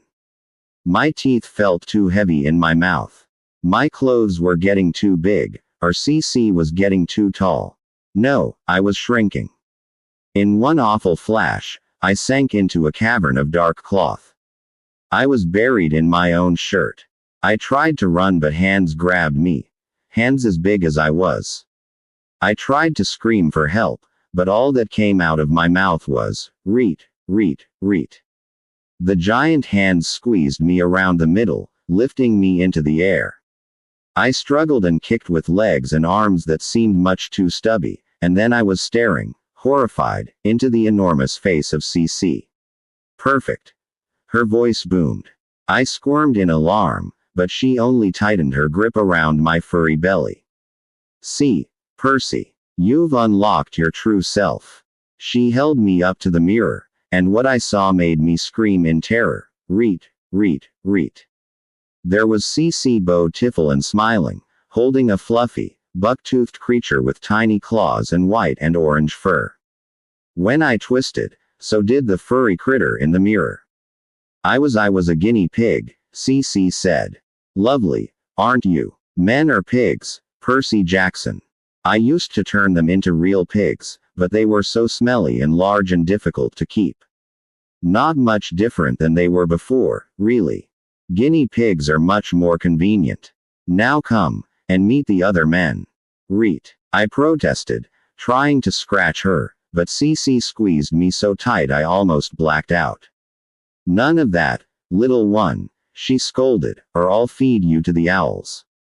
Go into the cage like a good little pet. Tomorrow, if you behave, you'll be on your way. There is always a classroom in need of a new guinea pig. My mind was racing as fast as my tiny little heart. I needed to get back to my clothes, which were lying in a heap on the floor. If I could do that, I could get Riptide out of my pocket and what? I couldn't uncap the pen. Even if I did, I couldn't hold the sword. I squirmed helplessly as Cece brought me over to the guinea pig cage and opened the wire door. Meet my discipline problems, Percy, she warned. They'll never make good classroom pets, but they might teach you some manners. Most of them have been in this cage for 300 years. If you don't want to stay with them permanently, I'd suggest you. Annabeth's voice called, Miss Cece. Cece cursed in ancient Greek. She plopped me into the cage and closed the door. I squealed and clawed at the bars, but it was no good. I watched as Cece hurriedly kicked my clothes under the loom just as Annabeth came in. I almost didn't recognize her. She was wearing a sleeveless silk dress like Cece's, only white. Her blonde hair was newly washed and combed and braided with gold. Worst of all, she was wearing makeup, which I never thought Annabeth would be caught dead in. I mean, she looked good. Really good. I probably would have been tongue-tied if I could have said anything except Reet, Reet, Reet. But there was also something totally wrong about it. It just wasn't Annabeth. She looked around the room and frowned. Where's Percy? I squealed up a storm, but she didn't seem to hear me. Cece smiled. He's having one of our treatments, my dear. Not to worry. You look wonderful. What did you think of your tour? Annabeth's eyes brightened. Your library is amazing. Yes, indeed, Cece said, the best knowledge of the past 3 millennia. Anything you want to study, anything you want to be, my dear.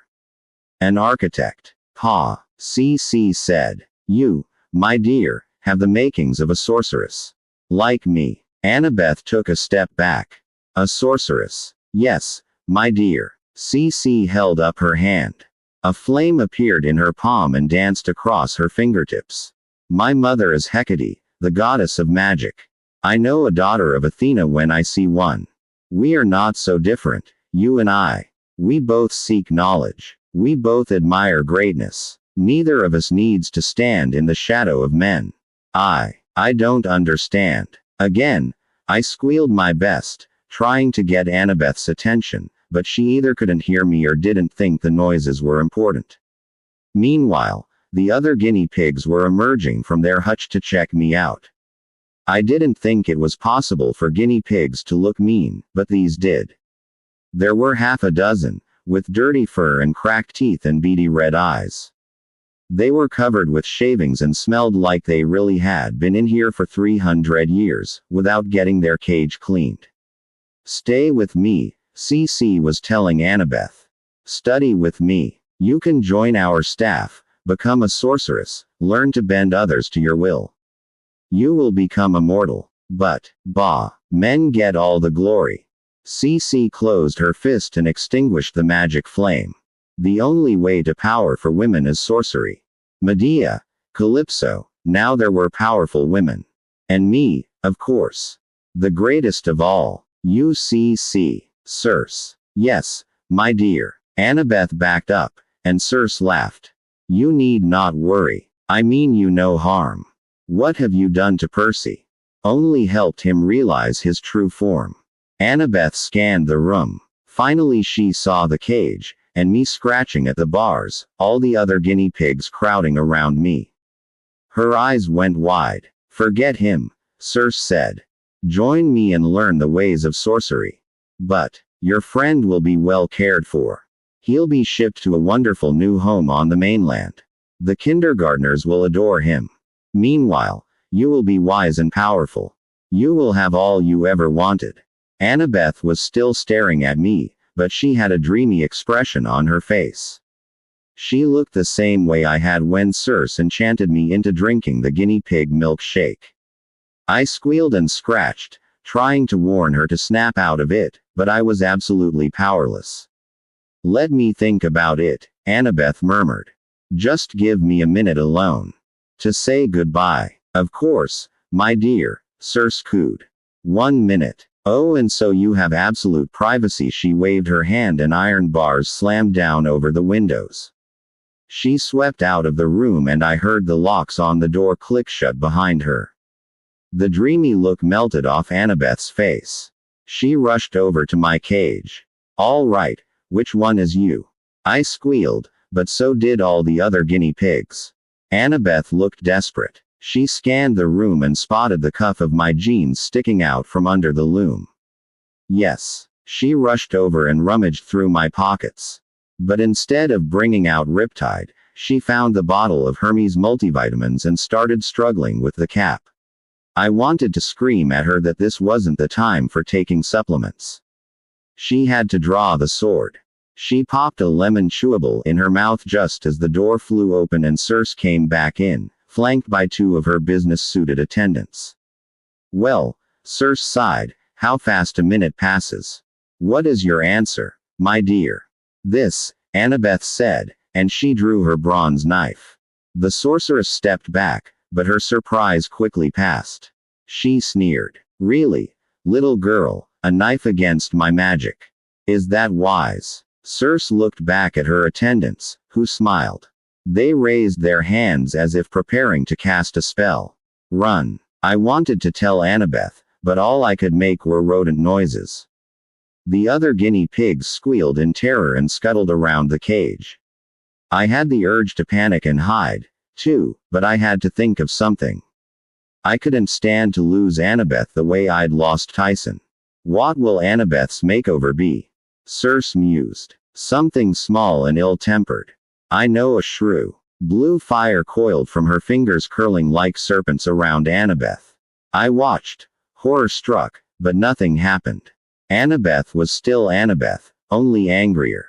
She leapt forward and stuck the point of her knife against Circe's neck. "How about turning me into a panther instead? One that has her claws at your throat." "How?" Circe yelped. Annabeth held up my bottle of vitamins for the sorceress to see. Circe howled in frustration. "Curse Hermes and his multivitamins. Those are such a fad. They do nothing for you. Turn Percy back to a human or else." Annabeth said. "I can't." "Then you asked for it." Circe's attendants stepped forward. The first nibble, and I felt all fiery inside. I gnawed at the vitamin until it stopped looking so huge, and the cage got smaller, and then suddenly, bang. The cage exploded. I was sitting on the floor, a human again. Somehow back in my regular clothes, thank the gods.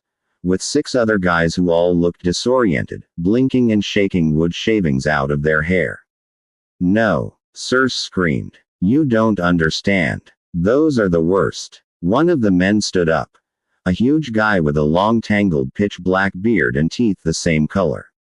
He wore mismatched clothes of wool and leather, knee-length boots, and a floppy felt hat. The other men were dressed more simply, in breeches and stained white shirts. All of them were barefoot. "Arg!" bellowed the big man. "What's the witch done to May?" "No," Circe moaned. Annabeth gasped. "I recognize you. Edward Teach, son of Ares." "I, lass," the big man growled. "Though most call me Blackbeard. And there's the sorceress what captured us, lads. Run her through, and then I mean to find me a big bowl of celery." "Arg!" Circe screamed. She and her attendants ran from the room, chased by the pirates. Annabeth sheathed her knife and glared at me. "Thanks," I faltered. "I'm really sorry." Before I could figure out how to apologize for being such an idiot, she tackled me with a hug, then pulled away just as quickly. "I'm glad you're not a guinea pig." "Me, too." I hoped my face wasn't as red as it felt. She undid the golden braids in her hair. "Come on, seaweed brain," she said. "We have to get away while Circe's distracted." We ran down the hillside through the terraces, past screaming spa workers and pirates ransacking the resort. Blackbeard's men broke the tiki torches for the luau, threw herbal wraps into the swimming pool, and kicked over tables of sauna towels. I almost felt bad letting the unruly pirates out, but I guess they deserved something more entertaining than the exercise wheel after being cooped up in a cage for 3 centuries. Which ship? Annabeth said as we reached the docks. I looked around desperately. We couldn't very well take our rowboat.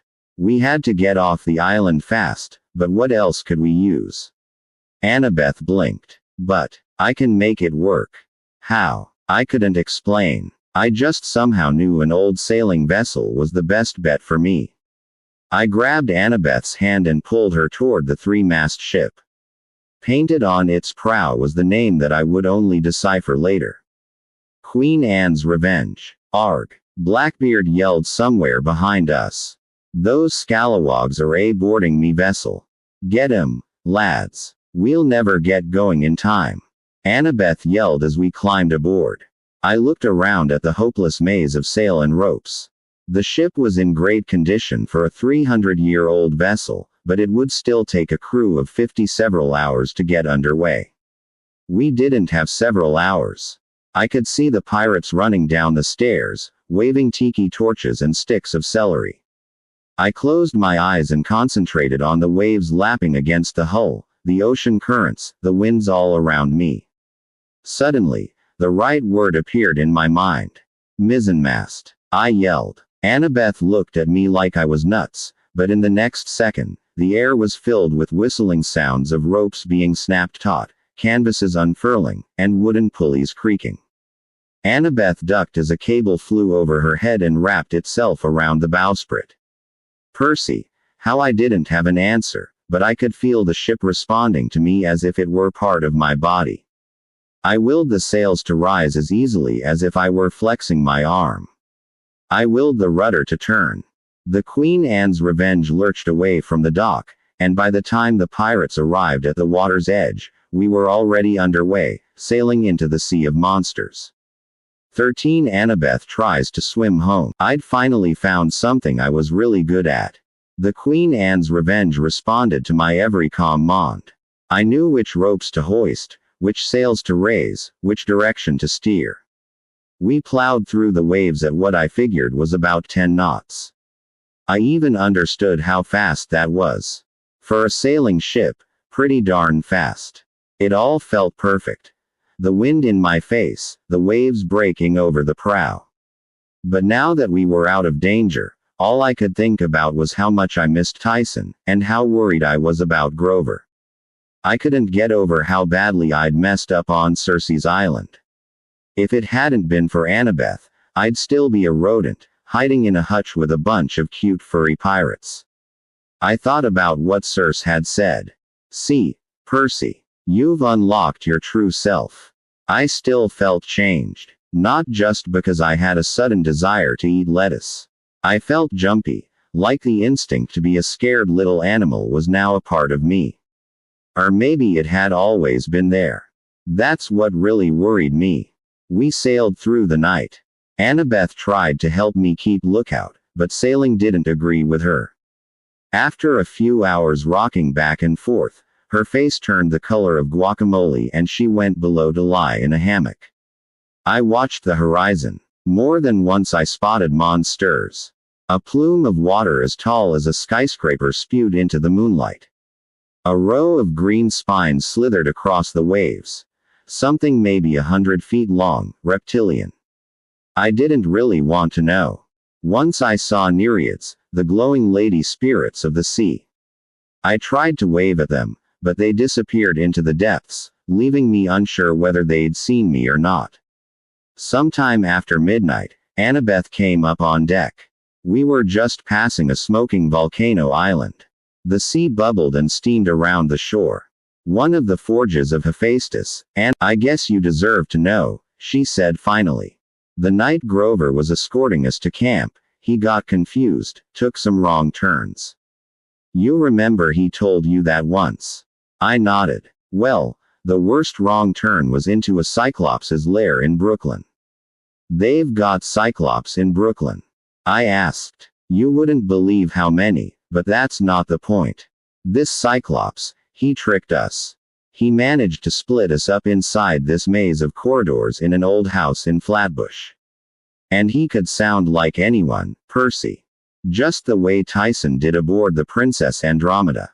He lured us, one at a time. Talia thought she was running to save Luke. Luke thought he heard me scream for help. And me, I was alone in the dark. I was 7 years old. I couldn't even find the exit. She brushed the hair out of her face. I remember finding the main room. There were bones all over the floor. And there were Talia and Luke and Grover, tied up and gagged, hanging from the ceiling like smoked hams. The Cyclops was starting a fire in the middle of the floor. I drew my knife, but he heard me. He turned and smiled. He spoke, and somehow he knew my dad's voice. I guess he just plucked it out of my mind. He said, "Now, Annabeth, don't you worry. I love you. You can stay here with me.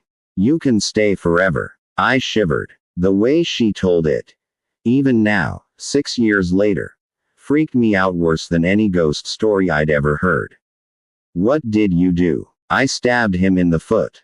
I stared at her. "Are you kidding? You were 7 years old and you stabbed a grown Cyclops in the foot." "Oh, he would have killed me. But I surprised him. It gave me just enough time to run to Talia and cut the ropes on her hands. She took it from there." "Yeah, but still that was pretty brave, Annabeth." She shook her head. "We barely got out alive. I still have nightmares, Percy. The way that Cyclops talked in my father's voice. It was his fault we took so long getting to camp.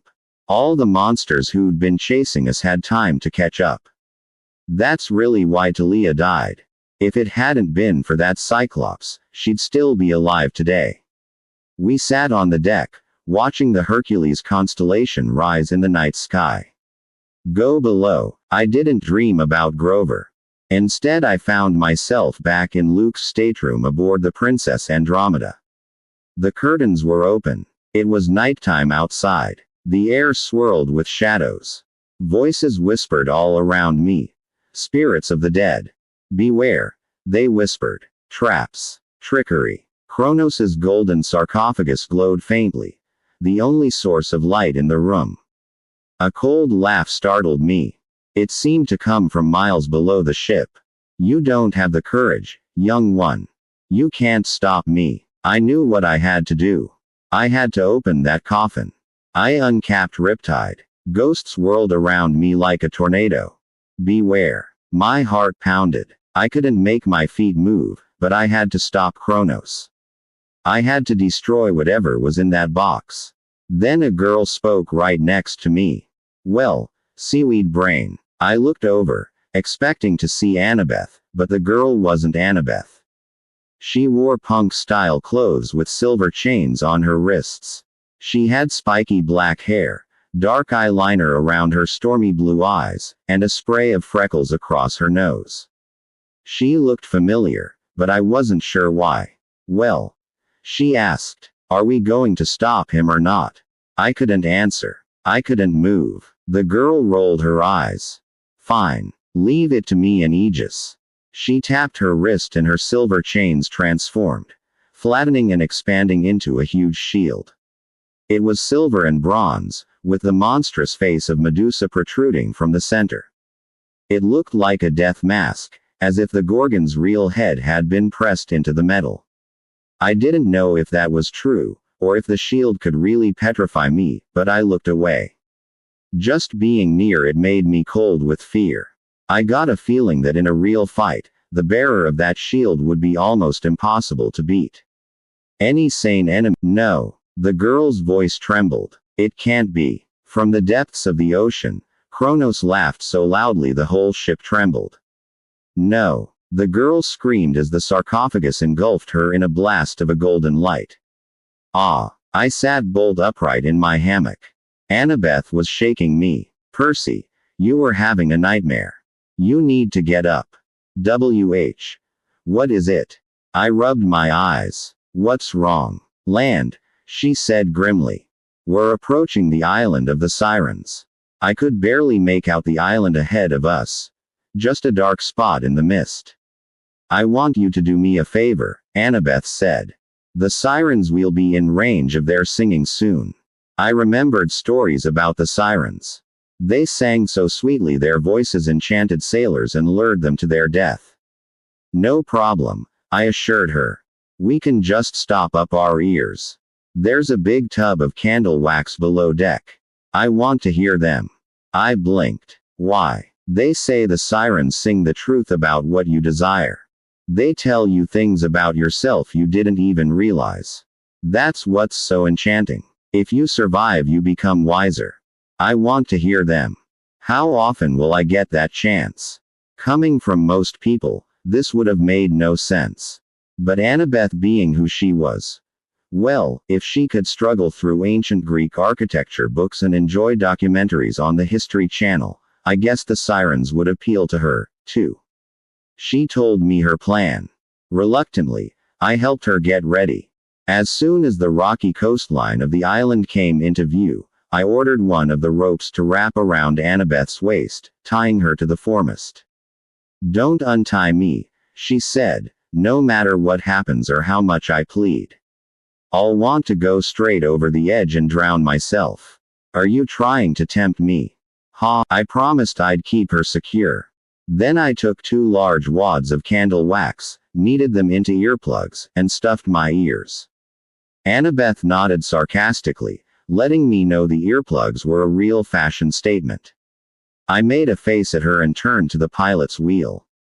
The silence was eerie. I couldn't hear anything but the rush of blood in my head. As we approached the island, jagged rocks loomed out of the fog. I willed the Queen Anne's Revenge to skirt around them. If we sailed any closer, those rocks would shred our hull like blender blades. I glanced back. At first, Annabeth seemed totally normal. Then she got a puzzled look on her face. Her eyes widened. She strained against the ropes. She called my name. I could tell just from reading her lips. Her expression was clear. She had to get out. This was life or death. I had to let her out of the ropes right now. She seemed so miserable it was hard not to cut her free. I forced myself to look away. I urged the Queen Anne's Revenge to go faster. I still couldn't see much of the island. Just mist and rocks. But floating in the water were pieces of wood and fiberglass, the wreckage of old ships, even some flotation cushions from airplanes. How could music cause so many lives to veer off course? I mean, sure, there were some top 40 songs that made me want to take a fiery nosedive, but still, what could the sirens possibly sing about? For one dangerous moment, I understood Annabeth's curiosity. I was tempted to take out the earplugs, just to get a taste of the song. I could feel the sirens' voices vibrating in the timbers of the ship, pulsing along with the roar of blood in my ears. Annabeth was pleading with me. Tears streamed down her cheeks. She strained against the ropes, as if they were holding her back from everything she cared about. How could you be so cruel? She seemed to be asking me. I thought you were my friend. I glared at the misty island. I wanted to uncap my sword, but there was nothing to fight. How do you fight a song? I tried hard not to look at Annabeth. I managed it for about 5 minutes. I screamed her name, but if she heard me, it didn't do any good.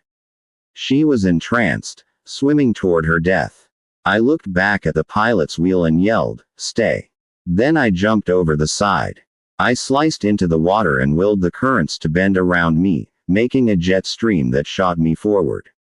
I came to the surface and spotted Annabeth, but a wave caught her, sweeping her between 2 razor-sharp fangs of rock.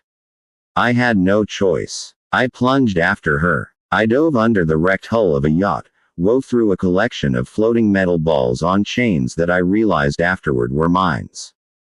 I had to use all my power over water to avoid getting smashed against the rocks or tangled in the nets of barbed wire strung just below the surface. I jetted between the 2 rock fangs and found myself in a half-moon-shaped bay. The water was choked with more rocks and shipwreckage and floating mines. The beach was black volcanic sand.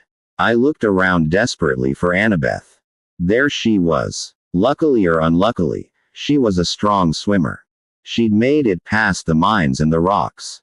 She was almost to the black beach. Then the mist cleared and I saw them. The sirens. Imagine a flock of vultures the size of people, with dirty black plumage, gray talons, and wrinkled pink necks. Now imagine human heads on top of those necks, but the human heads keep changing. I couldn't hear them, but I could see they were singing. As their mouths moved, their faces morphed into people I knew. My mom, Poseidon, Grover, Tyson, Chiron. All the people I most wanted to see. They smiled reassuringly, inviting me forward. But no matter what shape they took, their mouths were greasy and caked with the remnants of old meals.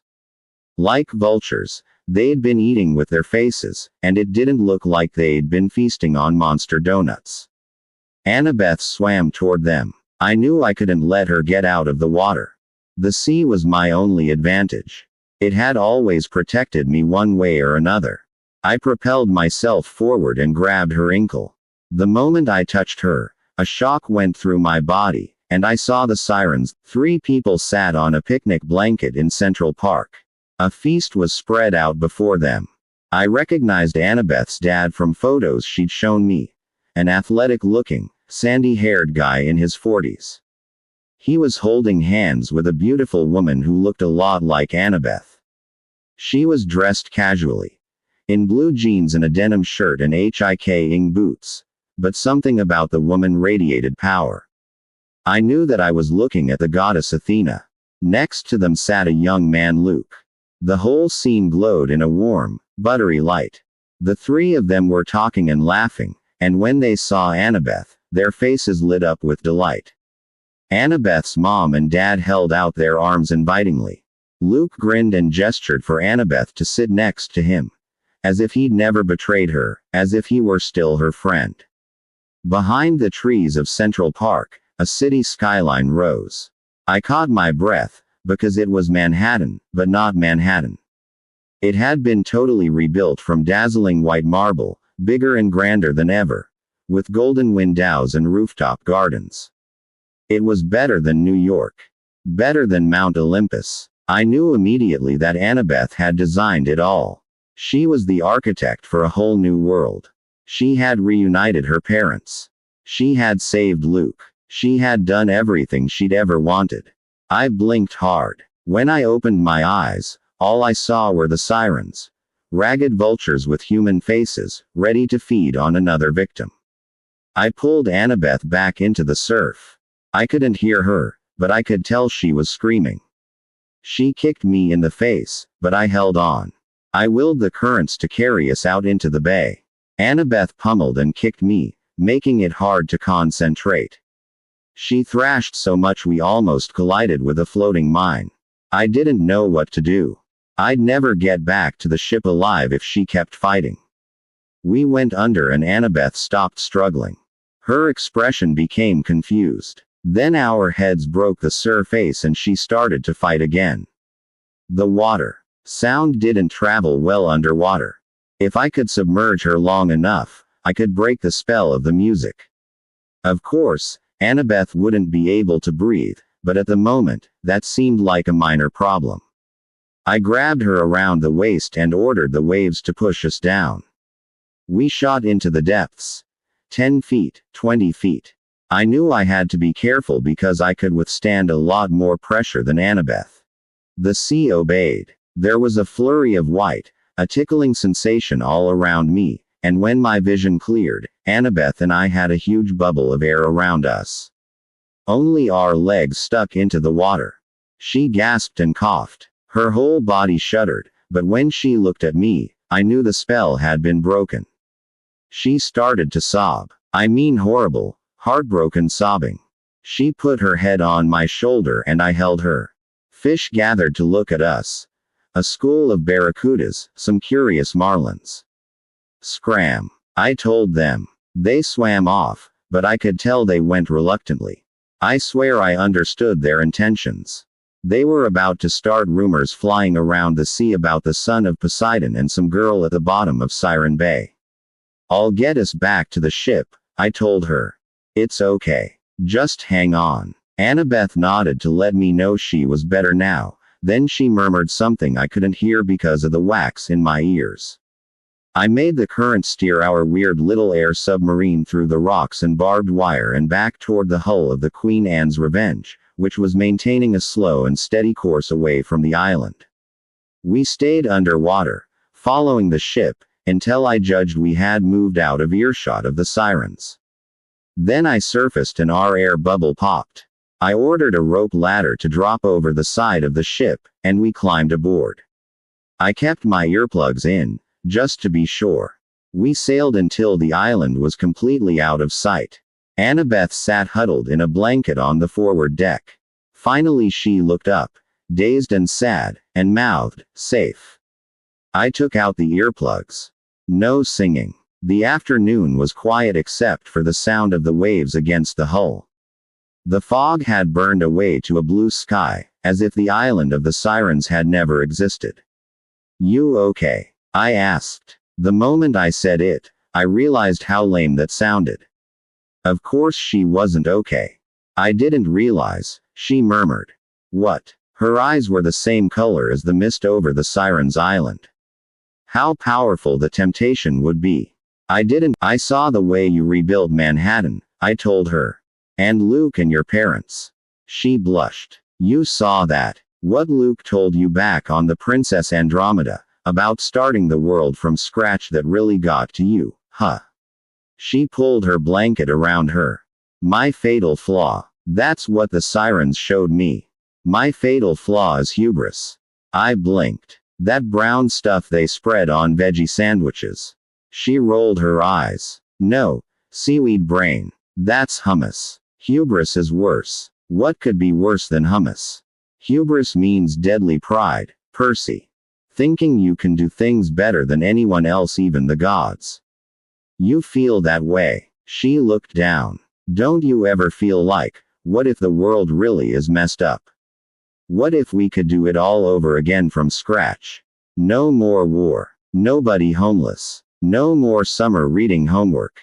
I'm listening. I mean, the West represents a lot of the best things mankind ever did. That's why the fire is still burning. That's why Olympus is still around. But sometimes you just see the bad stuff, you know. And you start thinking the way Luke does. If I could tear this all down, I would do it better. Don't you ever feel that way? Like you could do a better job if you ran the world? No. Me running the world would kind of be a nightmare. Then you're lucky. Hubris isn't your fatal flaw. What is? I don't know, Percy, but every hero has one. If you don't find it and learn to control it well, they don't call it fatal for nothing. I thought about that. It didn't exactly cheer me up. I also noticed Annabeth hadn't said much about the personal things she would change, like getting her parents back together, or saving Luke. I understood. I didn't want to admit how many times I dreamed of getting my own parents back together. I pictured my mom, alone in our little apartment on the Upper East Side. So was it worth it? I asked Annabeth. Do you feel wiser? She gazed into the distance. I'm not sure. But we have to save the camp. If we don't stop Luke, she didn't need to finish. If Luke's way of thinking could even tempt Annabeth, there was no telling how many other half-bloods might join him. I thought about my dream of the girl in the golden sarcophagus. I wasn't sure what it meant, but I got the feeling I was missing something. Something terrible that Kronos was planning. What had the girl seen when she opened that coffin lid? Suddenly Annabeth's eyes widened. Percy. I turned. Up ahead was another blotch of land. A saddle-shaped island with forested hills and white beaches and green meadows. Just like I'd seen in my dreams. My nautical senses confirmed it. 30 degrees, 31-minute Utes north, 75 degrees, 12 minutes west. We had reached the home of the Cyclops. 14 We meet the Sheep of Doom. When you think Monster Island, You think craggy rocks and bones scattered on the beach like the island of the Sirens. The Cyclops' island was nothing like that. I mean, okay, it had a rope bridge across a chasm, which was not a good sign. You might as well put up a billboard that said, "Something evil lives here." But except for that, the place looked like a Caribbean postcard. It had green fields and tropical fruit trees and white beaches. As we sailed toward the shore, Annabeth breathed in the sweet air. "The fleece," she said. I nodded. I couldn't see the fleece yet, but I could feel its power. I could believe it would heal anything, even Talia's poison tree. I felt a little guilty about ruining this paradise, but I reminded myself we had no choice. Camp Half-Blood was in trouble. And Tyson would still be with us if it wasn't for this quest. In the meadow at the base of the ravine, several dozen sheep were milling around.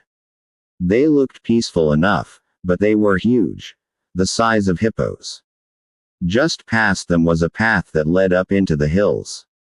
At the top of the path, near the edge of the canyon, was the massive oak tree I'd seen in my dreams. Something gold glittered in its branches. "This is too easy," I said. "We could just hike up there and take it." Annabeth's eyes narrowed. "There's supposed to be a guardian. A dragon, or that's when a deer emerged from the bushes. It trotted into the meadow, probably looking for grass to eat, when the sheep all bleated at once and rushed the animal. It happened so fast that the deer stumbled and was lost in a sea of wool and trampling hooves. Grass and tufts of fur flew into the air. A second later the sheep all moved away, back to their regular peaceful wanderings. Where the deer had been was a pile of clean white bones. Annabeth and I exchanged looks. "They're like piranhas," she said. "Piranhas with wool. How will we?" "Percy." Annabeth gasped, grabbing my arm. "Look." She pointed down the beach, to just below the sheep meadow, where a small boat had been run aground the other lifeboat from the CSS Birmingham. We decided there was no way we could get past the man-eating sheep. Annabeth wanted to sneak up the path invisibly and grab the fleece, but in the end I convinced her that something would go wrong.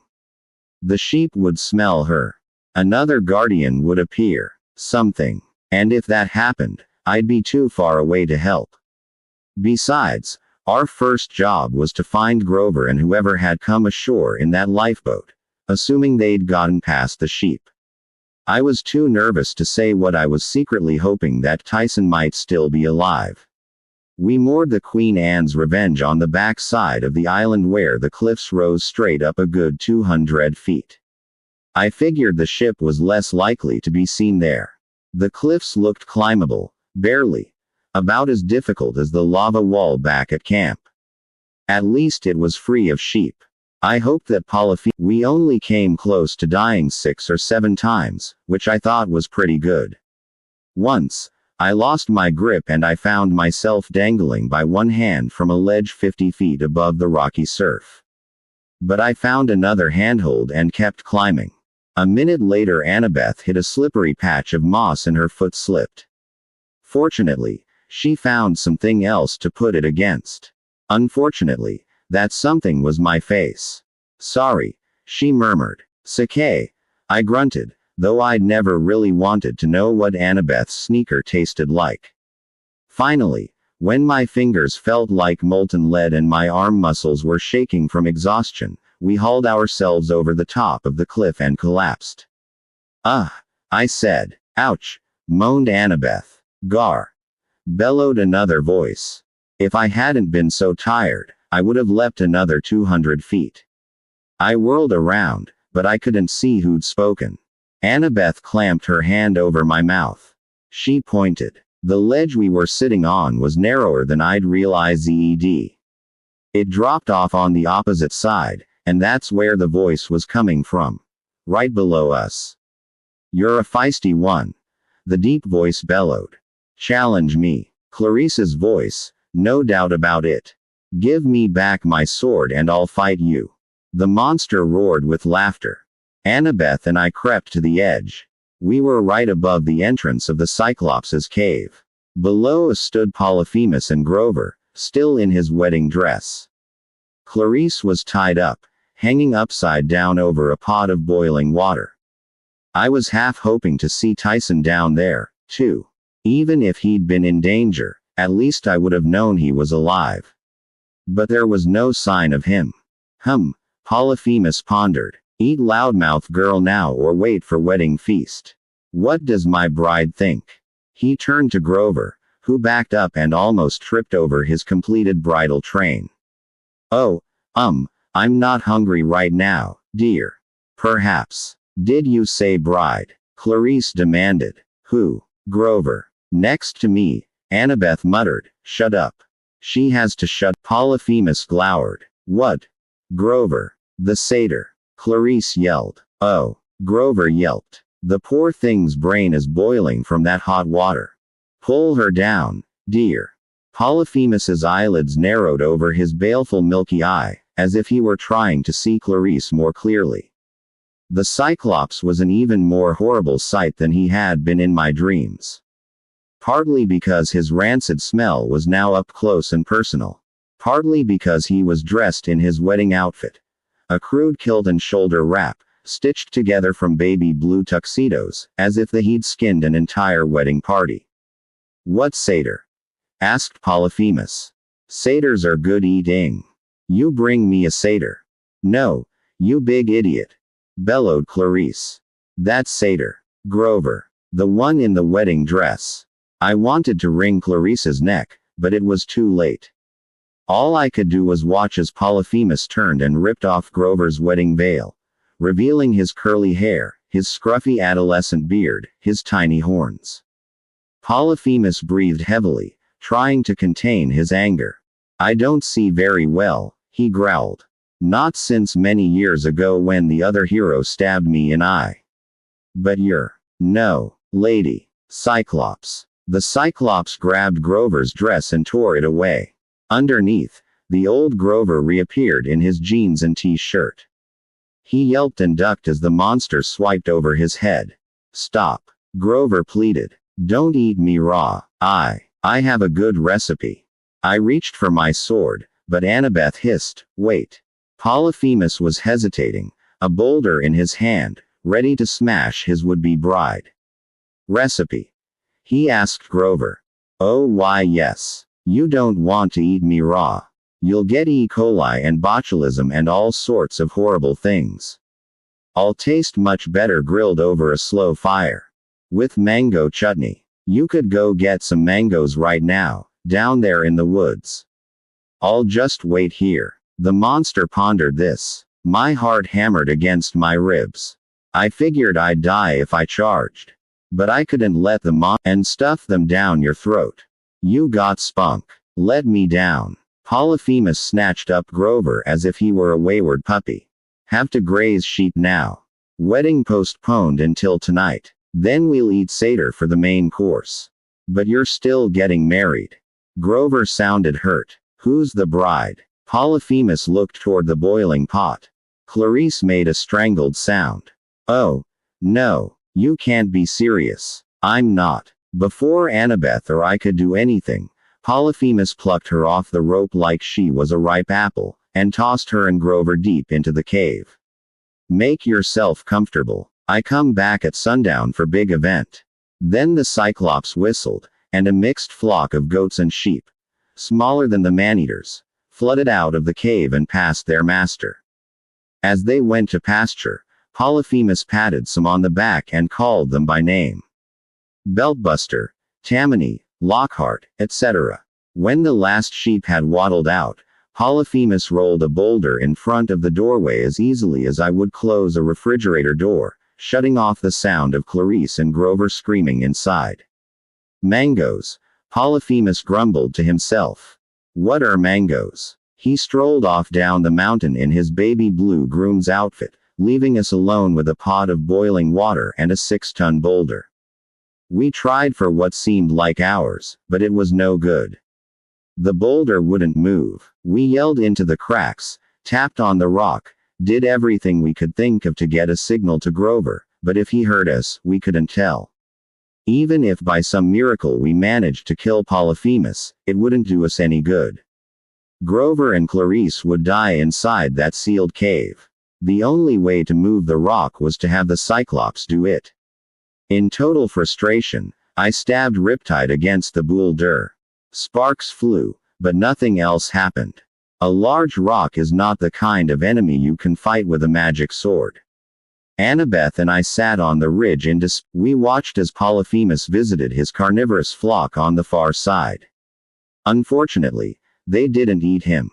In fact, they didn't seem to bother him at all. He fed them chunks of mystery meat from a great wicker basket, which only reinforced the feelings I'd been having since Circe turned me into a guinea pig. That maybe it was time I joined Grover and became a vegetarian. Trickery, Annabeth decided. We can't beat him by force, so we'll have to use trickery.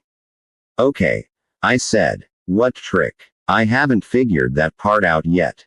Great. Polyphemus will have to move the rock to let the sheep inside.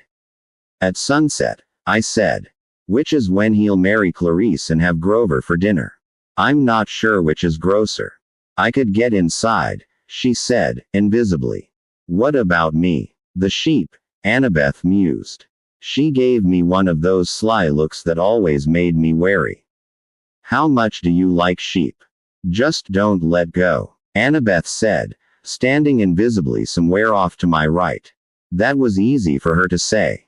She wasn't hanging upside down from the belly of a sheep. Now, I'll admit it wasn't as hard as I'd thought. I'd crawled under a car before to change my mom's oil, and this wasn't too different. The sheep didn't care. Even the Cyclops' smallest sheep were big enough to support my weight, and they had thick wool. I just twirled the stuff into handles for my hands, hooked my feet against the sheep's thigh bones, and presto. I felt like a baby wallaby, riding around against the sheep's chest, trying to keep the wool out of my mouth and my nose. In case you're wondering, the underside of a sheep doesn't smell that great. Imagine a winter sweater that's been dragged through the mud and left in the laundry hamper for a week. Something like that. The sun was going down. No sooner was I in position than the Cyclops roared, "Oi! Goaties! Sheepies!" The flock dutifully began trudging back up the slopes toward the cave. This is it, Annabeth whispered. I'll be close by. Don't worry. I made a silent promise to the gods that if we survived this, I'd tell Annabeth. My sheep taxi started plodding up the hill. After 100 yards, my hands and feet started to hurt from holding on. I gripped the sheep's wool more tightly, and the animal made a grumbling sound. I didn't blame it. I wouldn't want anybody rock climbing in my hair either. But if I didn't hold on, I was sure I'd fall off right there in front of the monster. Hassenpfeffer, the Cyclops said, patting one of the sheep in front of me. Einstein, Widget. There, Widget. Polyphemus patted my sheep and nearly knocked me to the ground. Putting on some extra mutton there. Oh, I thought. Here it comes. But Polyphemus just laughed and swatted the sheep's rear end, propelling us forward. Go on, fatty. Soon Polyphemus will eat you for breakfast. And just like that, I was in the cave. I could see the last of the sheep coming inside. If Annabeth didn't pull off her distraction soon, the Cyclops was about to roll the stone back into place, when from somewhere outside Annabeth shouted, "Hello, ugly." Polyphemus stiffened. Who said that? Nobody. Annabeth yelled. That got exactly the reaction she'd been hoping for. The monster's face turned red with rage. Nobody. Polyphemus yelled back. I remember you. You're too stupid to remember anybody, Annabeth taunted. Much less nobody. I hope to the gods she was already moving when she said that, because Polyphemus bellowed furiously, grabbed the nearest boulder, which happened to be his front door, and threw it toward the sound of Annabeth's voice. I heard the rock smash into 1,000 fragments. For a terrible moment, there was silence. Then Annabeth shouted, "You haven't learned to throw any better, either." Polyphemus howled. Come here. Let me kill you. Nobody. You can't kill nobody, you stupid oaf, she taunted. Come find me. Polyphemus barreled down the hill toward her voice. Would still have a grudge about that name, and she was right. In his frenzy to find his old enemy, he forgot about resealing the cave entrance. Apparently, he didn't even stop to consider that Annabeth's voice was female, whereas the first nobody had been male. On the other hand, he'd wanted to marry Grover, so he couldn't have been all that bright about the whole male-female thing. I just hoped Annabeth could stay alive and keep distracting him long enough for me to find Grover and Clarice. I dropped off my ride, patted Widget on the head, and apologized. I searched the main room, but there was no sign of Grover or Clarice. I pushed through the crowd of sheep and goats toward the back of the cave. Even though I'd dreamed about this place, I had a hard time finding my way through the maze. I ran down corridors littered with bones, past rooms full of sheepskin rugs and life-size cement sheep that I recognized as the work of Medusa. There were collections of sheep t-shirts, large tubs of lanolin cream, and woolly coats, socks, and hats with ram's horns. Finally, I found the spinning room, where Grover was huddled in the corner, trying to cut Clarice's bonds with a pair of safety scissors. It's no good, Clarice said. This rope is like iron. Just a few more minutes. Grover, she cried, exasperated. You've been working at it for hours. And then they saw me. Percy, Clarice said. You're supposed to be blown up. Good to see you, too. Now hold still while I. Percy. Grover bleated and tackled me with a goat hug. You heard me. You came. Yeah, buddy, I said. Of course I came. Where's Annabeth? Outside, I said. But there's no time to talk. Clarice, hold still. I uncapped Riptide and sliced off her ropes. She stood stiffly, rubbing her wrists. She glared at me for a moment, then looked at the ground and mumbled, thanks. You're welcome, I said. Now, was anyone else on board your lifeboat? Clarice looked surprised. No, just me. An explosion echoed through the cave, followed by a scream that told me we might be too late. It was Annabeth crying out in fear. 15 Nobody gets the fleece, I got nobody. Polyphemus gloated. We crept to the cave entrance and saw the Cyclops, grinning wickedly, holding up empty air. The monster shook his fist, and a baseball cap fluttered to the ground. There was Annabeth, hanging upside down by her legs. Ha! The Cyclops said. Nasty invisible girl. Already got feisty one for wife. Means you gotta be grilled with mango chutney. Annabeth struggled, but she looked dazed. She had a nasty cut on her forehead. Her eyes were glassy. I'll rush him, I whispered to Clarice. Our ship is around the back of the island. You and Grover. No way, they said at the same time. Clarice had armed herself with a highly collectible ram's horn spear from the Cyclops' cave. Grover had found a sheep's thigh bone, which he didn't look too happy about, but he was gripping it like a club, ready to attack. We'll take him together, Clarice growled. Yeah, Grover said. Then he blinked, like he couldn't believe he'd just agreed with Clarice about something. All right, I said. Attack Plan Macedonia. They nodded. We'd all taken the same training courses at Camp Half-Blood. They knew what I was talking about. They would sneak around either side and attack the Cyclops from the flanks while I held his attention in the front. The giant whirled toward me. Another one. Who are you? Put down my friend. I'm the one who insulted you. You are nobody. That's right, you smelly bucket of nose drool. It didn't sound quite as good as Annabeth's insults, but it was all I could think of. I'm nobody and I'm proud of it. Now, put her down and get over here. I want to stab your eye out again. RAAAR. He bellowed. The good news. He dropped Annabeth. The bad news. He dropped her headfirst onto the rocks, where she lay motionless as a rag doll. The other bad news. Polyphemus barreled toward me, 1,000 smelly pounds of Cyclops that I would have to fight with a very small sword. For Pan. Grover rushed in from the right.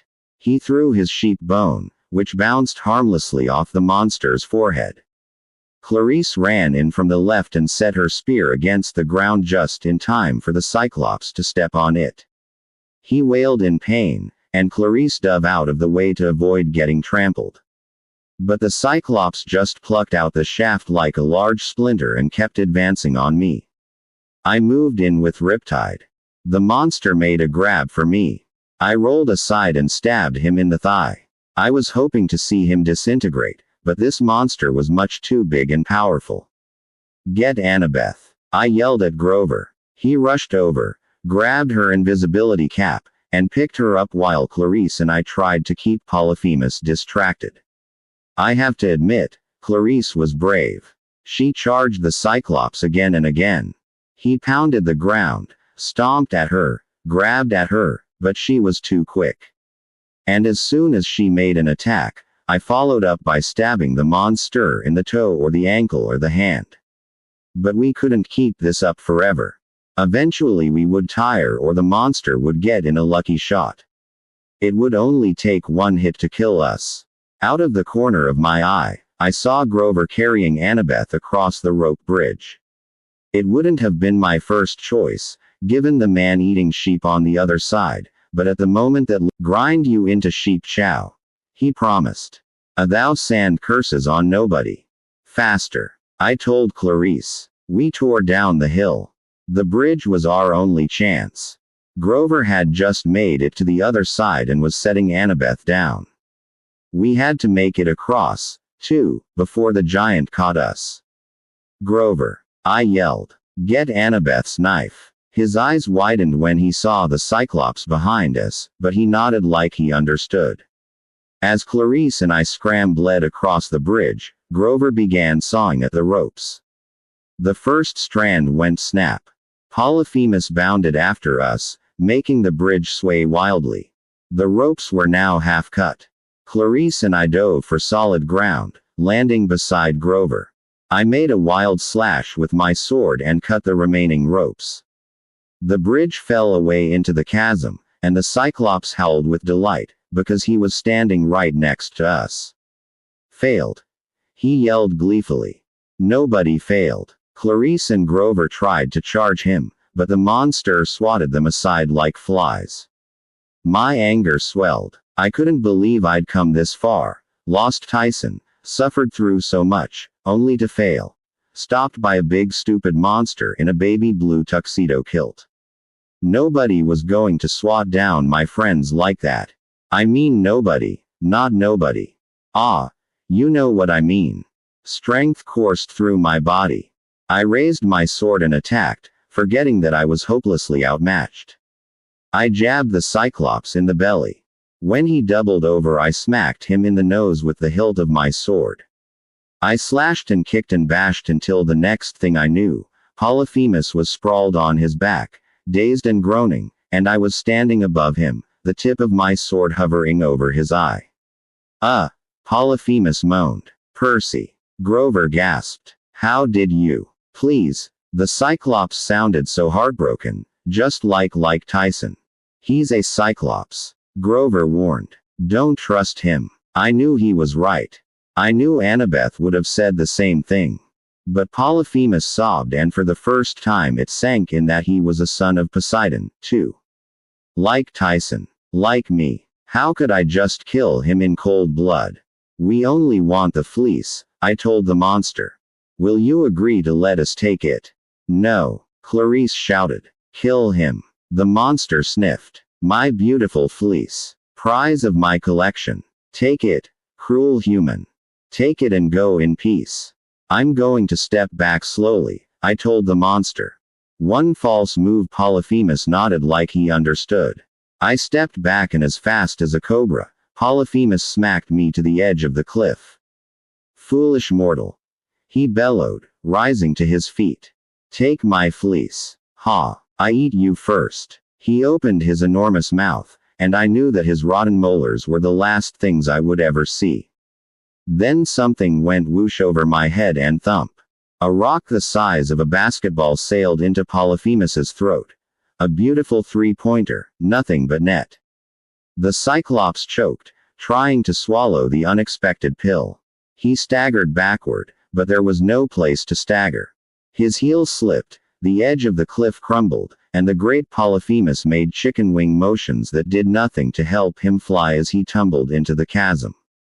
I turned. Halfway down the path to the beach, standing completely unharmed in the midst of a flock of killer sheep, was an old friend. "Bad Polyphemus," Tyson said. "Not all Cyclops as nice as we look." Tyson gave us the short version. Rainbow the hippocampus, who'd apparently been following us ever since the Long Island Sound, waiting for Tyson to play with him, had found Tyson sinking beneath the wreckage of the CSS Birmingham. "You thank the gods she is hurt?" he asked, puzzled. "No." I knelt beside Annabeth and was worried sick by what I saw. The gash on her forehead was worse than I'd realized. Her hairline was sticky with blood. Her skin was pale and clammy. Grover and I exchanged nervous looks. Then an idea came to me. "Tyson, the fleece. Can you get it for me?" "Which one?" Tyson said, looking around at the hundreds of sheep. "In the tree," I said. "The gold one." "Oh, pretty." "Yes." Tyson lumbered over, careful not to step on the sheep. If any of us had tried to approach the fleece, we would have been eaten alive, but I guess Tyson smelled like Polyphemus, because the flock didn't bother him at all. They just cuddled up to him and bleated affectionately, as though they expected to get sheep treats from the big wicker basket. Tyson reached up and lifted the fleece off its branch. Immediately the leaves on the oak tree turned yellow. Tyson started wading back toward me, but I yelled, "No time. Throw it." The gold ram skin sailed through the air like a glittering shag frisbee. I caught it with a grunt. It was heavier than I'd expected. 60 or 70 pounds of precious gold wool. I spread it over Annabeth, covering everything but her face, and prayed silently to all the gods I could think of, even the ones I didn't like. "Please, please." The color returned to her face. Her eyelids fluttered open. The cut on her forehead began to close. She saw Grover and said weakly, "You're not married." Grover grinned. "No, my friends talked me out of it." "Annabeth," I said, "just lay still." But despite our protests she sat up, and I noticed that the cut on her face was almost completely healed. She looked a lot better. In fact, she shimmered with health, as if someone had injected her with glitter. Meanwhile, Tyson was starting to have trouble. "We have to go," I said. Our ship as the Queen Anne's Revenge was a very long way away. The shortest route was across the chasm, and we'd just destroyed the only bridge. The only other possibility was through the sheep. "Tyson," I called, "can you lead the flock as far away as possible?" "The sheep want food." "I know. They want people food. Just lead them away from the path. Give us time to get to the beach. Then join us there." Tyson looked doubtful, but he whistled. "Come, sheepies. People food this way." He jogged off into the meadow, the sheep in pursuit. "Keep the fleece around you," I told Annabeth. "Just in case you're not fully healed yet. Can you stand?" She tried, but her face turned pale again. "Oh, not fully healed." Clarice dropped next to her and felt her chest, which made Annabeth gasp. "Ribs broken," Clarice said. "They're mending, but definitely broken." "How can you tell?" I asked. Clarice glared at me. "Because of broken a few, runt. I'll have to carry her." Before I could argue, Clarice picked up Annabeth like a sack of flour and lugged her down to the beach. Grover and I followed. As soon as we got to the edge of the water, I concentrated on the Queen Anne's Revenge. I willed it to raise anchor and come to me. After a few anxious minutes, I saw the ship rounding the tip of the island. "Incoming," Tyson yelled. He was bounding down the path to join us, the sheep about 50 yards behind, bleating in frustration as their Cyclops friend ran away without feeding them. "They probably won't follow us into the water," I told the others. "All we have to do is swim for the ship. With Annabeth like this, Clarice protested. We can do it, I insisted. I was starting to feel confident again. I was back in my home turf. The sea. Once we get to the ship, we're home free. We almost made it, too. We were just wading past the entrance to the ravine, when we heard a tremendous roar and saw Polyphemus, scraped up and bruised but still very much alive, his baby blue wedding outfit in tatters, splashing toward us with a 16. I go down with the ship, you'd think he'd run out of rocks, I muttered. Swim for it, Grover said. He and Clarice plunged into the surf. Annabeth hung on to Clarice's neck and tried to paddle with one hand, the wet fleece weighing her down. But the monster's attention wasn't on the fleece. You, young Cyclops, Polyphemus roared. Traitor to your kind. Tyson froze. Don't listen to him, I pleaded. Come on. I pulled Tyson's arm, but I might as well have been pulling a mountain. He turned and faced the older Cyclops. I am not a traitor. You serve mortals, Polyphemus shouted. Thieving humans. Polyphemus threw his first boulder. Tyson swatted it aside with his fist. Not a traitor, Tyson said. And you are not my kind. Death or victory. Polyphemus charged into the surf, but his foot was still wounded. He immediately stumbled and fell on his face. That would have been funny, except he started to get up again, spitting salt water and growling. Percy. Clarice yelled. No, he'll kill you. I'd already lost Tyson once. I wasn't going to lose him again. We'll fight him together. Together, Tyson agreed. I drew my sword. Polyphemus advanced carefully, limping worse than ever. But there was nothing wrong with his throwing arm. He chucked his second boulder. I dove to one side, but I still would have been squashed if Tyson's fist hadn't blasted the rock to rubble. I willed the sea to rise. A 20-foot wave surged up, lifting me on its crest. I rode toward the Cyclops and kicked him in the eye, leaping over his head as the water blasted him onto the beach. Destroy you, Polyphemus spluttered. Fleece stealer. You stole the fleece, I yelled. You've been using it to lure satyrs to their deaths. So, satyrs good eating. The fleece should be used to heal. It belongs to the children of the gods. I am a child of the gods. Polyphemus swiped at me, but I sidestepped. Father Poseidon, curse this thief. He was blinking hard now, like he could barely see, and I realized he was targeting by the sound of my voice. Poseidon won't curse me, I said, backing up as the Cyclops grabbed air. I'm his son, too. He won't play favorites. Polyphemus roared. He ripped an olive tree out of the side of the cliff and smashed it where I'd been standing a moment before. Humans not the same. Nasty. Tricky. Lying. Grover was helping Annabeth aboard the ship. Clarice was waving frantically at me, telling me to come on. Tyson worked his way around Polyphemus, trying to get behind him. Young one. The older Cyclops called. Where are you? Help me. Tyson stopped. You weren't raised right. Polyphemus wailed, shaking his olive tree club. Poor orphaned brother. Help me. No one moved. No sound but the ocean and my own heartbeat. Then Tyson stepped forward, raising his hands defensively. Don't fight, Cyclops brother. Put down the tree struck him with such force it would have flat-tenned me into a Percy pizza with extra olives.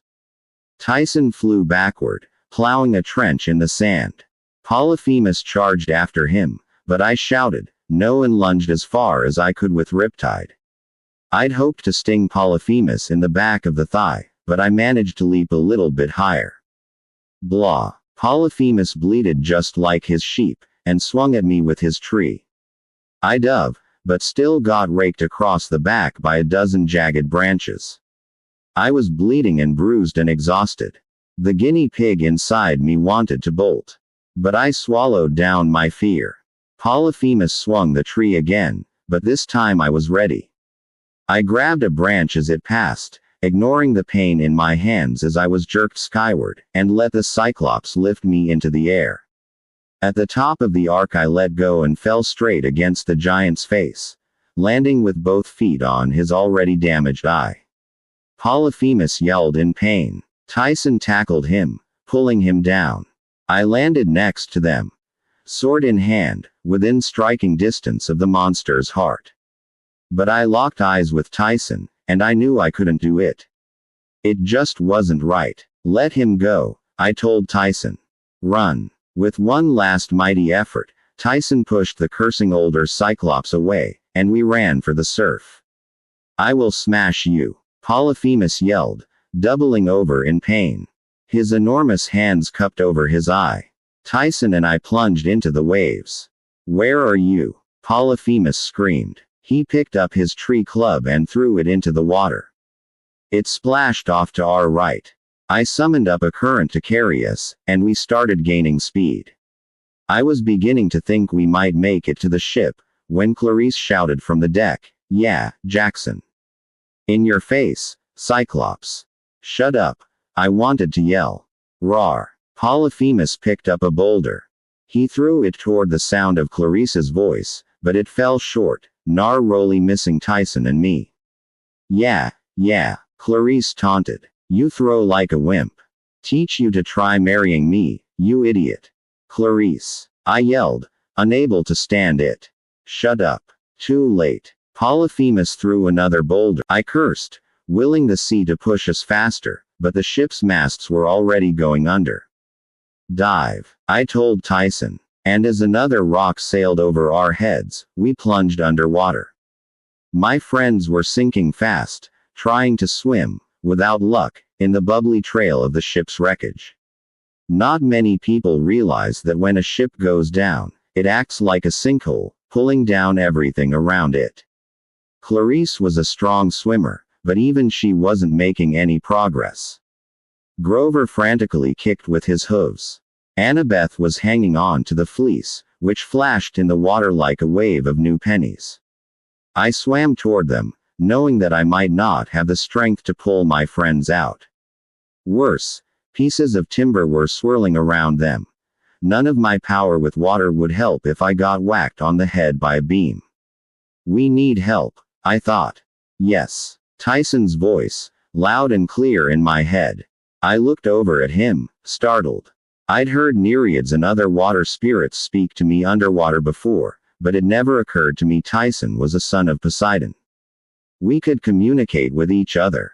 Rainbow, Tyson said. I nodded, then closed my eyes and concentrated, adding my voice to Tyson's. Rainbow, we need you. Immediately, shapes shimmered in the darkness below. 3 horses with fish tails, galloping upward faster than dolphins. Rainbow and his friends glanced in our direction and seemed to read our thoughts.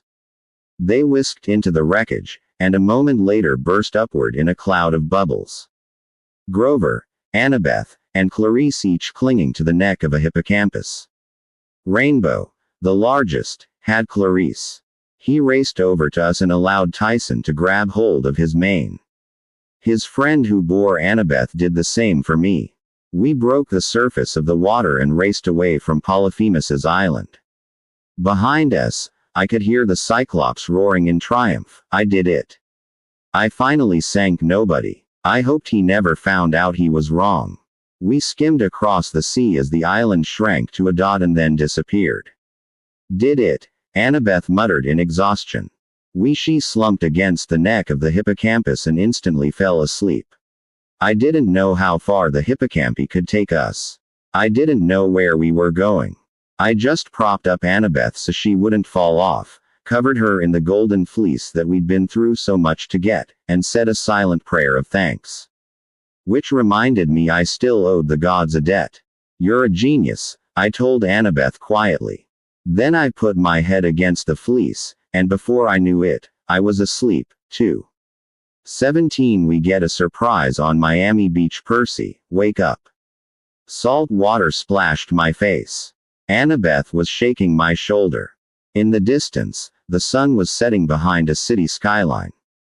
I could see a beachside highway lined with palm trees, storefronts glowing with red and blue neon, a harbor filled with sailboats and cruise ships.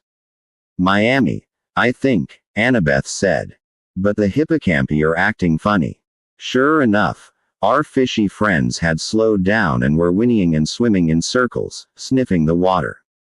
They didn't look happy. One of them sneezed. I could tell what they were thinking. This is as far as they'll take us, I said.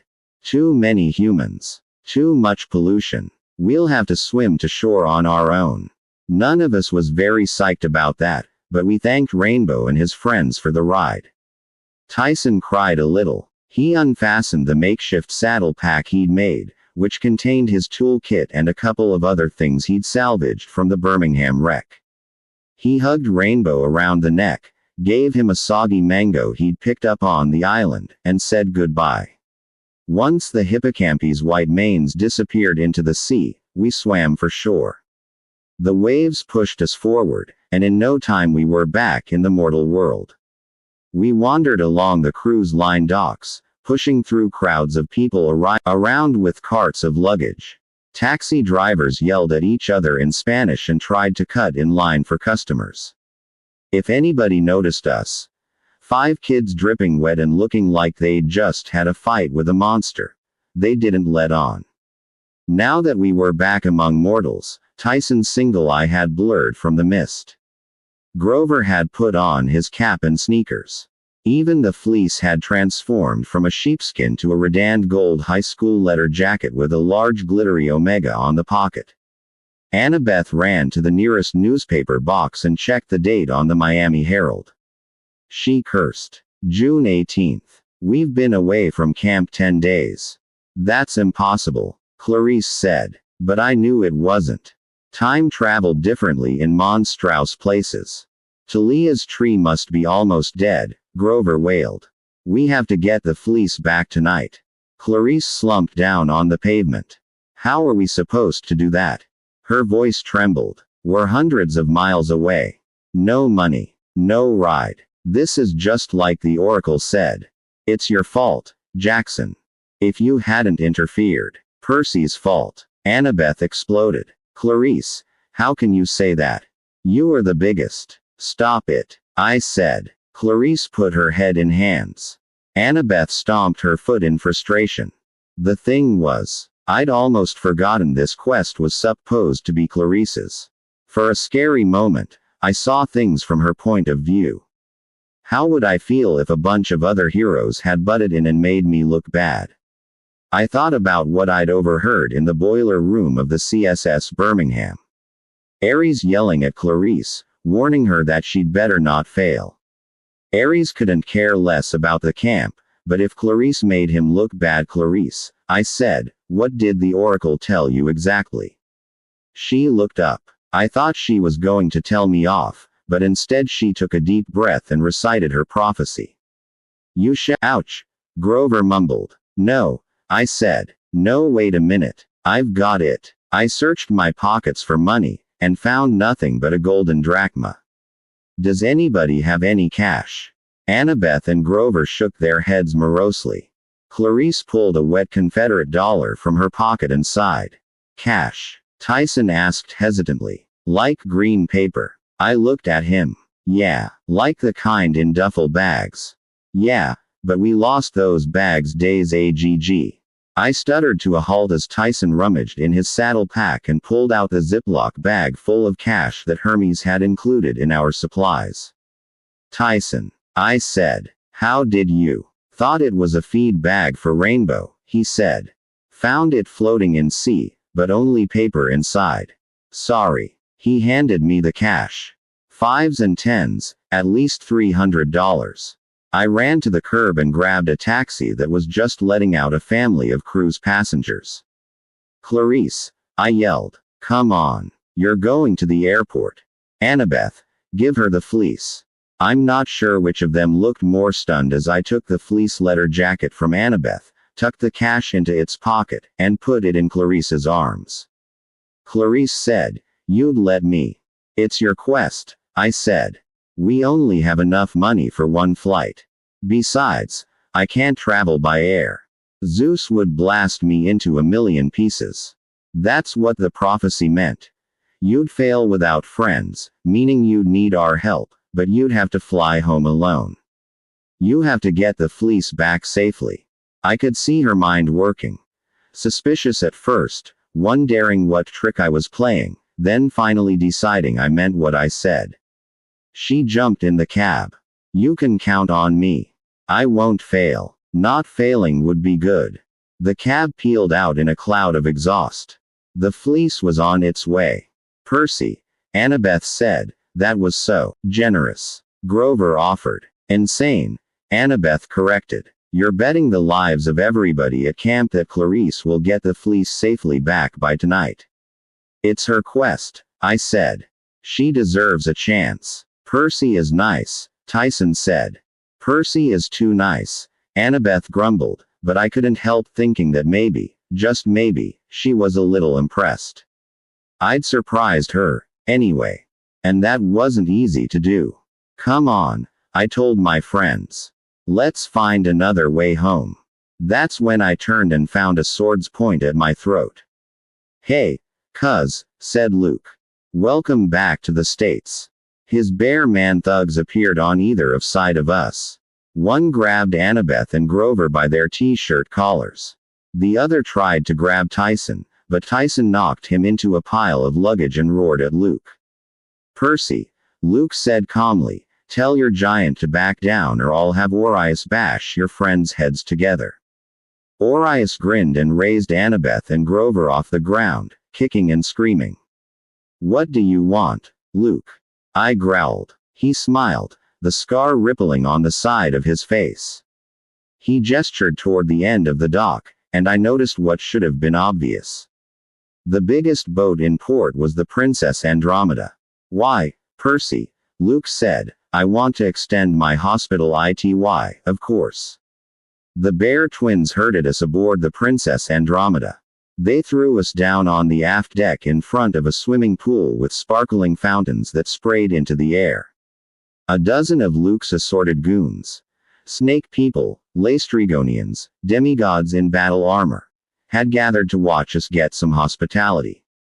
And so, the fleece, Luke mused. Where is it? He looked us over, prodding my shirt with the tip of his sword, poking Grover's jeans. Hey, Grover yelled. That's real goat fur under there. Sorry, old friend. Luke smiled. Just give me the fleece and I'll leave you to return to your, little nature quest. Blah ha ha. Grover protested. Some old friend. Maybe you didn't hear me. Luke's voice was dangerously calm. Where is the fleece? Not here, I said.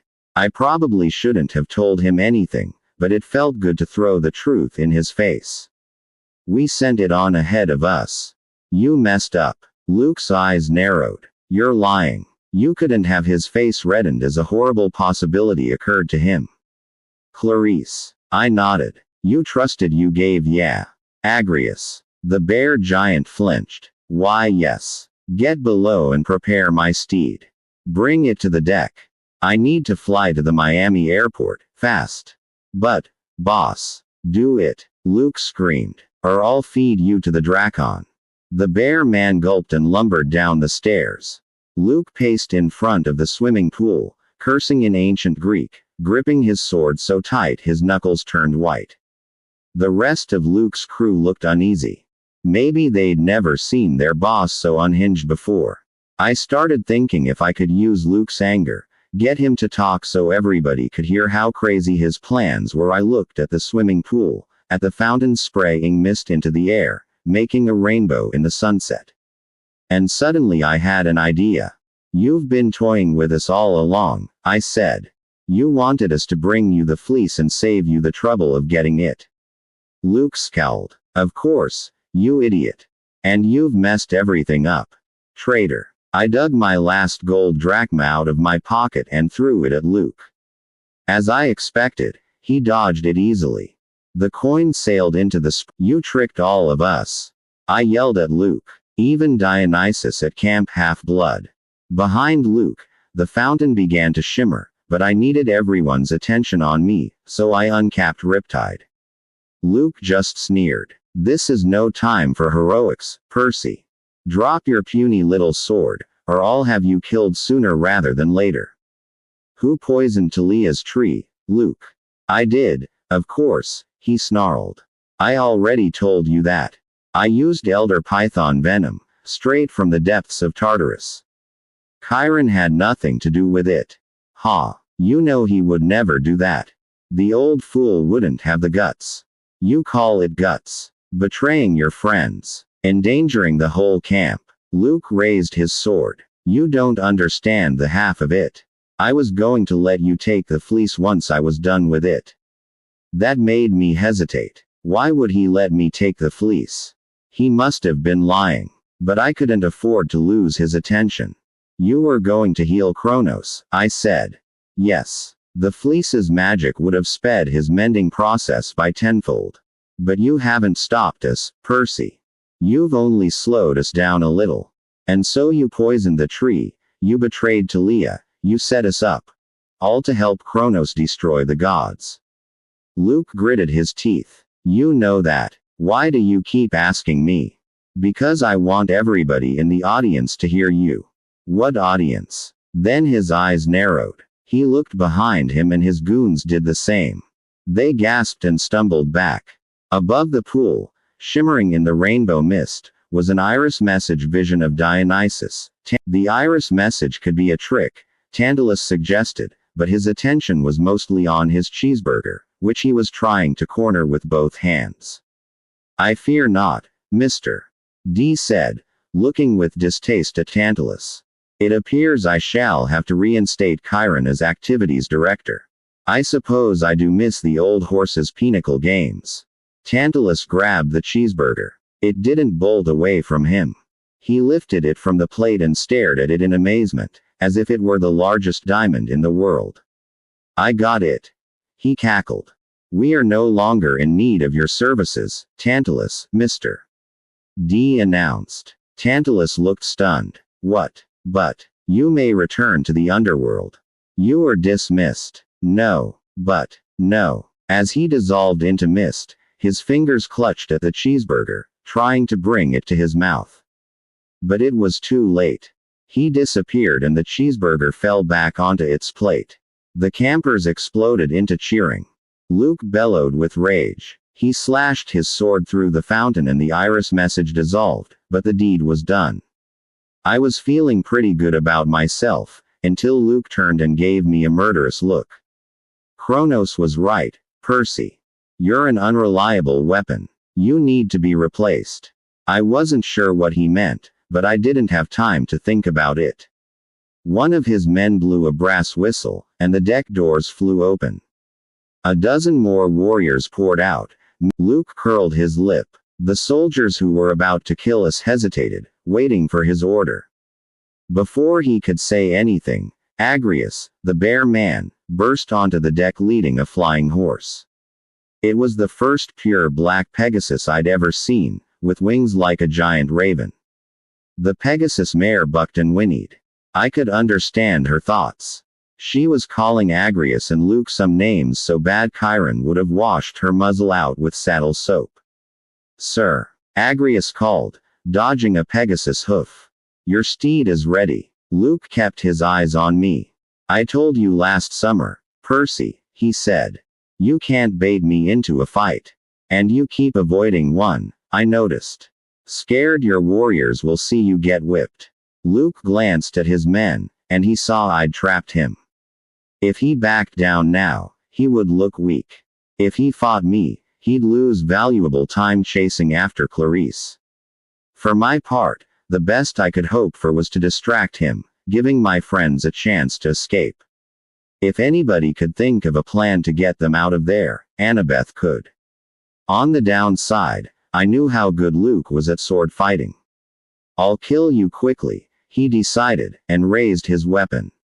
Backbiter was a foot longer than my own sword. Its blade glinted with an evil gray and gold light where the human steel had been melded with celestial bronze. I could almost feel the blade fighting against itself, like two opposing magnets bound together. I didn't know how the blade had been made, but I sensed a tragedy. Someone had died in the process. Luke whistled to one of his men, who threw him a round leather and bronze shield. He grinned at me wickedly. "Luke," Annabeth said, "at least give him a shield." "Sorry, Annabeth," he said. "You bring your own equipment to this party." The shield was a problem. Fighting two-handed with just a sword gives you more power, but fighting one-handed with a shield gives you better defense and versatility. There are more moves, more options, more ways to kill. I thought back to Chiron, who'd told me to stay at camp no matter what, and learn to fight. Now I was going to pay for not listening to him. Luke lunged and almost killed me on the first try.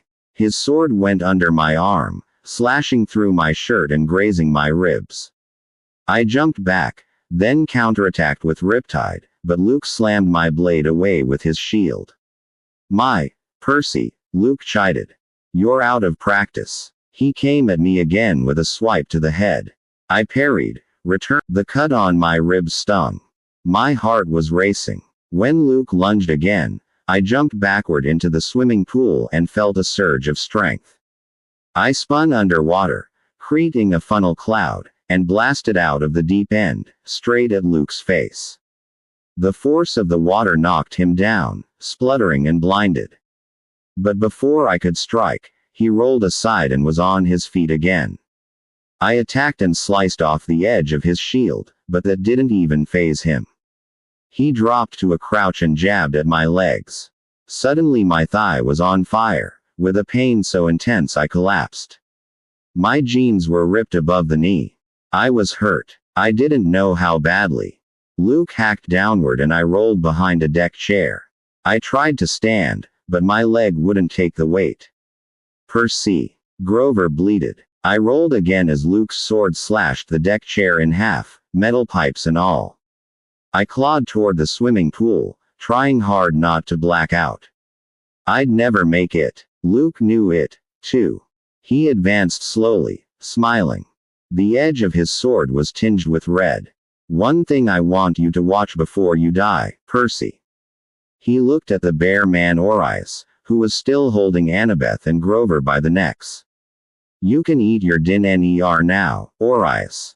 Bon appetit. Hee hee. Hee hee." The bear man lifted my friends and bared his teeth. That's when all Hades broke loose. Wish. A red feathered arrow sprouted from Orias's mouth. With a surprised look on his hairy face, he crumpled to the deck. "Brother," Agrius wailed. He let the Pegasus's reins go slack just long enough for the black steed to kick him in the head and fly away free over Miami Bay. For a split second, Luke's guards were too stunned to do anything except watch the bear twins' bodies dissolve into smoke. Then there was a wild chorus of war cries and hooves thundering against metal. A dozen centaurs charged out of the main stairwell. "Ponies!" Tyson cried with delight. My mind had trouble processing everything I saw. Chiron was among the crowd, but his relatives were almost nothing like him. There were centaurs with black Arabian stallion bodies, others with gold palomino coats, others with orange and white spots like paint horses. Some wore brightly colored T-shirts with day-glow letters that said "Party Ponies," entirely green. A third had googly eye glasses with the eyeballs bouncing around on slinky coils, and one of those baseball caps with soda can and straw attachments on either side.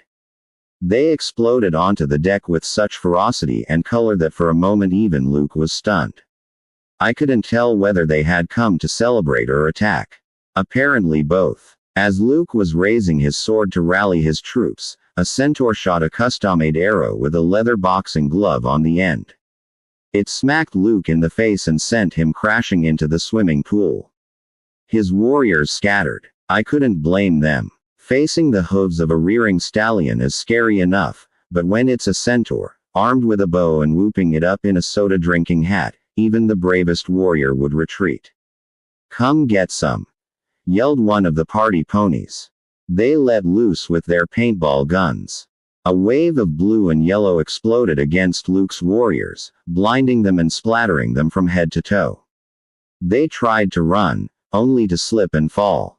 Chiron galloped toward Annabeth and Grover, neatly plucked them off the deck, and deposited them on his back. I tried to get up, but my wounded leg still felt like it was on fire. Luke was crawling out of the pool. Attack, you fools! He ordered his troops. Somewhere down below deck, a large alarm bell thrummed. I knew any second we would be swamped by Luke's reinforcements. Already, his warriors were getting over their surprise, coming at the centaurs with swords and spears drawn. Tyson slapped half a dozen of them aside, knocking them over the guardrail into Miami Bay. But more warriors were coming up the stairs. Withdraw, brethren, Chiron said. You won't get away with this, horseman. Luke shouted. He raised his sword, but got smacked in the face with another boxing glove arrow, and sat down hard in a deck chair. A Palomino centaur hoisted me onto his back. Dude, get your big friend.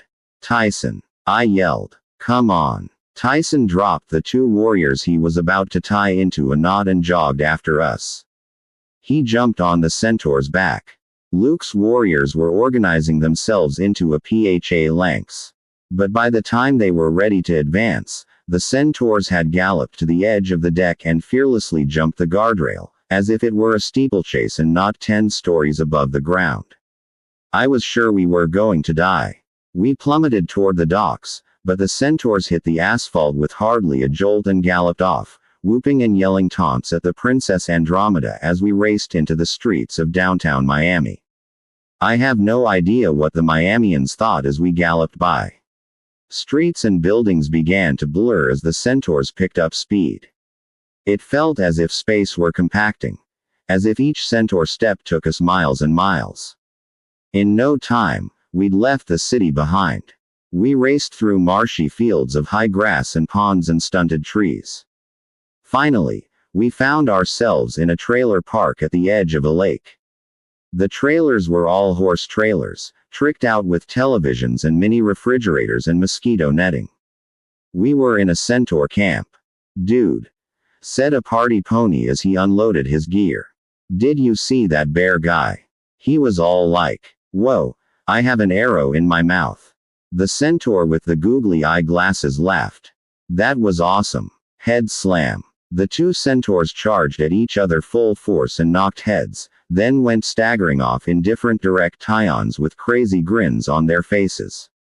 Chiron sighed. He set Annabeth and Grover down on a picnic blanket next to me. I really wish my cousins wouldn't slam their heads together. They don't have the brain cells to spare. Chiron, I said, still stunned by the fact that he was here. You saved us. He gave me a dry smile.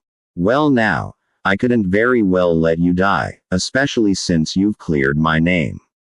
But how did you know where we were? Annabeth asked. Advanced planning, my dear. I figured you would wash up near Miami if you made it out of the sea of monsters alive. Almost everything strange washes up near Miami. Gee, thanks, Grover mumbled. No, Chiron said. I didn't mean oh, never mind. I am glad to see you, my young satyr. The point is, I was able to eavesdrop on Percy's Iris message and trace the signal. Iris and I have been friends for centuries. I asked her to alert me to any important communications in this area. It then took no effort to convince my cousins to ride to your aid. As you see, centaurs can travel quite fast when we wish to. So what now? I asked Chiron. We just let Luke sail away. He's got Kronos aboard that ship. Or parts of him, anyway. Chiron knelt, carefully folding his front legs underneath him. He opened the medicine pouch on his belt and started to treat my wounds. I'm afraid, Percy, that today has been something of a draw. We didn't have the strength of numbers to take that ship. Luke was not organized enough to pursue us. Nobody won. But we got the fleece. Annabeth said. Clarice is on her way back to camp with it right now. Chiron nodded, though he still looked uneasy. You are all true heroes. And as soon as we get Percy fixed up, you must return to Half-Blood Hill. The centaurs shall carry you. You're coming, too? I asked. Oh yes, Percy. I'll be relieved to get home. My brethren here simply do not appreciate Dean Martin's music. Besides, I must have some words with Mr. D. There's the rest of the summer to plan. So much training to do. And I want to see. I'm curious about the fleece. I didn't know exactly what he meant, but it made me worried about what Luke had said.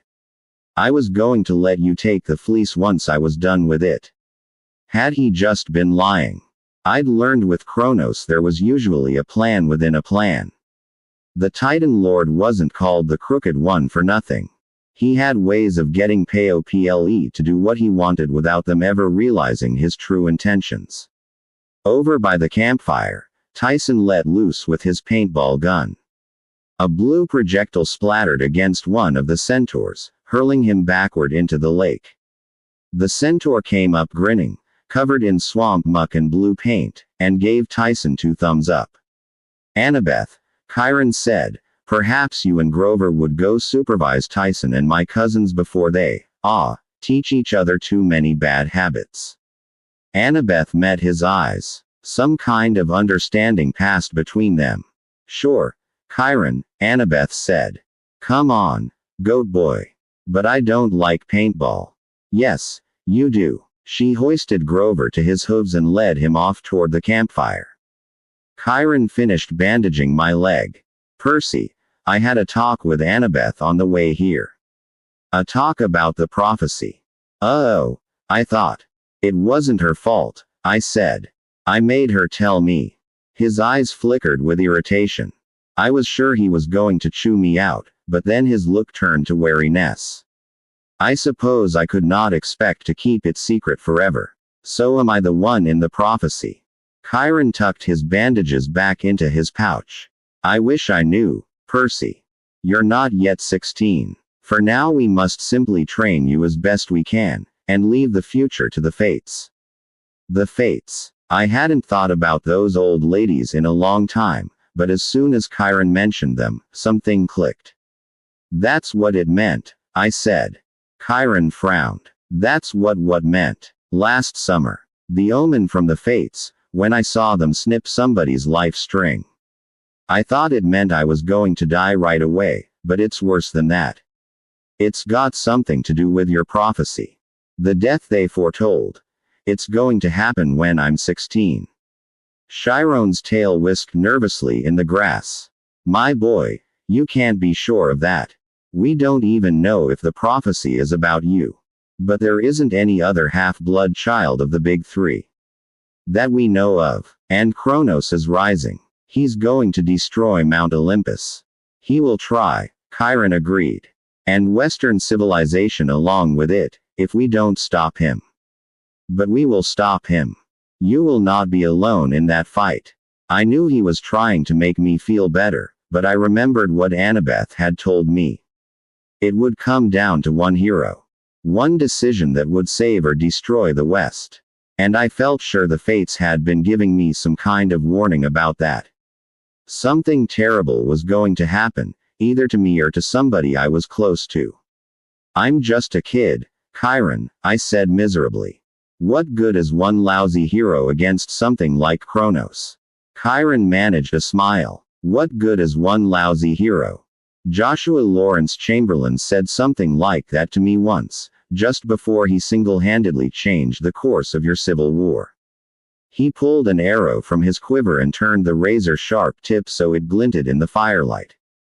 Celestial bronze, Percy. An immortal weapon. What would happen if you shot this at a human? Nothing, I said. It would pass right through. That's right, he said. Humans don't exist on the same level as the immortals. They can't even be hurt by our weapons. But you, Percy. You are part god, part human. You live in both worlds. You can be harmed by both, and you can affect both. That's what makes heroes so special, Bay. Heroes embody that struggle. You fight the battles humanity must win, every generation, in order to stay human. Do you understand? I don't know. You must try, Percy. Because whether or not you are the child of the prophecy, Kronos thinks you might be. And after today, he will finally despair of turning you to his side. That is the only reason he hasn't killed you yet, you know. As soon as he's sure he can't use you, he will destroy you. You talk like you know him. Chiron pursed his lips. I do know him. I stared at him. I sometimes forgot just how old Chiron was. Is that why Mr. D blamed you when the tree was poisoned? Why you said some people don't trust you? Indeed. But, Chiron, I mean, come on. Why would they think you'd ever betray the camp for Kronos? Chiron's eyes were deep brown, full of thousands of years of sadness. Percy, remember your training. Remember your study of mythology. What is my connection to the Titan Lord? I tried to think, but I'd always gotten my mythology mixed up. Even now, when it was so real, so important to my own life, I had trouble keeping all the names and facts straight. I shook my head. You, owe Kronos a favor or something. He spared your life. Percy, Chiron said, his voice impossibly soft. The Titan Kronos is my father. 19 The chariot race ends with a bang. We arrived in Long Island just after Clarisse, thanks to the Centaur's travel powers. I rode on Chiron's back, but we didn't talk much, especially not about Kronos. I knew it had been difficult for Chiron to tell me. I didn't want to push him with more questions. I mean, I've met plenty of embarrassing parents, but Kronos, the evil Titan Lord who wanted to destroy Western civilization. Not the kind of dad you invited to school for career day. When we got to camp, the Centaurs were anxious to meet Dionysus. They'd heard he threw some really wild parties, but they were disappointed. The wine god was in no mood to celebrate as the whole camp gathered at the top of Half-Blood Hill. The camp had been through a hard 2 weeks. The arts and crafts cabin had burned to the ground from an attack by a Draco Ionius, which as near as I could figure was Latin for really big lizard with breath that blows stuff up. The big house's rooms were overflowing with wounded. The kids in the Apollo cabin, who were the best healers, had been working overtime performing first aid. Everybody looked weary and battered as we crowded around Talia's tree. The moment Clarisse draped the golden fleece over the lowest bough, the moonlight seemed to brighten, turning from gray to liquid silver. A cool breeze rustled in the branches and rippled through the grass, all the way into the valley. Everything came into sharper focus. The glow of the fireflies down in the woods, the smell of the strawberry fields, the sound of the waves on the beach. Gradually, the needles on the pine tree started turning from brown to green. Everybody cheered. It was happening slowly, but there could be no doubt. The fleece's magic was seeping into the tree, filling it with new power and expelling the poison. Chiron ordered a 24/7 guard duty on the hilltop, at least until he could find an appropriate monster to protect the fleece. He said he'd place an ad in Olympus Weekly right away. In the meantime, Clarisse was carried on her cabin mates, shoulders down to the amphitheater, where she was honored with a laurel wreath and a lot of celebrating around the campfire. Nobody gave Annabeth or me a second look. It was as if we'd never left. In a way, I guess that was the best thank you anyone could give us, because if they admitted we'd snuck out of camp to do the quest, they'd have to expel us. And really, I didn't want any more attention. It felt good to be just one of the campers for once. Later that night, as we were roasting s'mores and listening to the Stoll brothers tell us a ghost story about an evil king who was eaten alive by demonic breakfast pastries, Clarisse shoved me from behind and whispered in my ear, "Just because you were cool one time, Jackson, don't think you're off the hook with Ares. I'm still waiting for the right opportunity to pulverize you." I gave her a grudging smile. "What?" she demanded. "Nothing," I said. "Just good to be home." The next morning, after the party ponies headed back to Florida, Chiron made a surprise announcement. The chariot races would go ahead as scheduled. We'd all figured they were history now that Tantalus was gone, but completing them did feel like the right thing to do, especially now that Chiron was back and the camp was safe. Tyson wasn't too keen on the idea of getting back in a chariot after our first experience, but he was happy to let me team up with Annabeth. I would drive, Annabeth would defend, and Tyson would act as our pit crew. While I worked with the horses, Tyson fixed up Athena's chariot and added a whole bunch of special modify cations. We spent the next 2 days training like crazy. Annabeth and I agreed that if we won, the prize of no chores for the rest of the month would be split between our 2 cabins. Since Athena had more campers, they would get most of the time off, which was fine by me. I didn't care about the prize. I just wanted to win.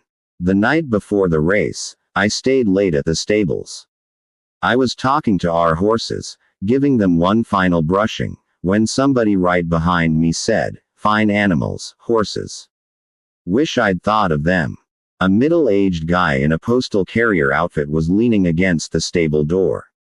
He was slim, with curly black hair under his white pith helmet, and he had a mailbag slung over his shoulder.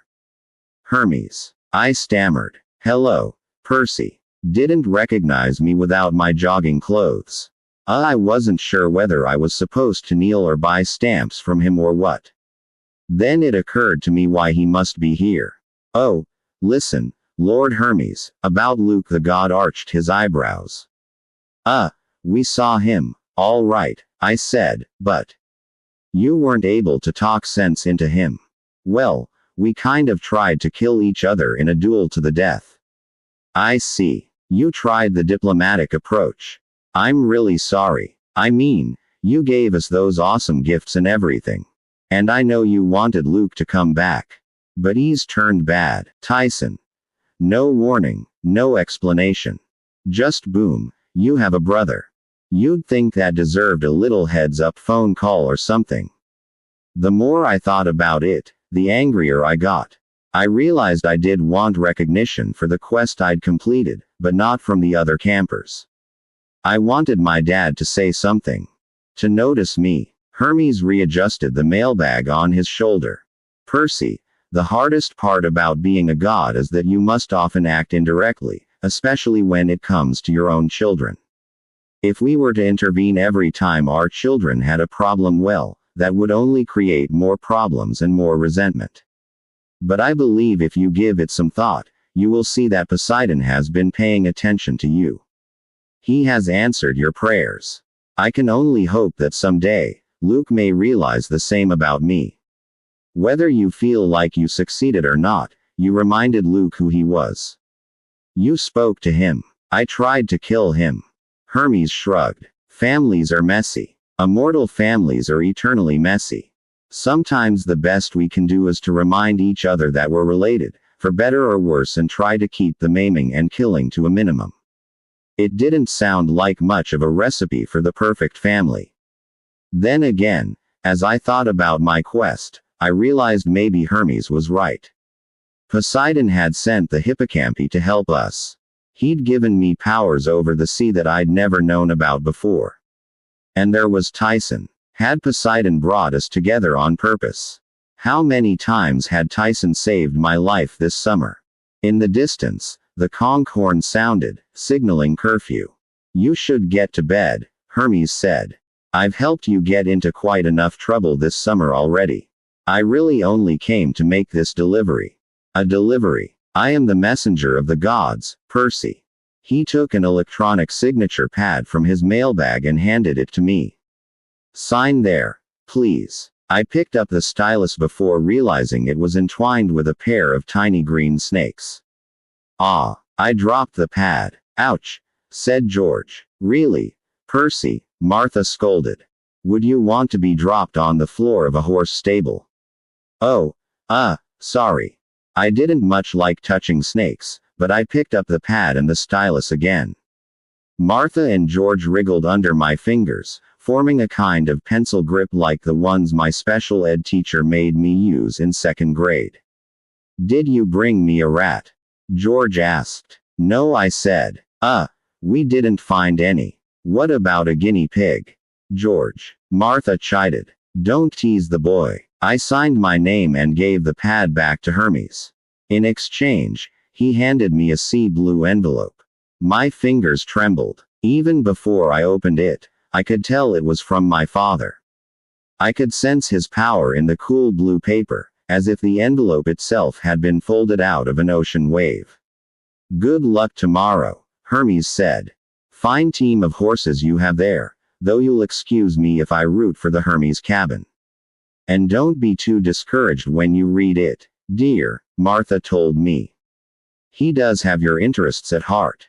"What do you mean?" I asked. "Don't mind her," George said. "And next time, remember, snakes work for tips." "Enough. You too," Hermes said. "Goodbye, Percy. For now." Small white wings sprouted from his pith helmet. He began to glow, and I knew enough about the gods to avert my eyes before he revealed his true divine form. With a brilliant white flash he was gone, and I was alone with the horses. I stared at the blue envelope in my hands. It was addressed in strong but elegant handwriting that I'd seen once before, on a package Poseidon had sent me last summer. Percy Jackson CO Camp Half-Blood Farm Road 3.141 Long Island, New York, 11954. An actual letter from my father.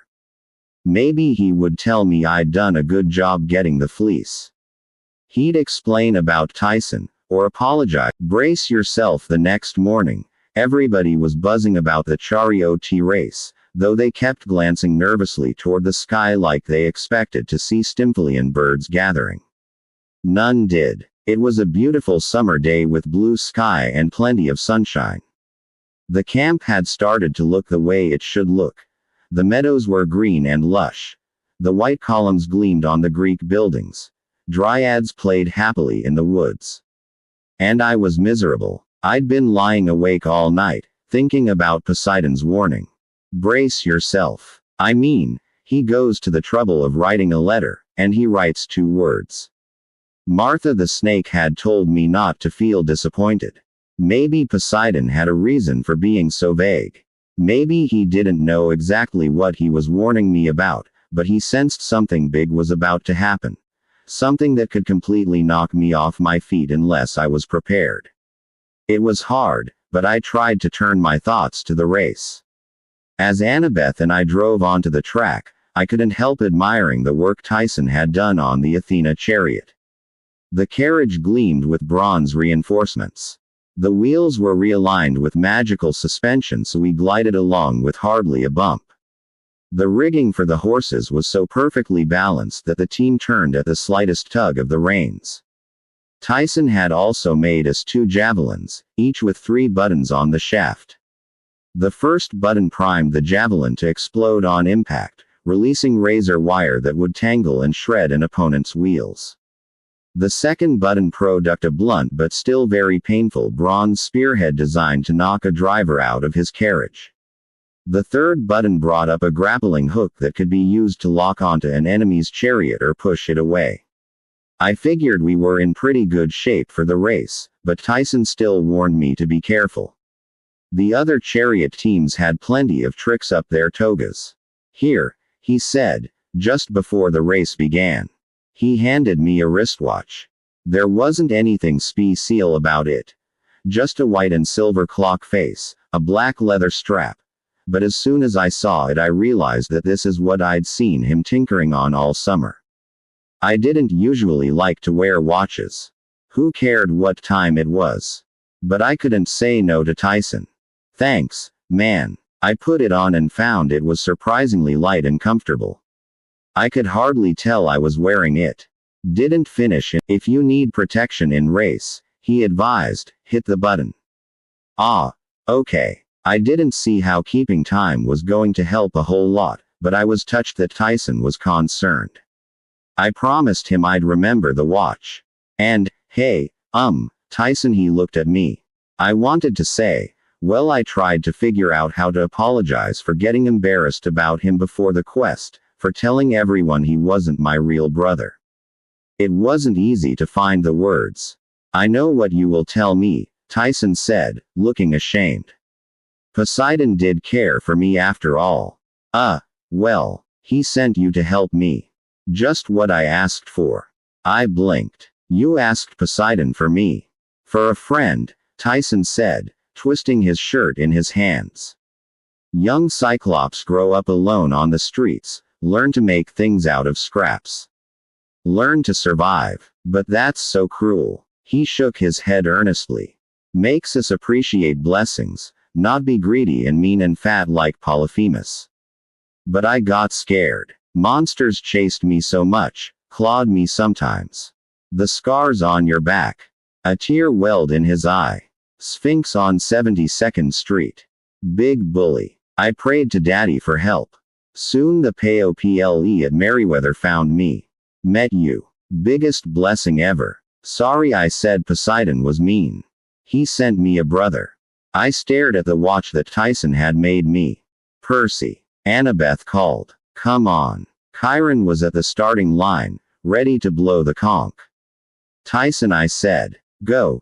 Tyson said. You will win. Yeah, okay, big guy. We'll win this one for you. I climbed on board the chariot and got into position just as Chiron blew the starting signal. The horses knew what to do. We shot down the track so fast I would have fallen out if my arms hadn't been wrapped in the leather reins. Annabeth held on tight to the rail.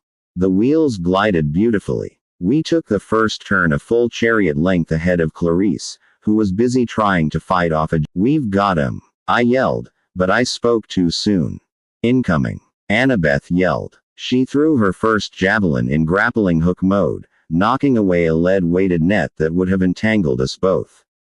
Apollo's chariot had come up on our flank. Before Annabeth could rearm herself, the Apollo warrior threw a javelin into our right wheel.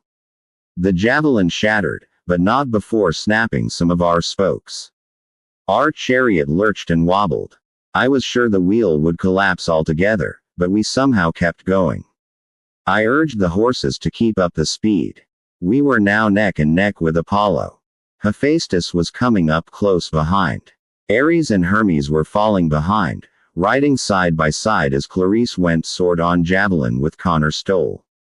If we took one more hit to our wheel, I knew we would capsize. You're mine. The driver from Apollo yelled. He was a first-year camper. I didn't remember his name, but he sure was confident. Yeah, right. Annabeth yelled back. She picked up her second javelin. A real risk considering we still had one full lap to go. And threw it at the Apollo driver. Her aim was perfect. The javelin grew a heavy spear point just as it caught the driver in the chest, knocking him against his teammate and sending them both toppling out of their chariot in a backward somersault. The horses felt the reins go slack and went crazy, riding straight for the crowd. Campers scrambled for cover as the horses leapt the corner of the bleachers and the golden chariot flipped over. The horses galloped back toward their stable, dragging the upside-down chariot behind them. I held our own chariot together through the second turn, despite the groaning of the right wheel. We passed the starting line and thundered into our final lap. The axle creaked and moaned. The wobbling wheel was making us lose speed, even though the horses were responding to my every command, running like a well-oiled machine. The Hephaestus team was still gaining. Beckendorf grinned as he pressed a button on his command console. Steel cables shot out of the front of his mechanical horses, wrapping around our back rail. Our chariot shuddered as Beckendorf's winch system started working, pulling us backward while Beckendorf pulled himself forward. Annabeth cursed and drew her knife. She hacked at the cables but they were too thick. Can't cut them. She yelled. The Hephaestus, but, trust me. She pulled herself to the front and grabbed the reins. I turned, trying hard to keep my footing, and uncapped Riptide. I slashed down and the cables snapped like kite string. We lurched forward, but Beckendorf's driver just swung his chariot to our left and pulled up next to us. Beckendorf drew his sword. He slashed at Annabeth, and I parried the blade away. We were coming up on the last turn. We'd never make it. I needed to disable the Hephaestus chariot and get it out of the way, but I had to protect Annabeth, too. Just because Beckendorf was a nice guy didn't mean he wouldn't send us both to the infirmary if we let our guard down. We were neck and neck now, Clarice coming up from behind, making up for lost time. "See ya, Percy," Beckendorf yelled. "Here's a little parting gift." He threw a leather pouch into our chariot. It stuck to the floor immediately and began billowing green smoke. "Greek fire," Annabeth yelled. I cursed. I'd heard stories about what Greek fire could do. I figured we had maybe 10 seconds before it exploded. "Get rid of it," Annabeth shouted, but I couldn't. Hephaestus's chariot was still alongside, waiting until the last second to make sure their little present blew up. Beckendorf was keeping me busy with his sword. If I let my guard down long enough to deal with the Greek fire, Annabeth would get sliced and we'd crash anyway. I tried to kick the leather pouch away with my foot, but I couldn't. It was stuck fast. Then I remembered the watch. I didn't know how it could help, but I managed to punch the stopwatch button. Instantly, the watch changed. It expanded, the metal rim spiraling outward like an old-fashioned camera shutter, a leather strap wrapping around my forearm until I was holding a round war shield 4 feet wide, the inside soft leather, the outside polished bronze engraved with designs I didn't have time to examine. All I knew, Tyson had come through. I raised the shield, and Beckendorf's sword clanged against it. His blade shattered. "What?" he shouted. "How?" He didn't have time to say more because I knocked him in the chest with my new shield and sent him flying out of his chariot, tumbling in the dirt. I was about to use Riptide to slash at the driver when Annabeth yelled, "Percy!" The Greek fire was shooting sparks. I shoved the tip of my sword under the leather pouch and flipped it up like a spatula. The firebomb dislodged and flew into the Hephaestus chariot at the driver's feet.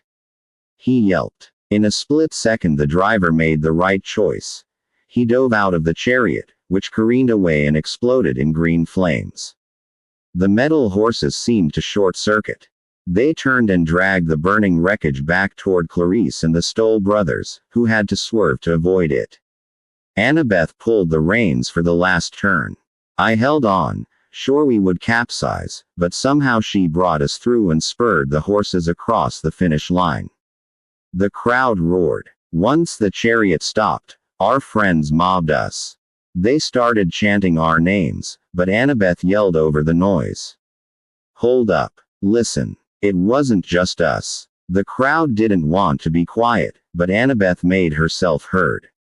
"We couldn't have done it without somebody else. We couldn't have won this race or gotten the fleece or saved Grover or anything. We owe our lives to Tyson, Percy's brother," I said, loud enough for everybody to hear. "Tyson, my baby brother." Tyson blushed. The crowd cheered. Annabeth planted a kiss on my cheek. The roaring got a lot louder after that. The entire Athena cabin lifted me and Annabeth and Tyson onto their shoulders and carried us toward the winner's platform, where Chiron was waiting to bestow the laurel wreaths. 20 The fleece works its magic too well. That afternoon was one of the happiest I'd ever spent at camp, which maybe goes to show, you never know when your world is about to be rocked to pieces. Grover announced that he'd be able to spend the rest of the summer with us before resuming his quest for Pan. His bosses at the Council of Cloven Elders were so impressed that he hadn't gotten himself killed and had cleared the way for future. Played YMCA, and the strawberry plants started going crazy, wrapping around our feet like they were trying to strangle us. I guess I couldn't blame them. Grover told me he could dissolve the empathy link between us, now that we were face to face, but I told him I'd just as soon keep it if that was okay with him. He put down his reed pipes and stared at me. "But, if I get in trouble again, you'll be in danger, Percy. You could die. If you get in trouble again, I want to know about it. And I'll come help you again, G-Man." I wouldn't have it any other way. In the end he agreed not to break the link. He went back to playing YMCA for the strawberry plants. I didn't need an empathy link with the plants to know how they felt about it. Later on during archery class, Chiron pulled me aside and told me he'd fixed my problems with Merryweather Prep. The school no longer blamed me for destroying their gymnasium. The police were no longer looking for me. How did you manage that? I asked. Chiron's eyes twinkled. I merely suggested that the mortals had seen something different on that day. A furnace explosion that was not your fault. You just said that and they bought it. I manipulated the mist. Someday, when you're ready, I'll show how it's done. You mean, I can go back to Merryweather next year? Chiron raised his eyebrows. Oh, no, they've still expelled you. Your headmaster, Mr. Bonsai, said you had. How did he put it? Ungroovy karma that disrupted the school's educational aura. But you're not in any legal true BLE, which was a relief to your mother. Oh, and speaking of your mother, he unclipped his cell phone from his quiver and handed it to me. It's high time you called her. The worst part was the beginning. The Percy Jackson, what were you thinking? Do you have any idea how worried I was sneaking off to camp without permission, going on dangerous quests and scaring me half to death part? But finally she paused to Don't promise me that, Percy. You know very well it will only get worse. She tried to sound casual about it, but I could tell she was pretty shaken up. I wanted to say something to make her feel better, but I knew she was right. Being a half-blood, I would always be doing things that scared her. And as I got older, the dangers would just get greater. I could come home for a while, I offered. No, stay at camp, train, do what you need to do. But you will come home for the next school year. Yeah, of course. If there's any school that will take me. Oh, we'll find something, dear, my mother sighed. Some place where they don't know us yet. As for Tyson, the campers treated him like a hero. I would have been happy to have him as my cabin mate forever, but that evening, as we were sitting on a sand dune overlooking the Long Island Sound, he made an announcement that completely took me by surprise. Dream came from Daddy last night, he said. He wants me to visit. I wondered if he was kidding, but Tyson really didn't know how to kid. Poseidon sent you a dream message. Tyson nodded. Wants me to go underwater for the rest of the summer. Learn to work at Cyclops Forges. He called it an intern.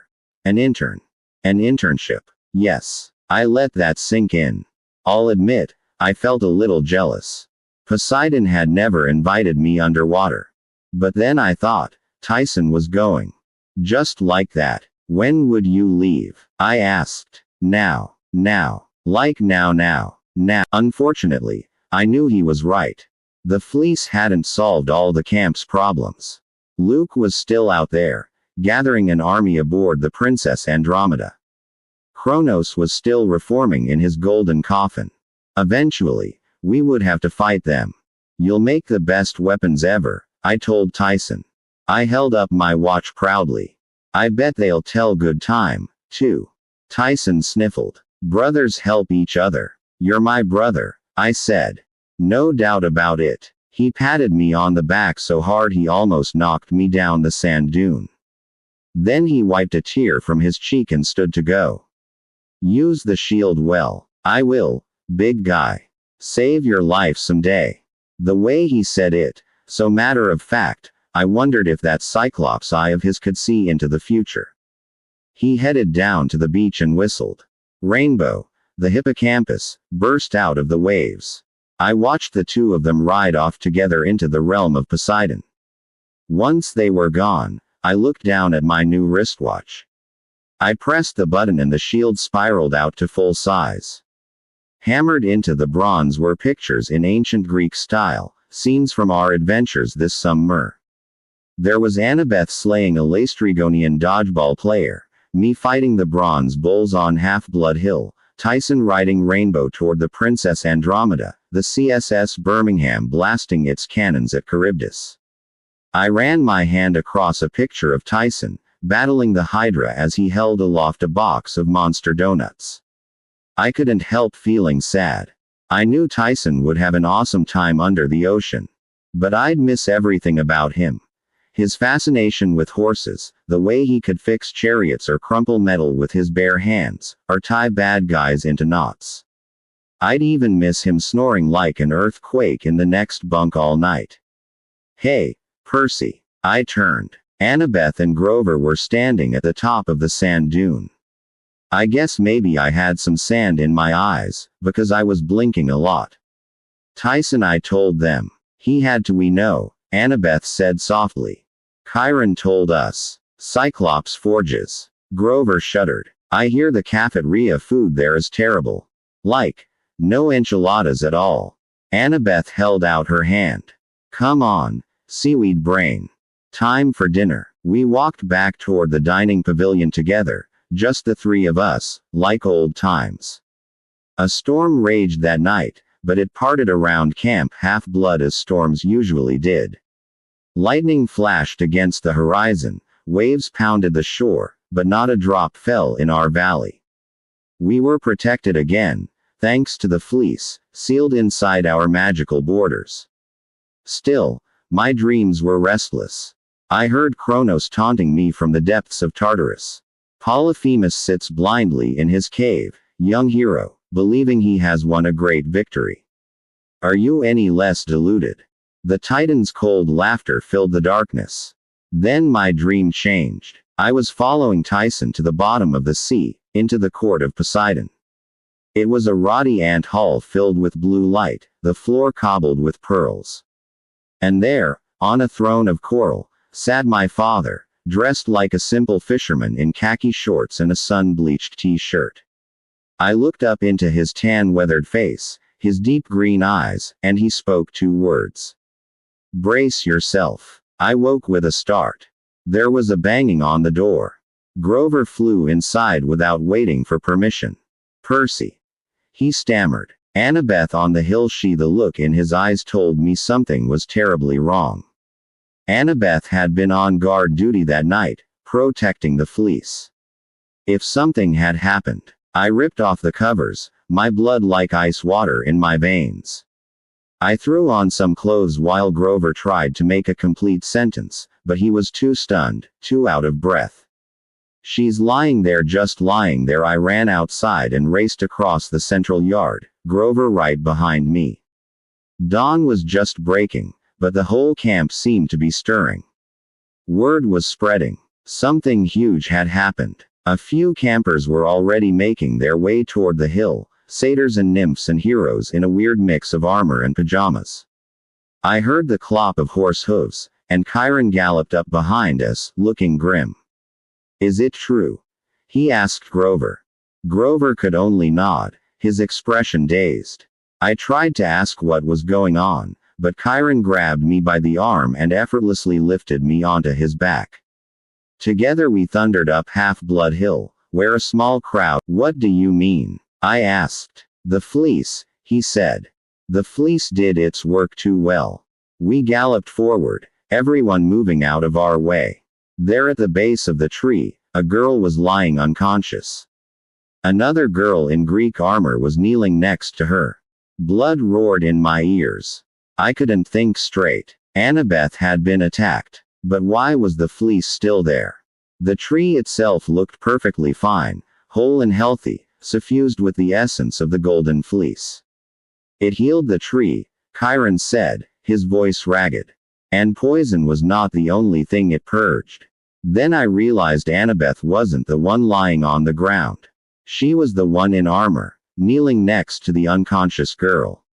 When Annabeth saw us, she ran to Chiron. She just suddenly there, her eyes were streaming with tears, but I still didn't understand. I was too freaked out to make sense of it all. I leapt off Chiron's back and ran toward the unconscious girl. Chiron said, "Percy, wait." I knelt by her side. She had short black hair and freckles across her nose. She was built like a long-distance runner, lithe and strong, and she wore clothes that were somewhere between punk and goth. A black t-shirt, black tattered jeans, and a leather jacket with buttons from a bunch of bands I'd never heard of. She wasn't a camper. I didn't recognize her from any of the cabins. And yet I had the strangest feeling I'd seen her before. It's true, Grover said, panting from his run up the hill. I can't believe nobody else came close to the girl. I put my hand on her forehead. Her skin was cold, but my fingertips tingled as if they were burning. She needs nectar and ambrosia, I said. She was clearly a half-blood, whether she was a camper or not. I could sense that just from one touch. I didn't understand why everyone was acting so scared. I took her by the shoulders and lifted her into sitting position, resting her head on my shoulder. Come on, I yelled to the others. What's wrong with you people? Let's get her to the big house. No one moved, not even Kyron. They were all too stunned. Then the girl took a shake. Her irises were startlingly blue. Electric blue. The girl stared at me in bewilderment, shivering and wild-eyed. Who? I'm Percy, I said. You're safe now. Strangest dream, it's okay. Dying. No, I assured her. You're okay. What's your name? That's when I knew. Even before she said it. The girl's blue eyes stared into mine, and I understood what the Golden Fleece quest had been about. The poisoning of the tree. Everything. Kronos had done it to bring another chess piece into play. Another chance to control the prophecy. Even Kyron, Annabeth, and Grover, who should have been celebrating this moment, were too shocked, thinking about what it might mean for the future. And I was holding someone who was destined to be my best friend.